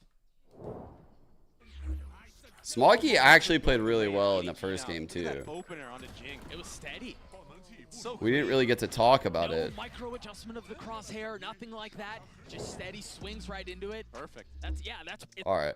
During this timeout, let's play a game, chat. You guys want to play a little bit of a game here? Let's play a game called Why the Fuck Did They Not Use the Ults this round? Like, what? Bro, why? Why did they do this? Okay, so here's what they could have done, right? What they could have done was deny the fucking plant with the raise util right here, the paint shells. Just literally break wingman. Like, that's all you gotta do, just break wingman. And then you just harbor ult this, and there's so many stun circles that someone is gonna be stunned. If you wait till the next tap when wingman's gone, the harbor ult will stun the planter, and the brim ult will kill that player. But they decided to do none of that shit. Instead, what they go for is this play. They fucking throw a late paint shell, doesn't break wingman. They satchel in randomly. Like, what? Just so much more ability to get active. Caution here. And sometimes you gotta fight fire with fire. I don't know why that was their play. I mean, they do crazy shit, but that was a bad one. And that's where they are. Jing has a rocket in hand. Something can flash through the wall. This setup is going to be devastating if they commit to it. Oh, fuck. Tries to get away, and he's managing no. to dodge the rocket. PRX put a lot into the back of that punch. Holy fuck, he got out. And EDG slip it.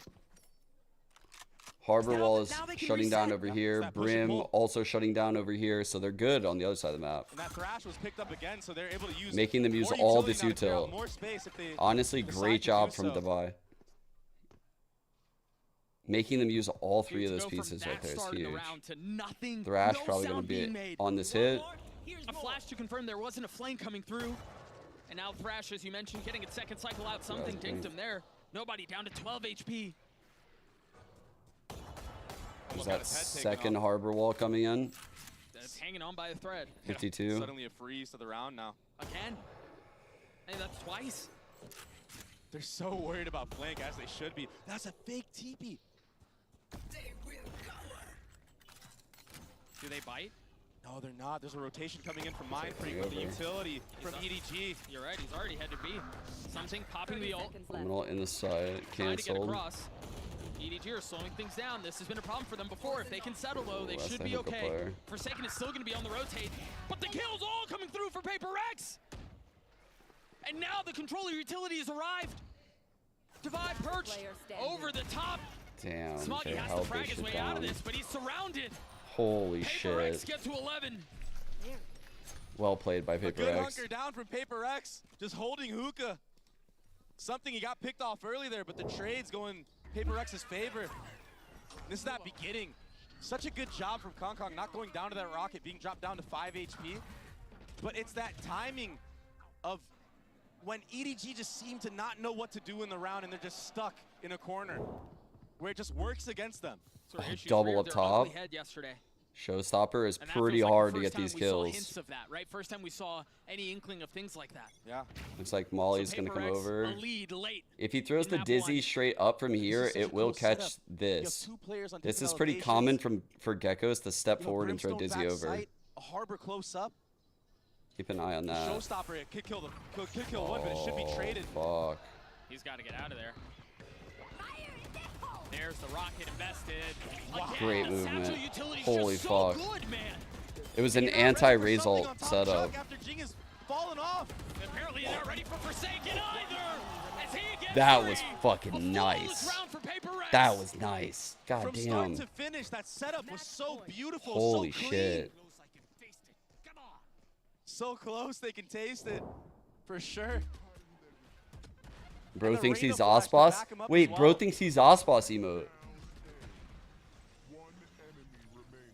That was textbook for PRX. This will be the last time out for Edward Gaming that you were speaking of. They've played a really, really good map so far. It's just these exchanges where PRX come out ahead.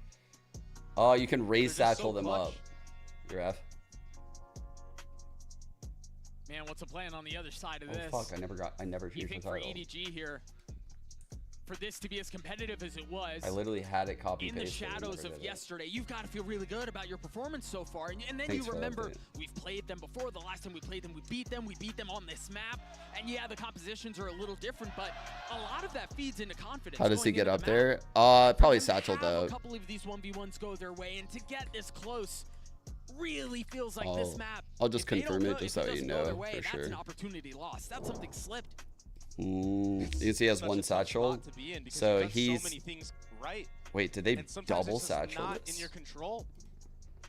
Sometimes you play against a team like PRX that just They both got up in there's one so many satchel? heroics from individual players. Or no. And then He when jumped you it. They lose both a got time up like here that and then to a he setup, jumped there. That's what he did.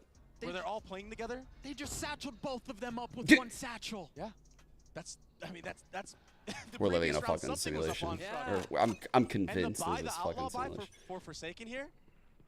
There's a lot of players on light armor right now for EDG. Yeah, this buy is not great. And of course, something goes aggressive. Tries to turn the flash coop in his face, cannot find anything else. Perfect utility from EDG. And that's a big first step. If they want to take this to OT, that's a massive Bro, start. like, of course it's just literally happening in the background. Forsaken has not been taken off of his perch. And when EDG freeze into these rounds, That's so pretty far sick in this that match, they haven't did it really again, though. backed up and gone the other way. Yeah. So on the opposite side of the map, Devi got info, and Forsaken now is proactive. But Kong Oh my god. Why he got this? Might be trying to slam the door on the round. And does his damage. No Jay cannot way, find the dude. target. Just bulldoze them Left over. To rotate back A. With the Phantom in hand. Full health, full armor. Very difficult clutch. How does he get past through this? Smoggy's weak, yeah. Nobody's taking a little bit of damage, yeah. But a 1v3 is a big ask. They've got 30 money, so seconds why left. not go for it? 2 away from Seeker, so why not go for it? But he doesn't find a single thing other than the bullet between his eyes. God EDG is damn, still bro. alive. Sit my down. Smoggy. Sit down. Even on the TP onto site, I mean, his Damn. barrel was in the face of another player. God damn. Executes him. He's just cracking people. And this is that good utility used from EDG. Let's see the shots. This from time Smog. when they freeze in the round, that was scrappy for sure. But Smoggy came out on top. He mad. But this time when they freeze, it works to their benefit. They wait. And they wait for the utility. They allow nobody to get onto the site because of the Omen smoke. Last round of regulation. And again, a heavy stack from PRX. Alright, hella deep smoke. Both duelists.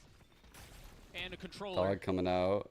Left to This hold high the low. Oh, he jump spud the high low. on this tiny little sliver on the other side Oh of the my wall. god, great movement by so far Forsaken. up here. Meanwhile, pushing all the way up into showers. The orbital strike will send them apart. Smoggy will fall. Great play by Forsaken, dude. That's insane. A 5v2 now. What a It's play. disaster. They crumble. At the foot of PRX, they cannot stand. Map 1 goes Wow. away. Pacific's #1 seed. What a map from both teams. I mean, hats off. Forsaken literally won them the game by making that play, like pushing forward like that. Most players in that scenario definitely back out, and they give up that space. He made a play that was so unexpected, and he killed the only person on that side of the hit. Here's the boost that I missed. See, like they get them both up with that one satchel. From there, the raise jumps from here to, top platform. That's what they did the round prior, at least. So there's that. And then, there we go. So they smoke heaven. He ults. Is he up top or down low? It's hard to tell. Might be. He's down low? Dude, how did they read that shit? They must have seen some kind of like smoke outline or some shit.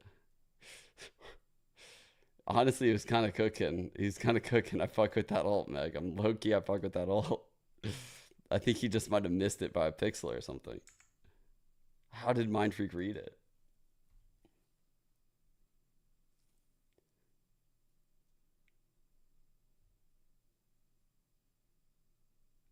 No, it was definitely on purpose. That Omen ult was definitely on purpose. Yeah, oh, for sure. Yeah, it was definitely on purpose. I'm saying, like, I think he slightly missed it because I'm guessing that, like, Mindfreak and Spawn must have seen, like, you know, the particles of coming off of Omen after he teleports. Let me see. We are really fucking digging through the weeds here. Oh, wait, it's next round. Or is it? It is. Okay. Yeah, it's definitely on purpose. Dude, he's very close to that edge. He's very fucking close. I feel like he must be showing at some point. Like Mindfreak's literally just staring over there. He's just... Maybe they've done this play before. That could be an option too.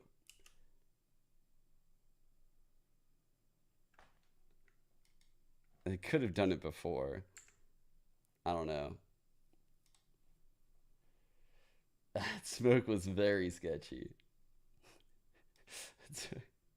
Nothing to look at here, PRX. Players and fans alike. Nothing to look at here. Just an Omen smoke heaven that lightly hangs down. Nothing unique about this one at all. Don't mind that. Yeah.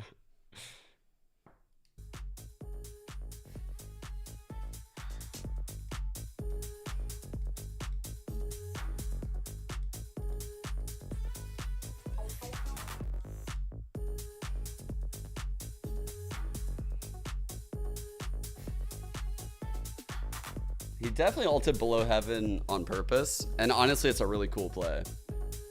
By the way, chat, I found the extra bag of high chews that I was looking for yesterday. I never had these before. Look at them. Plus fruit inside. These are gonna go insane.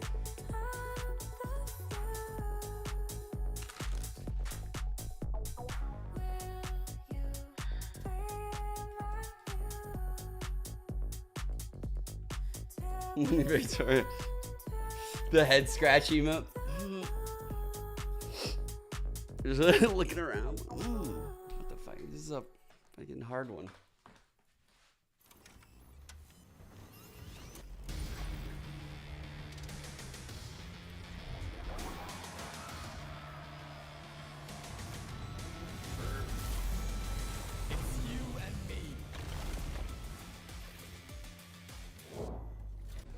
Hey guys, I'm standing here right now with Alex from PRX. Alex, I feel like that score was a little too close for comfort for a lot of PRX fans. So what do you think the team was really struggling with against EDG? I mean, they're a very good team, first of all, you know, and home crowd, you know, so we came in here prepared to struggle, so to speak. I think they come through us off a little bit. We expected a Cypher, you know, so we prepared for that. And then having to play with Omen, and we had to get used to the fact that like, they could really take control of wherever they want with Omen flashes. And that's something that we don't see much in Asia, so it was difficult. Well, of course, they won't go down without a fight, but neither will you. Well, you heard it from Coach Alex. They were thrown for a loop. I'm now joined by Mimi and Kukuga once again. They weren't 100% prepared, but this is PRX, right? They still find a way. Yeah, I felt like this was PRX back in like the PRX form. They make a slight change to their comp, but still the core of it is the same. The way that they can path on their attack side with this composition, especially with that Harbor in the mix, is really incredible. That propelled them to a massive lead, and they managed to close out in the end too. Yeah, exactly. It wasn't an easy task, right? Because we saw some brilliant moments from the side of EDG. In fact, in that game, even though they lost, they had 18 first bloods. So just imagine, it's always the chance of the comeback for PRX and actually being there for the trade. But that's where we saw the PRX individuals stepping up in these late rounds. Players like something like Jing were saving round after round for PRX. And speaking of those individuals, I felt like we could have had so many things for the HyperX reflex moment of the day, but this one goes to the warbang of something. I mean, it's just so impressive because I bet with one bullet, he gets 2 kills in that one angle that everybody spams, but most likely will not get anything, and something, of course, gets something.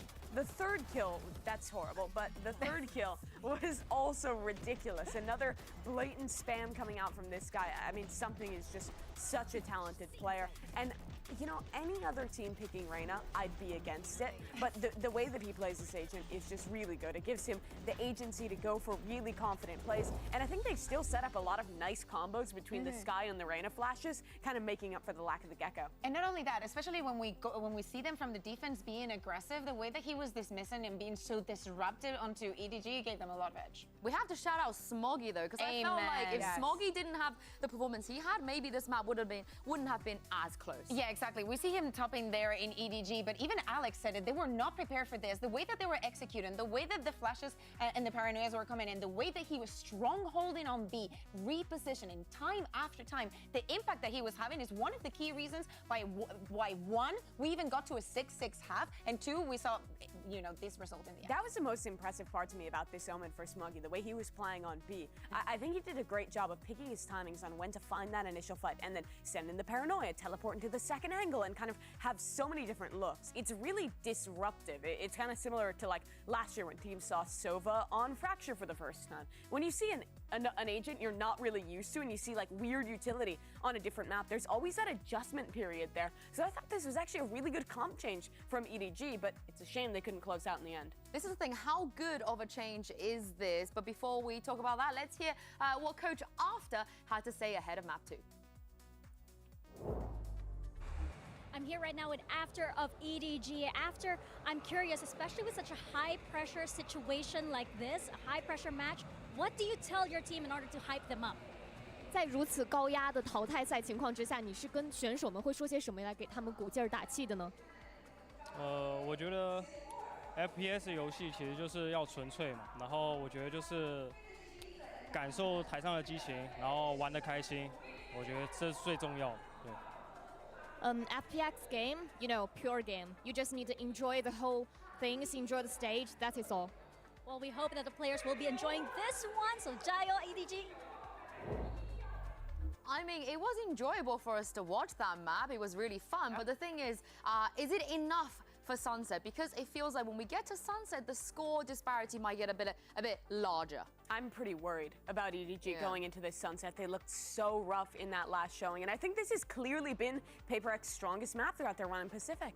Yeah, I think I agree with that. You know, maybe they have something prepared to see in the Sage. Maybe they really know how to work around it. But based on the preparation and how they were looking against Heretics, it's very difficult to go for EDG. Again, very, very passive at the beginning of the round, not having the cleanest of the starts there on the attack, maybe waiting for something that wasn't happening time after time. EDG will be starting on this attacking side again, and I think their biggest issue on the attack last time they played Sunset was losing constant control of A main. Their opponent in that game was super proactive, always taking that space, and then in these late rounds finding the right rotates on the defensive side. I think PRX is honestly going to play in a pretty similar way. They'll send a lot of early stuff with like a Sage slow and a nade coming in. Sometimes they'll send the wall over there, and then they'll set up for these really strong late round retakes if they still have that Sage wall, especially blocking off, sticking that diffuse. They're a super disruptive team on this map. Yeah, exactly. So I think that we need to see a little bit of the EDG that we just saw in Bind in comparison to what we saw against Heretics and Sunset. I want to see them more proactive, more decisive, and sometimes you just got to send it. And especially when the other team is not playing with a Cypher on this map, getting to that post plant should be their #1 priority. We were memeing before about them not being able to get the spike down. That has to be the #1 priority for them right now. I mean, that's my question. You guys already figured out how to beat PRX. Do you think EDG have ticked any of those things off the box? I have more more faith after seeing the switch up in map number 1. I think they had really good game planning, and I like the comp change. I'm hoping they've had the same sit down to talk about how they're gonna vary their sunset today. Well, it's gonna be another change, Yeah. They went into the Astra against Heretics. Maybe they were not completely sure about that. I think the Chicho is an amazing Viper. So maybe putting him here will allow them to regain that space, to use in that toxin screen to at least create a bit more pressure. And last time they played, I think the pressure got to them in front of the Chinese crowd, the last hope of China. Now here in this match, they look themselves. They're playing confident, they're playing good. They almost took map number 1, but this is going to be rough now. They have to bring everything out to try and have a chance at recovery here. If not, it'll be elimination for our last Chinese team. Yeah, it's going to be an uphill battle no matter what happens from here. Even if they can secure Sunset, they've got Split as well as a map 3. And PRX, they are a very, very resilient opponent. Let's find out if this one can make it to a map 3. Oh, I missed the interview. Fuck. What did he say? Thank you so much, Jinsu. Jing, a the great last 2 times he's played on the international stage, has been met with defeat. It was at Champs, and then it was at Madrid. Now, he's potentially 1 map away from getting that monkey off. I've only like really slammed my desk like a handful of times. And every time I've done it, I regret it like right away. I usually like last second kind of hold back, but there's a couple times where I've actually fucking slammed my hand on my desk and it hurts. And I'm like, oh, I don't want to do that anymore. That was dumb as fuck. Really kind of lends itself to a little bit of the chaos that PRX like to play with. And the composition that they like to play with as well. It's so explosive. Yeah, they're on the defense, but... Yeah, Secret? That sounds crazy. It's going to be in full effect. Calm. For PRX and EDG, they opted to switch to the Viper, which I actually like a lot for them because they're able to this triple setup, right? Ooh, a mid-round triple push. PRX, they're so proactive. They do get contact here. They're just gonna play this middle ground stuff. They back right on up. Ooh, it hit all 3. Dizzy popping off. Damn. There we go. That slow and then explosive approach. They're gonna go for even more here. Kong. Remember, the post plan is where they find success, but this time they try to get a little aggressive ahead of it. The kills are traded, though. Something giving PRX the advantage. 2 on 3 with the blind on Mind Freak, the Sage Wall, the Wing Bro. EDG have thrived in post plants. 1-0 PRX. But they're down in numbers. They have the info, though. Wait, the perfect counterplay? Wait a second. Surely not the perfect counterplay, though. Going forward. They thought he was going to funnel out on the other side. He's gotten it down to 1. The wall goes up. There's really nothing waiting on the other side, though. Something falls. Can Mind Freak win this out on his own? Settling shots on the first. Crosshair swinging. Why did I jinx them like that? On the swing. He tries to switch to Ghost, and the time he cannot. Why did I do that? EDG get the pistol. A big pistol win for EDG to set the pace on what this attacking the fuck? Side. Bro, they literally did like the perfect counter at that moment. When they pushed spawn, I was like, oh, bro. I see it. I see what's possible. I knew the Omen blind would miss. I didn't think they would use this wall, though.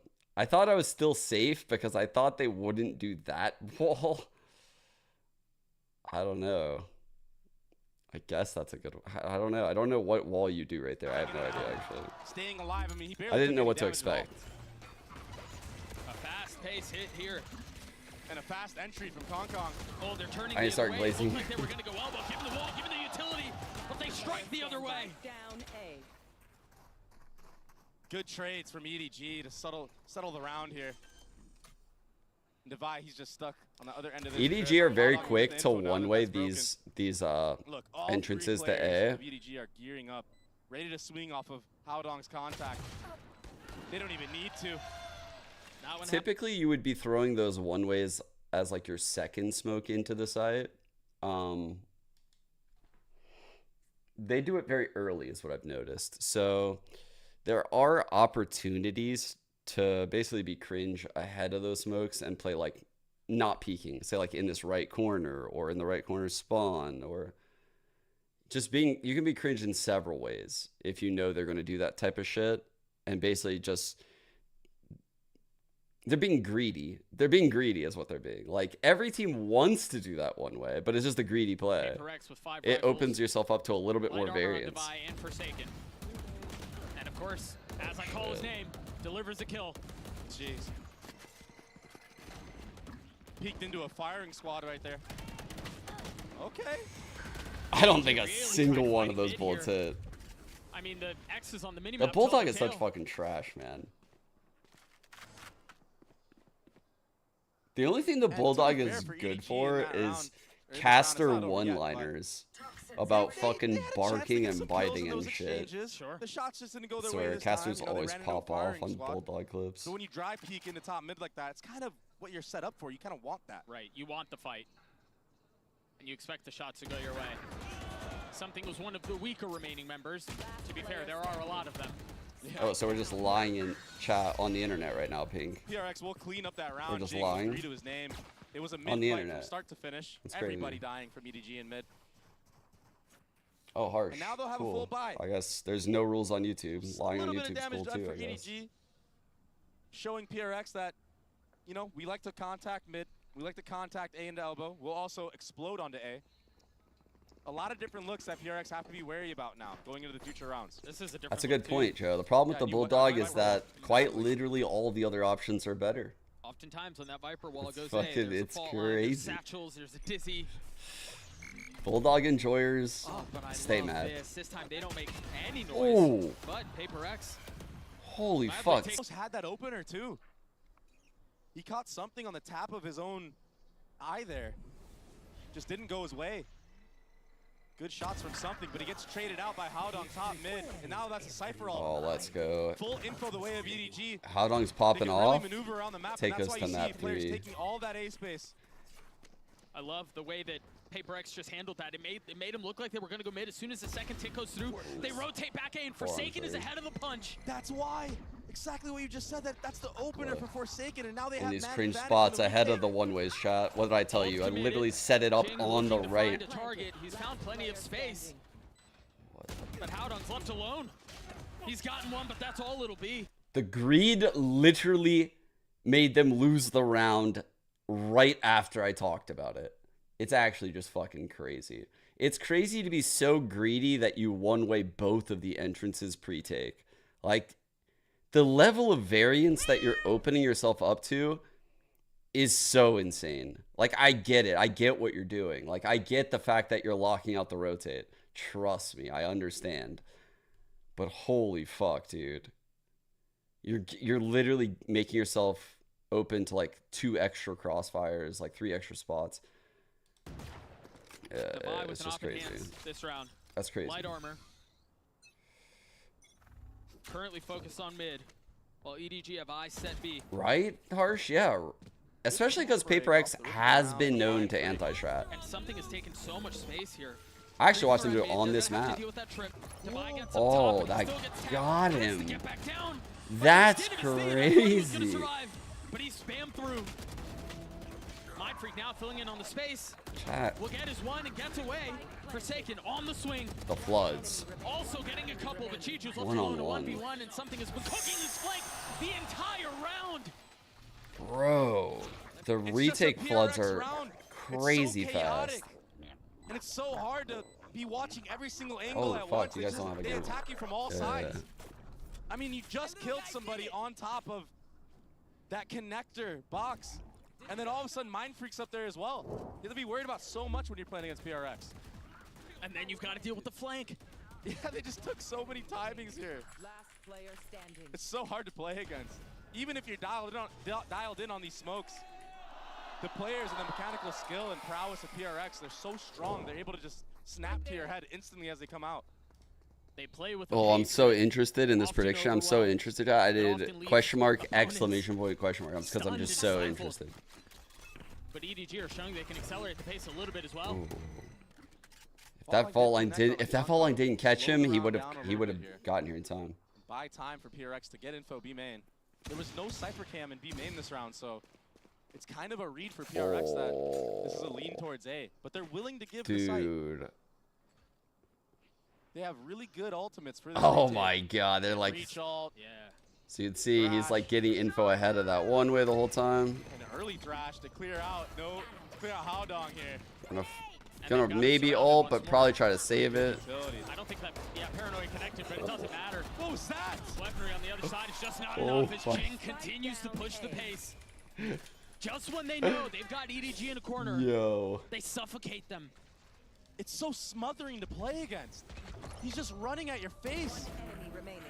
I mean, even that discipline right there for Mindfreak, yeah, they know where the last player was tagged by the Thrash, but still checks his 50 as he walks into elbow. Fuck. And something with the Thrash, even in the beginning on the flank, to make sure nobody gets picked off early by Haodong. Oh my god, what am I doing? What am I He can just bring doing? it back around and pick it up and use it again if no one's there. Oh, dude.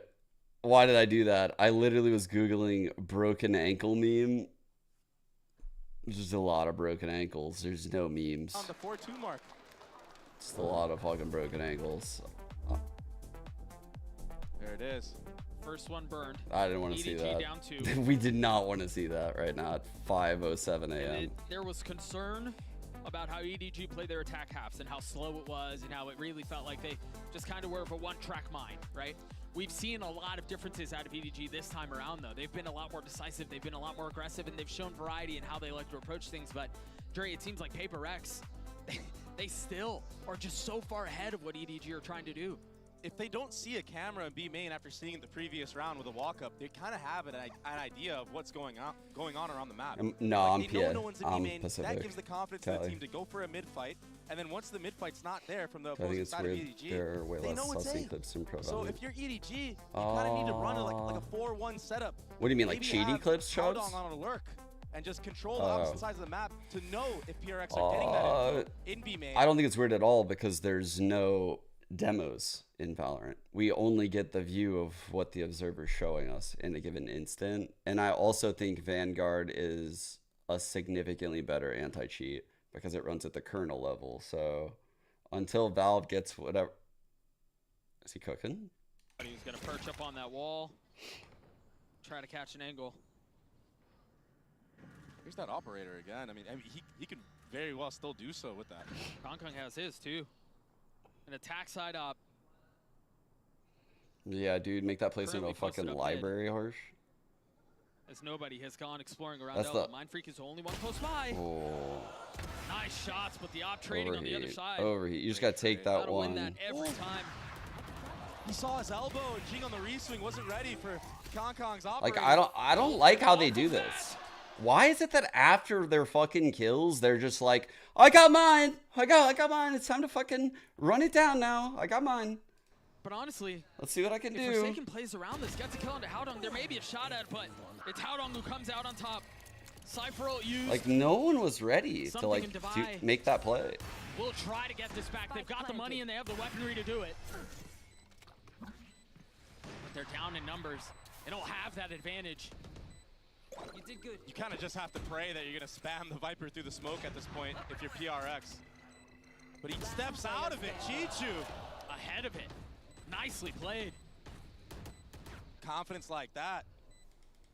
You want to keep popping shots in my smoke? I'll bring the fight to you, buddy. That's the operator. Out of play as well. Wow, he stayed calm and adjusted there. Something should just save this. That's insane. EDG are so good when they get the He's bomb so down. different. Best was talking about it. I've been talking about it.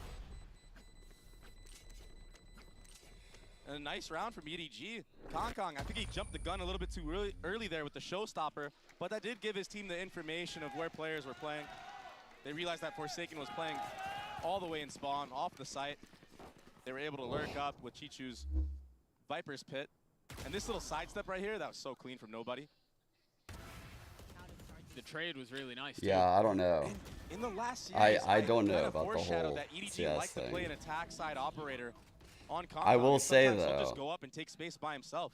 They never yeah, had like, the I never economy had to do any that of in the those last series, clips. but now that they're actually putting up a fight, they're able to have these different type of looks. But I was also very salty when I saw the whole fucking debacle with. Damn. What are they doing walking around back there? Like all the coaches cheating and shit with like cipher cams or whatever. I was like, bro, that's so outrageous that I didn't have a single fucking coach. There's a setup from PRX. Why couldn't I have the cheating As soon as coach? Forsaken gets contact, Jing can swing. I was or like- he just gets the kills by himself and divides with him as well. It's beautiful. I was like literally so salty. I was like, bro, was everyone cheating against me? Very aggressive. That was very PRX. Jinx's decision Guys, there, but PRX hit the round. As soon as the initiator goes down, they have to contact. It feels like PRX is running away with and it right just so now. happened that they were leaning into the 3 that PRX had there. That crossfire setup was gorgeous. It was, yeah, it was swing, swing, swing off of each other. Everyone got a kill. Everyone participated. Here's that initial kill. That was a quick shot. Yeah, if something gets that line at the beginning of the round uncontested, he's gonna punish you with it. Even Forsaken just crouched in that little A corner. If he's standing, he probably gets his head taken off. Just that fact of just him crouching in that scenario. He's so aware that EDG have to walk in and you have to break the crosshair somehow. Toxin screen down. Aggressive A default. Yeah, dude. So like the Usually cheating thing was like playing this spot. This time it's gonna be a breach, just jump spotting. He'll maybe use a flash to back up if he has to flash. They'll think that, dude. He okay. So chat. He did that. He did that flash because no breach would do that flash by themselves. It's like a very odd thing that he did. That's like super, like meta for only pros. Like if you did that in plat, you're a fucking idiot. Like you're actually an idiot. You're just wasting a breach flash.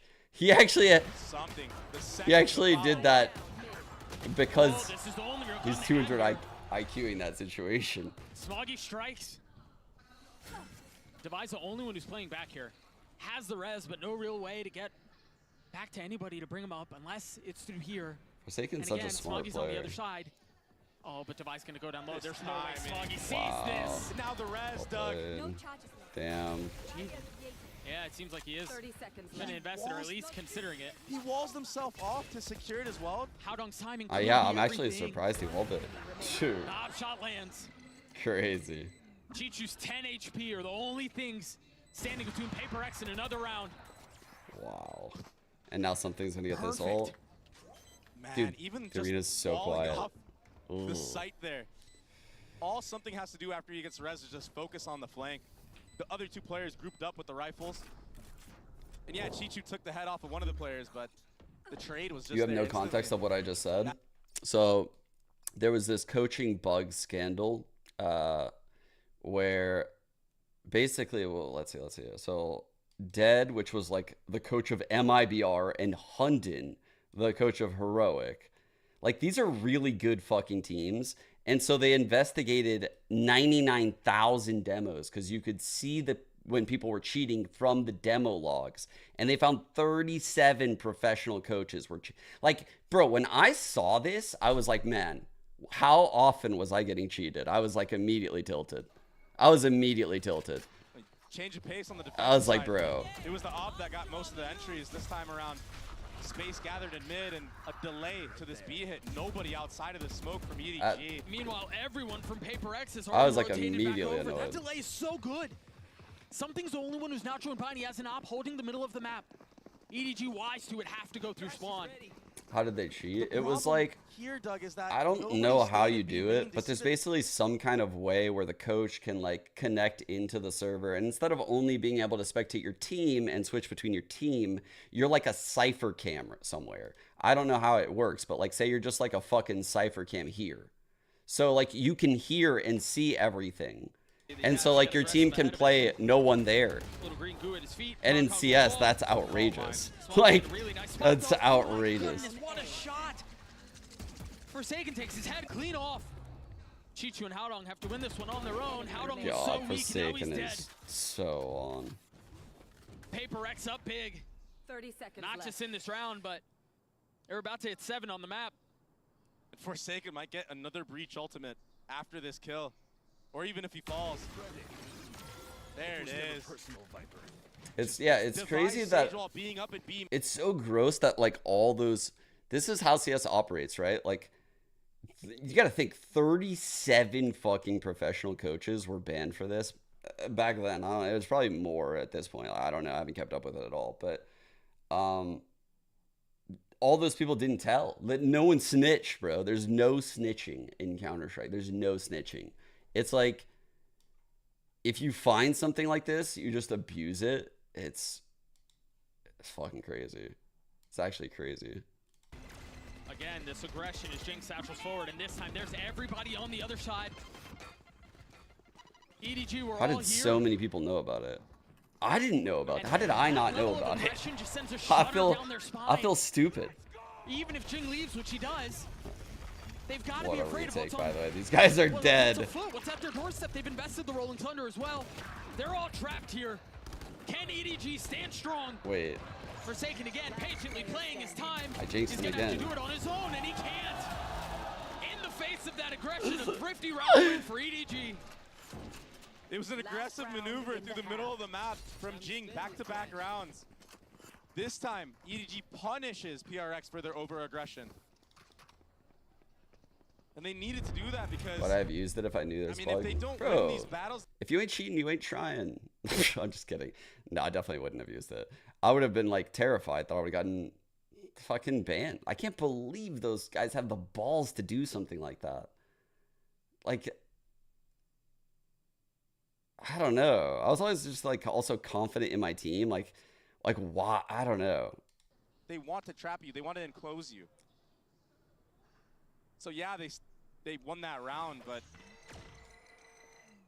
I just feel like PRX is making them make these reactionary plays. Yeah, Robin got implicated on it. He did it, but they lost 16-1 that game or something. Yeah, I remember Such a difficult ask to try to set the pace against PRX. That was so close. They force you on their back foot. I'm calling all picking into A. Even here though with this top mid smoke, nobody walking out to actually clear mid. Yeah, so something fills in behind it. The smoke is pointless. They're just a layer behind right now. I don't really remember. No ults on the side of PRX. I mean, again, they're smothered once more. But if EDG can get the bomb down, we've seen them thrive in these scenarios. They're so slow. Why are they so slow? Go, go, go, go. Oh, he gets caught by the trip. The satchels were missed. That was such a cool idea, but now they understand where the pressure's coming from, and EDG have to turn eyes back. Every single flash used. Howdong only gets a lot of damage. on the swing. Can't stand How did they get all those, man? Nobody's up, not connecting. 2-on-2. But that's okay. Is that a wall? Yeah, that was a wall. That was a wall. That, bro, oh my god, he's all being so far. Oh no, oh no. In front of them, they hold to defuse the whole way. Device wall closes out the half. Switching sides. That wall got so much value. And now PRX get to set their own tempo on the attacking side. Oh, it's... Hey, take a look at this one more time. I mean, if not for the trip, that round is probably not that close. Yeah. But nicely handled by EDG to settle this last layer, though. This last part of the equation is what's just too far, too unconsidered by EDG. And so they're glad to sit behind their wall. They're glad to get to 8 rounds. Everything has gone their way. We've got an Omen player moments with Jing standing by as we get to pick his brain a little bit here. I mean, I think we started off really strong, but we kind of, I guess we kind of like lost the fuel. I don't think we ever lost our like first match like this, so I mean it's something new for us. But I guess every time when we lost the grand finals, we lost to a team from lower bracket. So I guess this might be it. I mean, I don't think I'll say I'm shocked because all of us have not played like a international in pretty long, even though they played in Madrid. But this is all our first game in Shanghai, and G2 Spotted the has stage played 2 games, wins. I think 2 or 3 games, and yeah, so I guess they are more warm. I guess I wasn't really that surprised, but just sad, I guess. Fiddle now in hand for him. Clear out of the haunt. Boom bot to try to get himself pushed up here into heaven. Something final one. Oh, Jonah coming one apiece, but now something. It's up the second kill. A 2v2 here. Forsaken clearing out that Prowler, but cannot steady the aim. Dash around the back. Something with the updraft. 7 bullets remaining here in the Vandal. Oh, what I stepped down?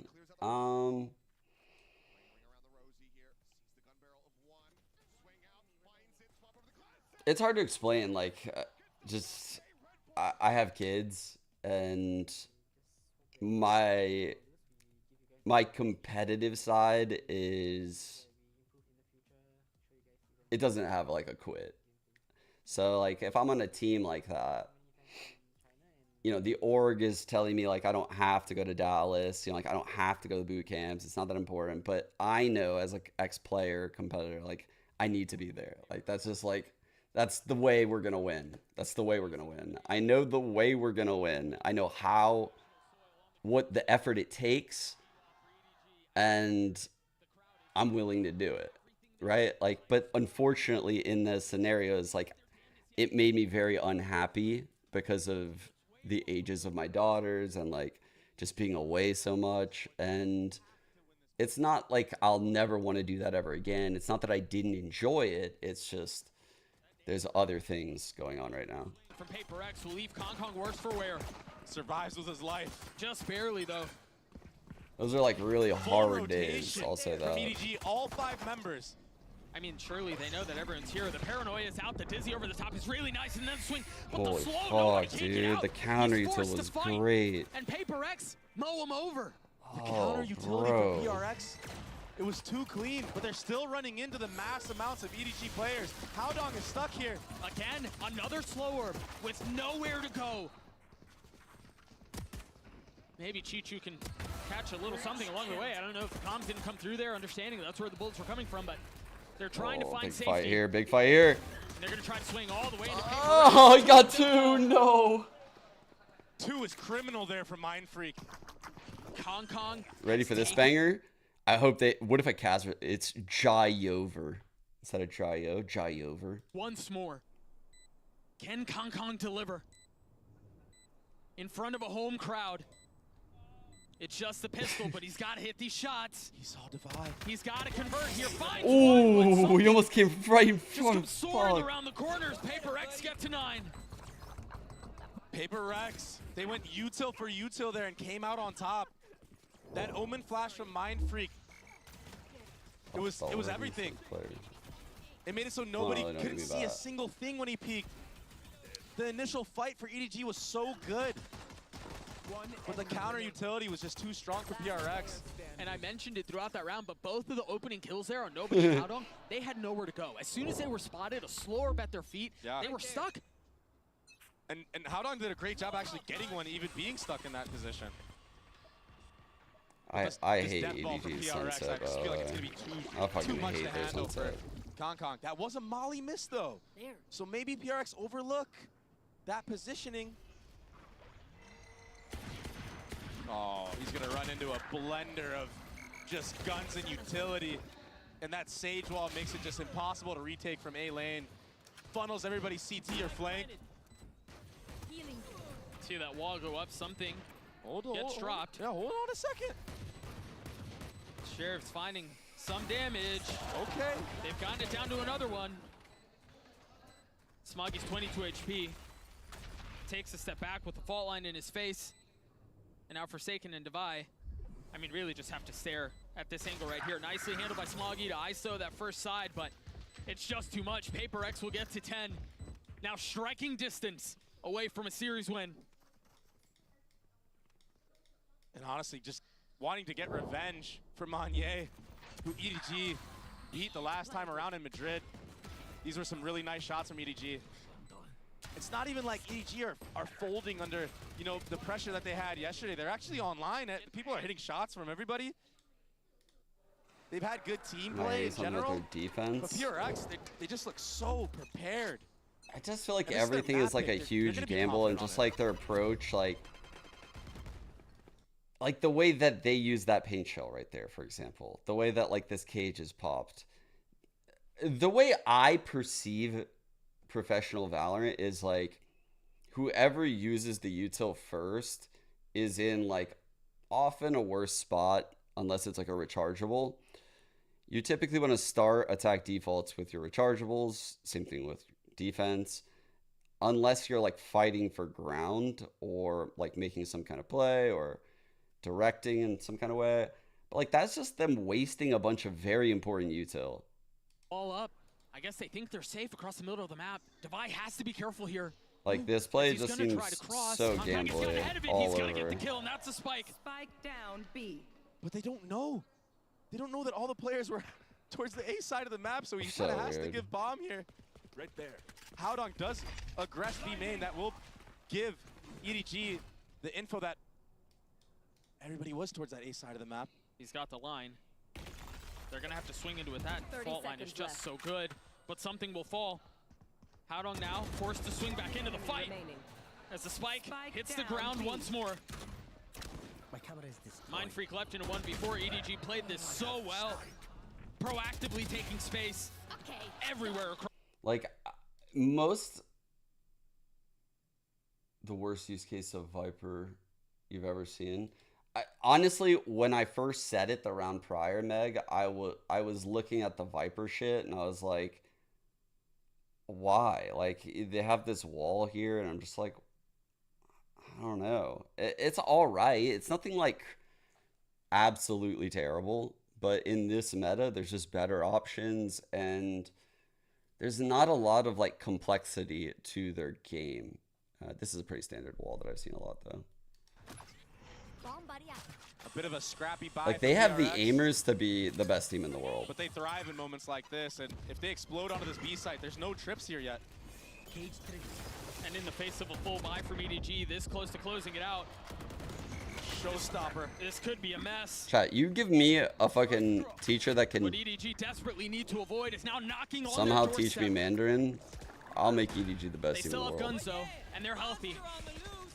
But the thrash The first part's the hard you part, imagine though. King will follow. Rocket online, no satchels to get any sort of space.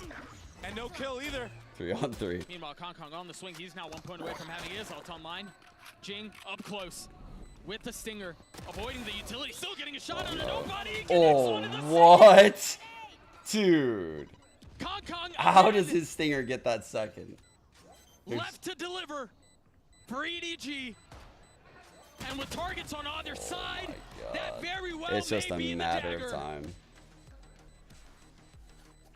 The thrifty from PRX. It was a Yeah, scrappy no, buy. Jennifer Like I does said, see. they thrive in moments like this. This entry Yeah, from my Jing, translator. that Omen flash, even the breach C. She actually speaks to follow both up, Mandarin and and this little Cantonese. intuition peek from Jing. That was so cold, Doug. He was tucked there the entire time, but he knew the window of opportunity that he could have had, and he took full advantage of it. EDG, this was either timeout, the last timeout. They have to bring it back. How much time This is could it elimination. take? Tuesday? Home soil, home crowd advantage. I actually think like players in the Chinese region could be on the best team in the world, but they would have to somehow change a lot of the like philosophy of how they play the game without fucking with what makes them good. And that's where like I would have to be like very like delicate. Like I would have to like if I did like coach these guys, I would actually watch like how they operate for about like 2 weeks before I ever did anything. You know, like I would want to see like how they practice. I'd imagine they just grind scrims. I remember when I was at Champs with 100 Thieves, I looked at their scrims and they were scrimming like fucking 10 a.m. and 10 p.m. And I was like, dude, what? What kind of human has a brain that can scrim Valorant for 12 hours? Paranoia hits him. He got hit by his teammate's Omen flash. Like, bro, how is that even I possible? think Mindfreak also blew his as well. Maybe it was Mindfreak's. I think they're just grinders. But he's gotten so far up I think there, EDG Mindfreak needs to has spend more time in a server, making sure there's no more flare time coming talking around. about the You see game, Slurves coming less time through the playing the wall, will game. go up. But it also is probably what Jing makes them out here. mechanically so On the other incredible. side, understanding where the pressure could be coming from. Haodong has fallen. The spike is down. Well, how can EDG try to take this thing back? They've got a rifle in the hands of Smoggy and in nobody. It's a good start. He strikes first. Right there. The wall's still in play. Now they can sit back with 8 Forsaken's ult. maps, bro. If they really 8 want to get messy with it, fucking Mindfreak can maps. flip it. TP deep behind enemy lines. Instill chaos into the round. Or they just close it out with the fault line. A really nice shot out from Smoggy. 8 maps a It's getting day. messier than it should have been. Again, Kong left alone. Can he deliver this time? No. Oh, 0 man. for 3 as PRX get to series point. That was the closest chance he's had in the 1v2s. Every other time, it was just PRX playing with their food, peeking in and out. The shots couldn't quite. I'm not even kidding you guys. They scrimmed for like 12 hours straight in Istanbul. Like, I literally was looking in the scrim group and I couldn't believe it. I was like, what? And I asked Mike and he was like, yeah, man, they just do this. Like, you know, Mike's deep voice. Hold up. So Mike, I'm like, yo, Mike, Are they actually playing for 12 hours? They're like, yo man, Mike's voice. Cypher trip not broken though. So EDG, they shouldn't. His voice is way too deep. I can't even do it. B site. And that's why you see Concon getting a little aggressive on this A line. If PRX decide to walk back in, he might be able to get one and get out with his life. I'm curious to see if there's a kill. There's a kill. Utility here, they won't. Damn, good whip. That's a hard shot, actually. Ooh, man. And finally, a numbers advantage for EDG. With bombs so far away as well. Fault line will inevitably have Kong have to back up, but he's re-aggressing. Of course he is. Now taking a step back, the rest to bring Mind Freak into the fold once more. Now the Rolling Thunder. Connected as well. He's not going to be able to disrupt anything here. Shoving him away, but take a look at Nobody. He's gotten really far up. Do they clear him? Do they know he's there? The crossfire's so nice. Forsaken falls, Nobody on the swing, connects. I feel like Kong has never been able to like carry an op 3 to rounds in the last like 2 events. Like he'll get an op and either like his team gets run over, he might get one and die, and then he can't buy it again the whole half. With 13 seconds left, PRX have nowhere to go. It's like 10 seconds left. he is still insane. Like I'm not gonna lie, he's still fucking incredible when we see him with this gun. He's insane, but we're just not getting enough of it. Like we don't see enough of it because his team can't string together rounds, and so they never have the economy to like pull this shit off. Even here, he has a glass cannon off. Like it's just rough. I don't know. In this game, without a doubt. If he hits the shot on you, if you don't insta-headshot him, you're going down. Yeah, you're losing that fight. So that's why he's so confident going for these re-aggro fights consistently. Ooh. He knows he's going to kill you if you whip. EDG still with a long way to go. So much ground to make up. They have a couple of tools here. Kong still has the op.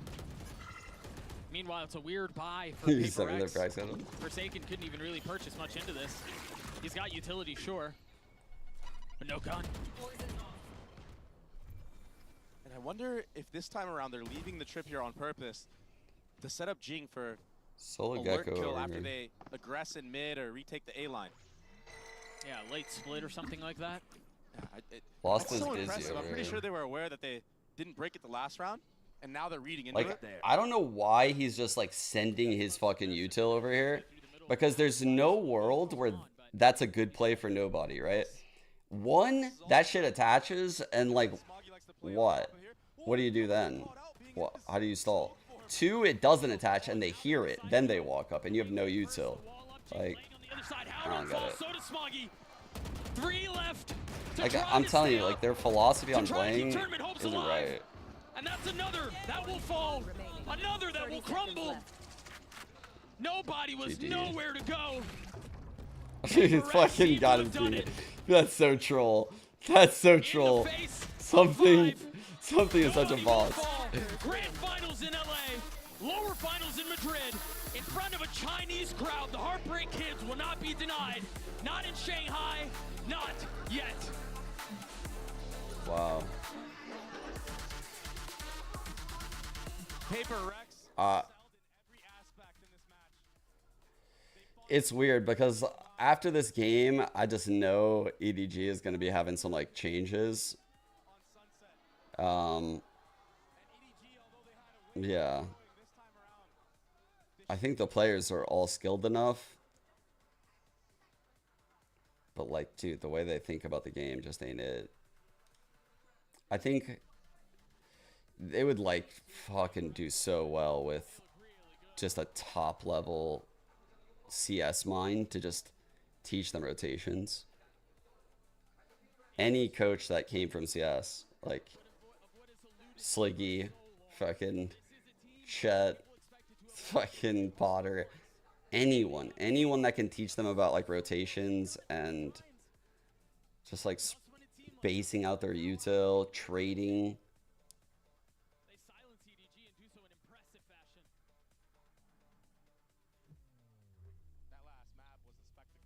swear, there's times where I'm watching them where I'm like, bro, I could probably get in a room with nobody, tell him what trading is, and like blow his mind. Like he might not even know what trading is. I'm just kidding. That's so fun. That's fucked. That's actually fucked.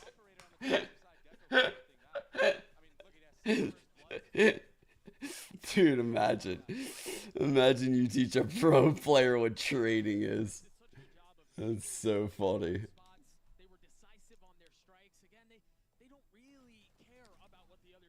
I actually do think that they could be the best team in the world.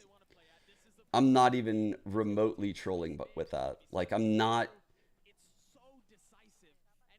You guys might think I'm trolling because I'm like feeling like, oh no, he just feels bad about what he just said. He's trying to make up. No, I actually think they have the pieces to be that team.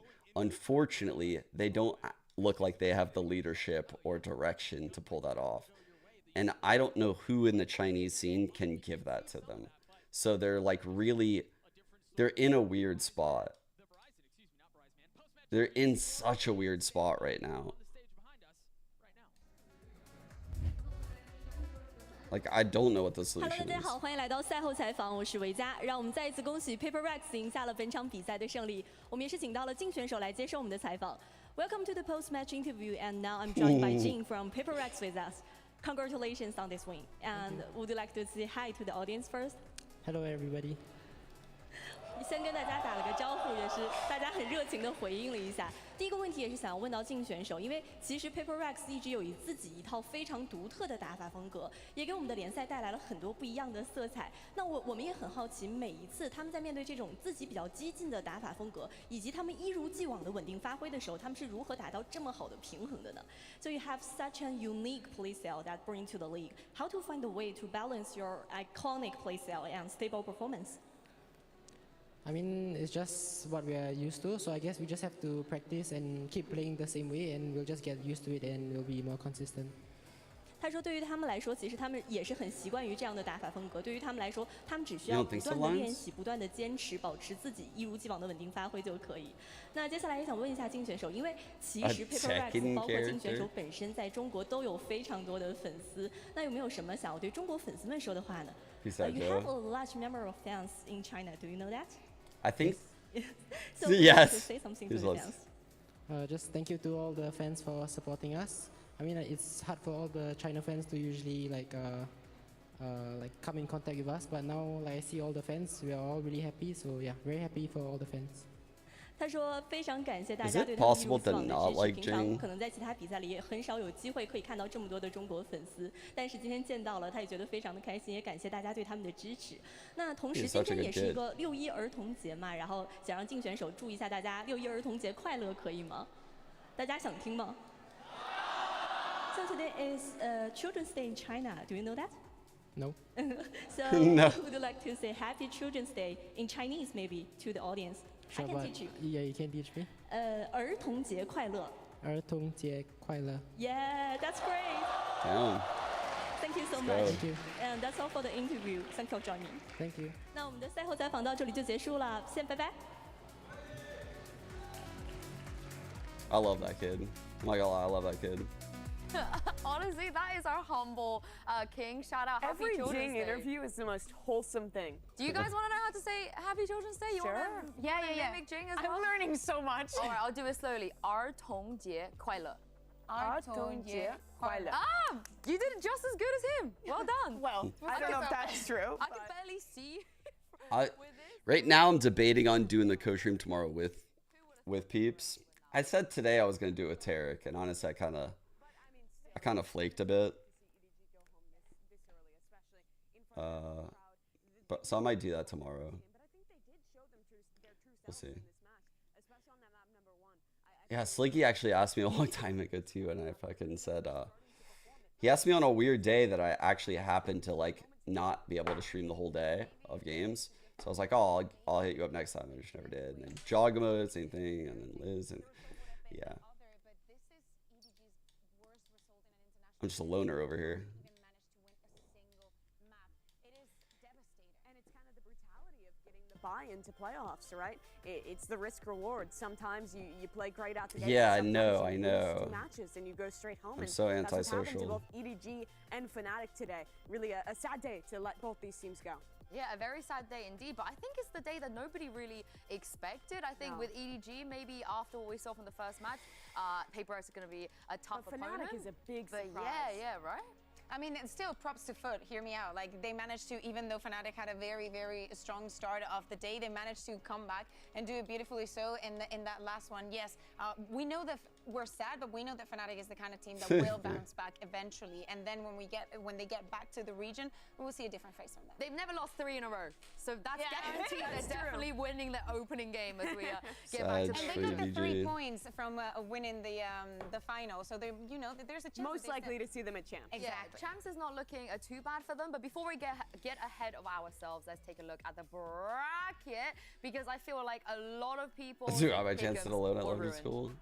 I mean, in the first round, I think is where everything was going wrong. This upset as well with Foot beating I Fnatic. did in don't high think school. Anyone would have seen coming, but credit to Foot. This is now their deepest run they've ever had Freshman at an year. international tournament. They've guaranteed at least top 6. It's a big moment for those boys. But for PRX, the other team down below, I had the a pressure's rough on. People were talking about high them school. as a tournament I had a favorite rough coming high into school. Masters Shanghai, and now they've got to run the gauntlet if they want a chance. I think Kukuga, the scary thing is for the upper bracket team. Yeah. Tomorrow's games are so good. PRX or Foot. No, hear me out. We're talking about tomorrow that we're going to have 2 amazing matches. G2 versus Team Heretics and 100 Thieves versus Genji. The second one is a certified banger, but whomever loses has to go on to pay PRX. Right. It's another certified banger. Yeah, it absolutely will be. I think that 100 Thieves Genji match is the one I have been Another most video? excited for throughout what? this tournament. Those 2 teams, I think, have looked in the best form out of all of our teams here at this tournament. Genji especially really impressing with their resiliency in the Fnatic series, and 100 Thieves out the gate, utterly destroying a Foot who just proved how good they are today against Fnatic. And it really makes you ask, how good is 100 Thieves really? Yeah. Yo, he sent me this shit. He sent me. I was gonna troll him today. I put it on my desk and everything. They lose. Yeah, exactly. Honestly, I'll feel do it the tomorrow. opposite I'll way. troll him I feel tomorrow like a win with is a it. win. Like, it doesn't matter how you win it, and Genji, if they want to just play every want map. the reps. Yeah. He's literally looking at me like a fucking cologne model. Look at this shit. Who's this guy think he Let is? them play every Who's map. this I guy want to see think he as much is? of Genji as humanly possible. But thank you very much, you two, for joining me for What's in today. here? Cologne or a mouse? To EDG and Fnatic, but we have more action coming up. Make sure to come back and join us here for tomorrow, starting with 100 Thieves versus. Oh, I'll do a giveaway of 100 Thieves win it all. Yeah, I'll do one. Yeah, on top of this hair. I mean, I already told you guys. I don't even know what to give away. I literally said, whoever's on the top. Honestly, I'm probably gonna let you pick what you want. So choose carefully. But in our group, where the fuck am I at in this shit? Oh no. Oh my god, dude. Siege really pulled away. Holy shit. Man, he had G2 going through in this game too. Holy fuck, you are really cooking with this bracket.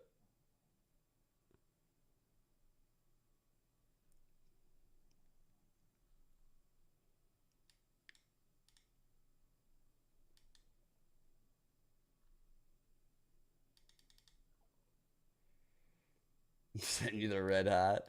Dude, okay, I'll literally send the red hat to. That's actually hilarious if someone wants the red hat. I didn't even think along those lines. Like, honestly, if you see some shit in the background that you want the wingman, you can have the wingman.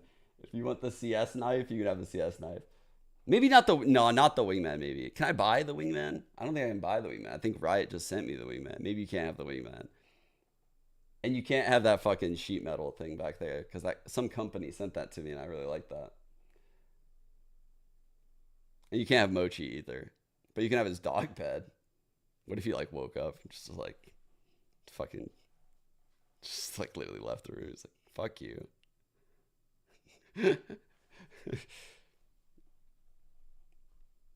You guessed the score?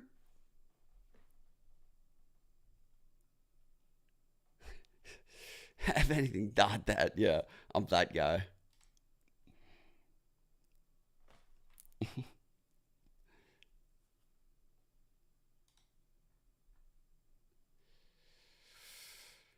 Ooh, I can't believe I'm gonna have to be streaming again soon.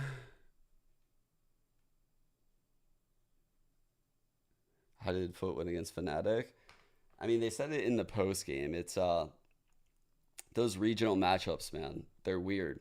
They're very weird. You know, just the familiarity between the teams. They just are making like slight adjustments, and it's so coin flippy. The game was already super close the last time they met. So, you know, so today it was 2-1, you know, like it looked initially super good for Fnatic. Like, even in this half, I thought they had good looks. They just couldn't close out some of those rounds. I felt like all of the breaks were going Foot's way in that half. And then by Ascent, I felt like they were mentally boomed. It felt like they quit here. Either that or their Ascent's just so bad. But they made some horrible decisions in this game.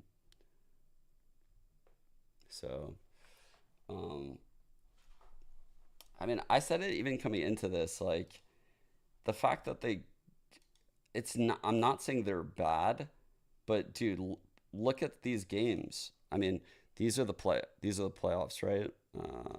Let's see. Actually, I'll start with the knockout round. So this is the knockout round of playoffs, upper bracket semis, upper bracket finals, lower bracket finals, grand finals. Starting here, knockout round. They win 13-11, but look at what they had to do to win. Like this, like Liquid crumbled. Liquid actually fucking crumbled for them to win this game. And if you go back and watch this, Liquid did some dumb fucking shit in this half. But anyway, they win the next map 14-12. And then, you know, like lose third. But there's a world where Liquid should have won this series 2-0. Like, I could argue that. K-Corp series. Again, K-Corp up 9-3. Fuck it, they're up 9-3, bro. Like, they're on the defensive side of Breeze, and it's not like they don't have a Cypher. Like, they have a Yoru that can go to both sides. Like, this is a huge fail. And then they go to Bind, and they do it again. They're up 8-4. They're up 5-0. Like, these teams are just collapsing. They're just shitting in their pants against Fnatic over there. Like, I don't know what's going on. And then Heretics. You go to Heretics. Heretics wins this in OT. Wait. Oh, yeah. Heretics wins this series. They actually just win the series. All right. Next. The Foot series. They beat Foot, right? They won 3-1. Let's look at the actual results. So here, Foot closed it out 13-11. Bind. Fnatic just dominated the shit out of them. I actually think there's a comp diff. I don't like Foot's comp, but whatever. Breeze, Foot, lose 4 out of the last 5 to lose. Split, Foot blow this fucking massive lead. What is it, 10-4? Foot literally blow a 10-4 lead on Split. Like, you can't make this shit up, bro. Like, all of these fucking teams literally threw these series. And I'm not saying Fnatic aren't good. Fnatic are good. Fnatic are a good team. They are a great team, actually. But to win like 4 or 5 series in a row like this is an anomaly. It's an anomaly. Like, they were good, but they're not at the level they were last year, where they're just going to dominate everyone. They could have won this tournament. That's how good they are. But it would have required, like, you know, a lot of things going their way. They could have won the Gen G series. Yeah. And then here in the grand finals against Heretics, it's the last game. Heretics up 1-0. Heretics up 2-0. And this is literally almost after throwing this game right here. They're still up 2-0. They go to the third map. They're up 4-0. They're up 7-2. They fucking lose 13-8. They go to the next map. They lose 13-5. They go to the last map. They lose 13-8. Like, I don't know, man. It just felt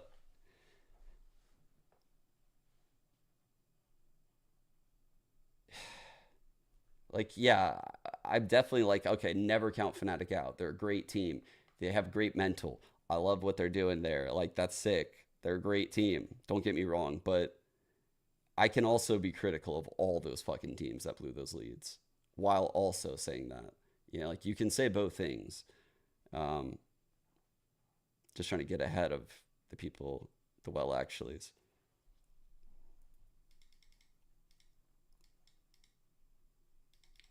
So, I don't know. When people are like, how the fuck did Foot beat them? I'm like, well, honestly, they may have... You could argue they should have beat them in EMEA. So it's like, I don't know. They're super close. They're close to each other in level right now. It is shocking, like, the score lines here, though.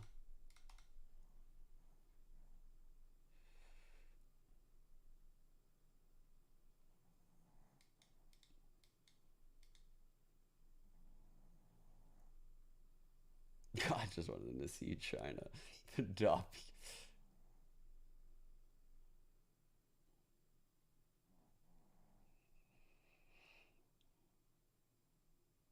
Yeah.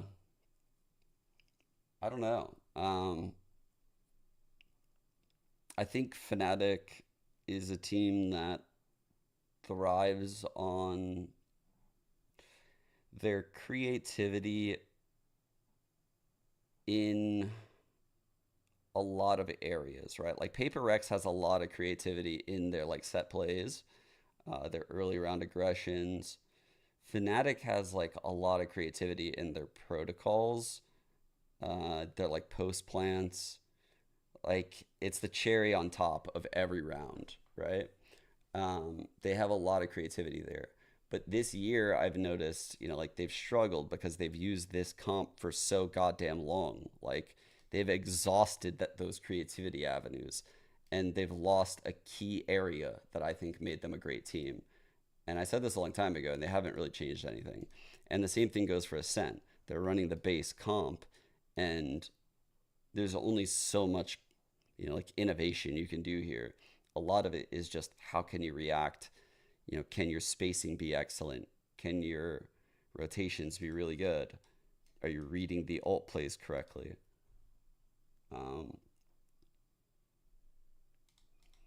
Like, it's so weird that their best look is this weird ass comp that you wouldn't associate at all with Fnatic. Like, this was by far their best look. This fucking weird double duelist, no info comp.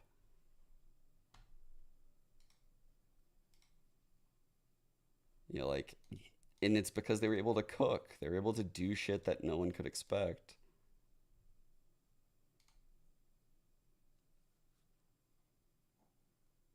Like, they're just so stagnant with these comps, man. They need to be a little bit more creative.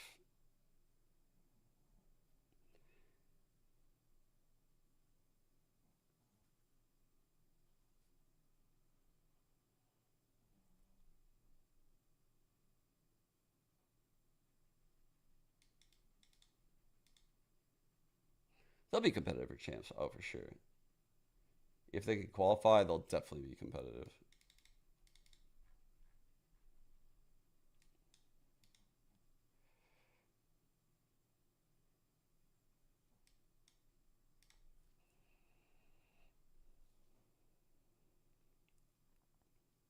Is it a coach issue? No. It's regression to the mean. It's just, you know, no one can be that dominant in Valorant for as long as Fnatic was, and, you know, people like to perceive players that have, like, done things in the past with this, like, luster, this, like, aura, and in Valorant, the game has so many star players popping up all over the place that,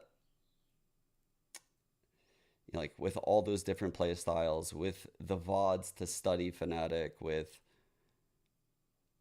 you know, there's so many different variables to take into account in Valorant. There's so many.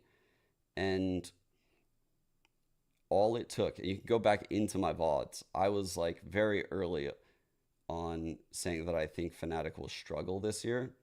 I was shocked they ended up winning EMEA.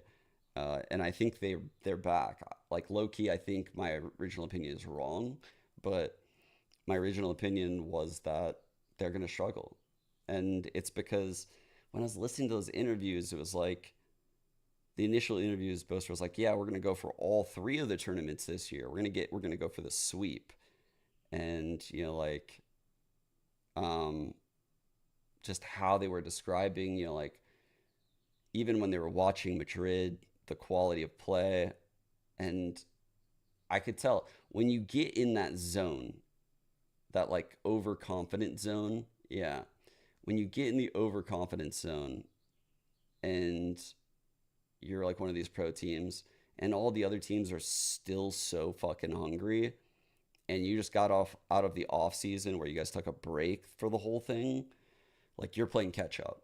And it doesn't matter how fucking good you are individually, those other teams have like a mile lead on you.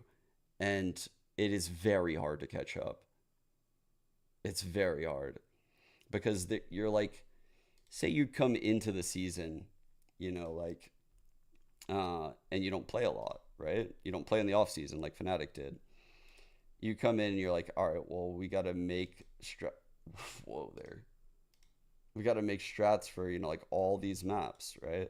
All 7 maps, or at very least 6 of them, and have a permaban, which you guys know I'm not a fan of. So they design comps for all these maps. They realize they don't like playing Sunset with this shit comp, and so they ban it. And now they're stuck with these maps. They're probably tinkering with this comp behind the scenes in scrims, but still haven't felt confident enough to pick it or leave it in. And they're also trying to adjust any of these comps, but they're also plugging holes and trying to even like learn the initial shit that they need to do, you know?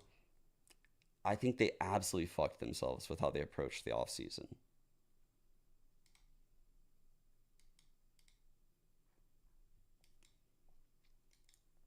It would have been one thing if Mini stayed. It would have been fine, actually. It actually would have been fine if Mini stayed, now that I'm thinking about it, because if Mini stayed, he could have done a lot of the heavy lifting, like creating massive playbook additions in the off season without even the players being there, right? So that way you just basically can, like, you know, load up Valoplant, and then you go into a custom and you start talking about shit, you theorize it.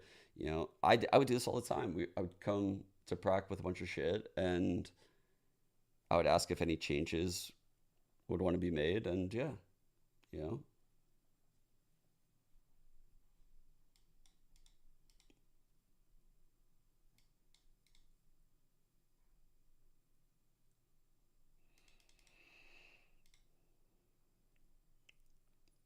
Yeah, I think I'm gonna head out to. Good night, though, Emma. Peace, peace. Big day tomorrow. This is a Mickey Mouse yet. Kind of, maybe. God, I can't believe I'm playing this fucking tournament in a little bit. Take like a quick nap, maybe.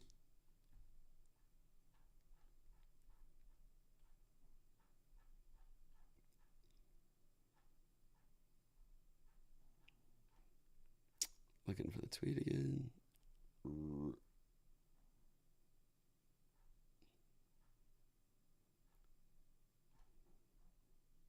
Bro, I can never. Okay, there it is.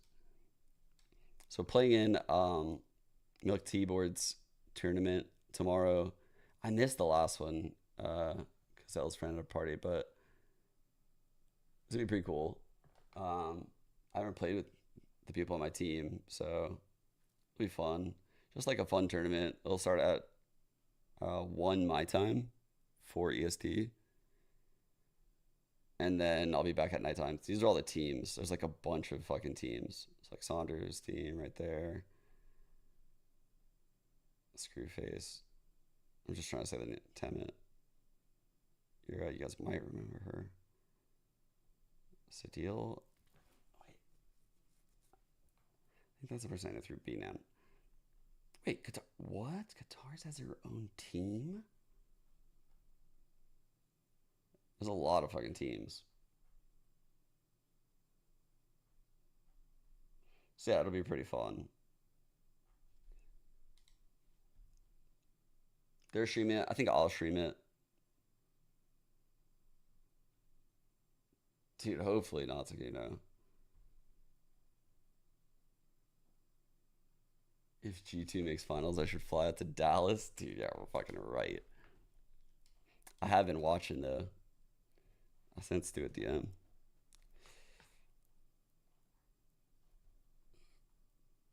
Where's that phase game?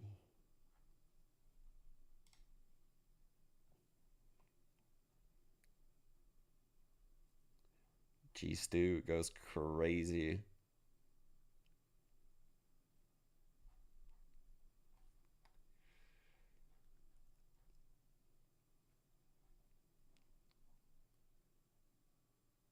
Dude, imagine fucking being Nico, seeing Kerrigan across the stage, the big NA crowd, all the NA fans cheering. You guys both just, you know, PTSD, just both reliving that major. And then you're Nico and you look over and what do you see next to you? The GOAT, G Stu, the man who took the major from you. And that's when you know you're going to put Kerrigan down. You're going to put him down. This is my narrative. This is my narrative. Let me live in my world, okay, chat? You like that, Vance? You like that? Let me live my world, okay? Live my truth. That's the word. That's what I'm looking for. Yeah, the light mode.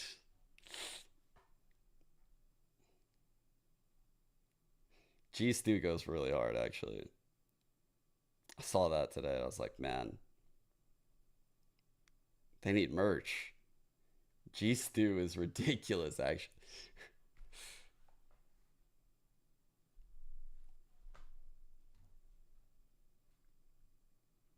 Yes, dude.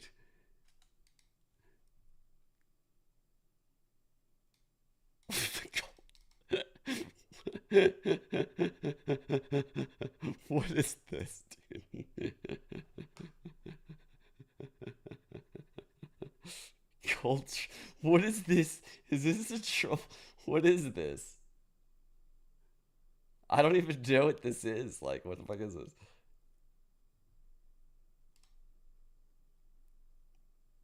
Damn, dude. They just like make up the grass. Is this some made up shit because NA has been so terrible? Is that what I'm looking at right now? Just good. What is it good?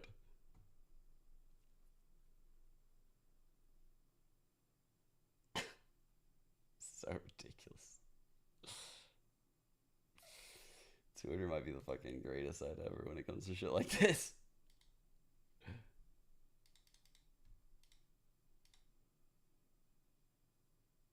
This dude's fucking awesome. Dude, chat, I'm actually having dinner with Garrett right next week. Fucking, what is happening? Am I coming back?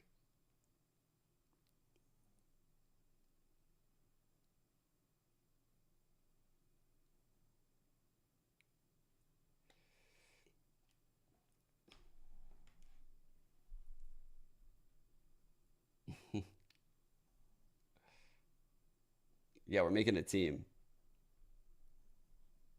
Bringing it back.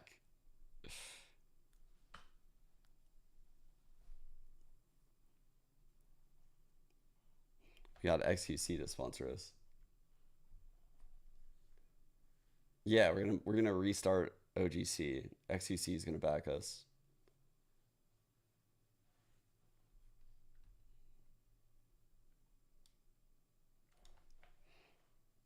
What games is Shroudy playing right now, chat? What the fuck is Shroudy playing these days? Oh, fuck. I think Shroudy's... His birthday's tomorrow.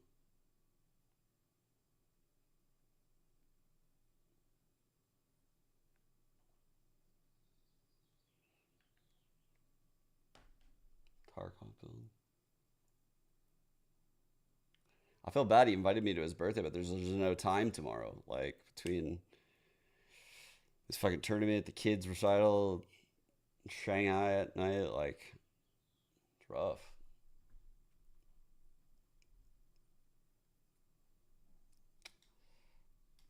All right. Wait. Where are we going, chat? Where are we going?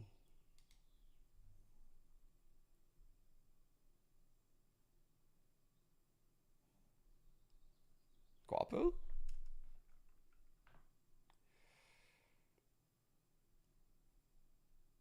Any votes for where you guys want to go?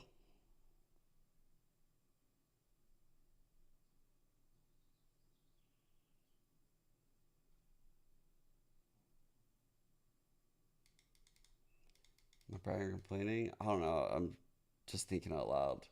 Honestly, these end of these streams at like 6 a.m. are like a fucking therapy session for me. I'm just like literally, I'm just talking out into the fucking ethers nonstop.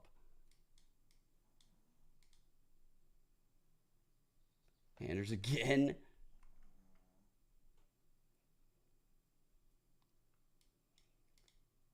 No, I'm just coming by myself to Toronto events. Want to see more Cult of the Lamb? Dude, I've actually been wanting to play it. I'm not gonna lie. It's just my schedule has been so messed up with Shanghai. I thought I would settle into it by now.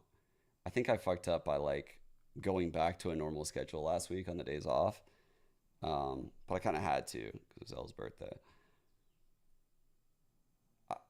Dude, I thought I would be good to do it this week, low key. I thought I would be good.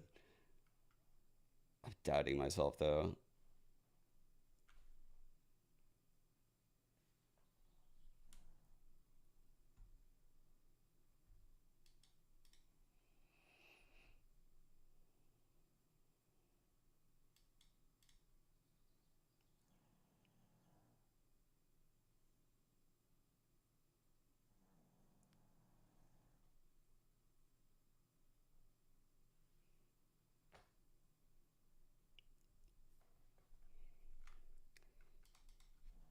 We go Anders again. Actually kind of fuck with the VOD review.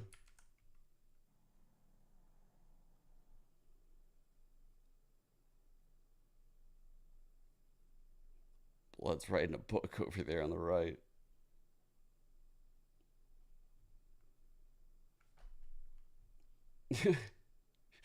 All right. It's actually exactly how I would watch VODs. Even with a cam on myself too. Just well, everything's exactly the same, even an overlay. When I would watch VODs, I'd use an overlay.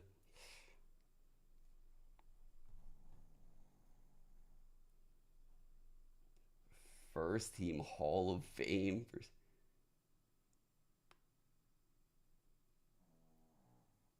I don't even know, dude.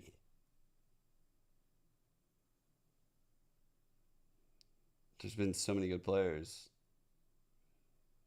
Like Simple, Forest. Shit.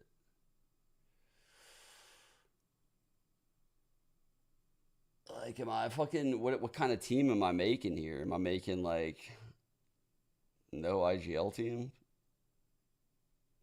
Throw Nico in there, too. Fuck, he might be my IGL, actually. No, it'd be fucked, actually. I need Kerrigan. Like, Kerrigan's career is actually insane when we looked at that. I feel like you need Kerrigan. Just out of respect to the game. Who's the fifth, then?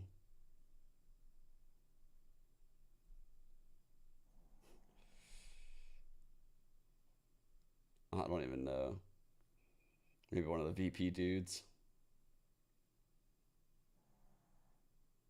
I feel like I'm missing like the French scene too. This is a trick question. This is a trick question. Like, there's no way to answer this. I'm missing like Guardian. I'm like, every time I'm just, question's fucked.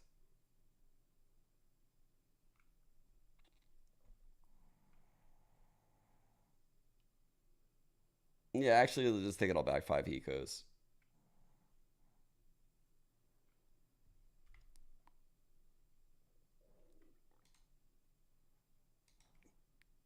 Kerrigan's been a pro for a minute.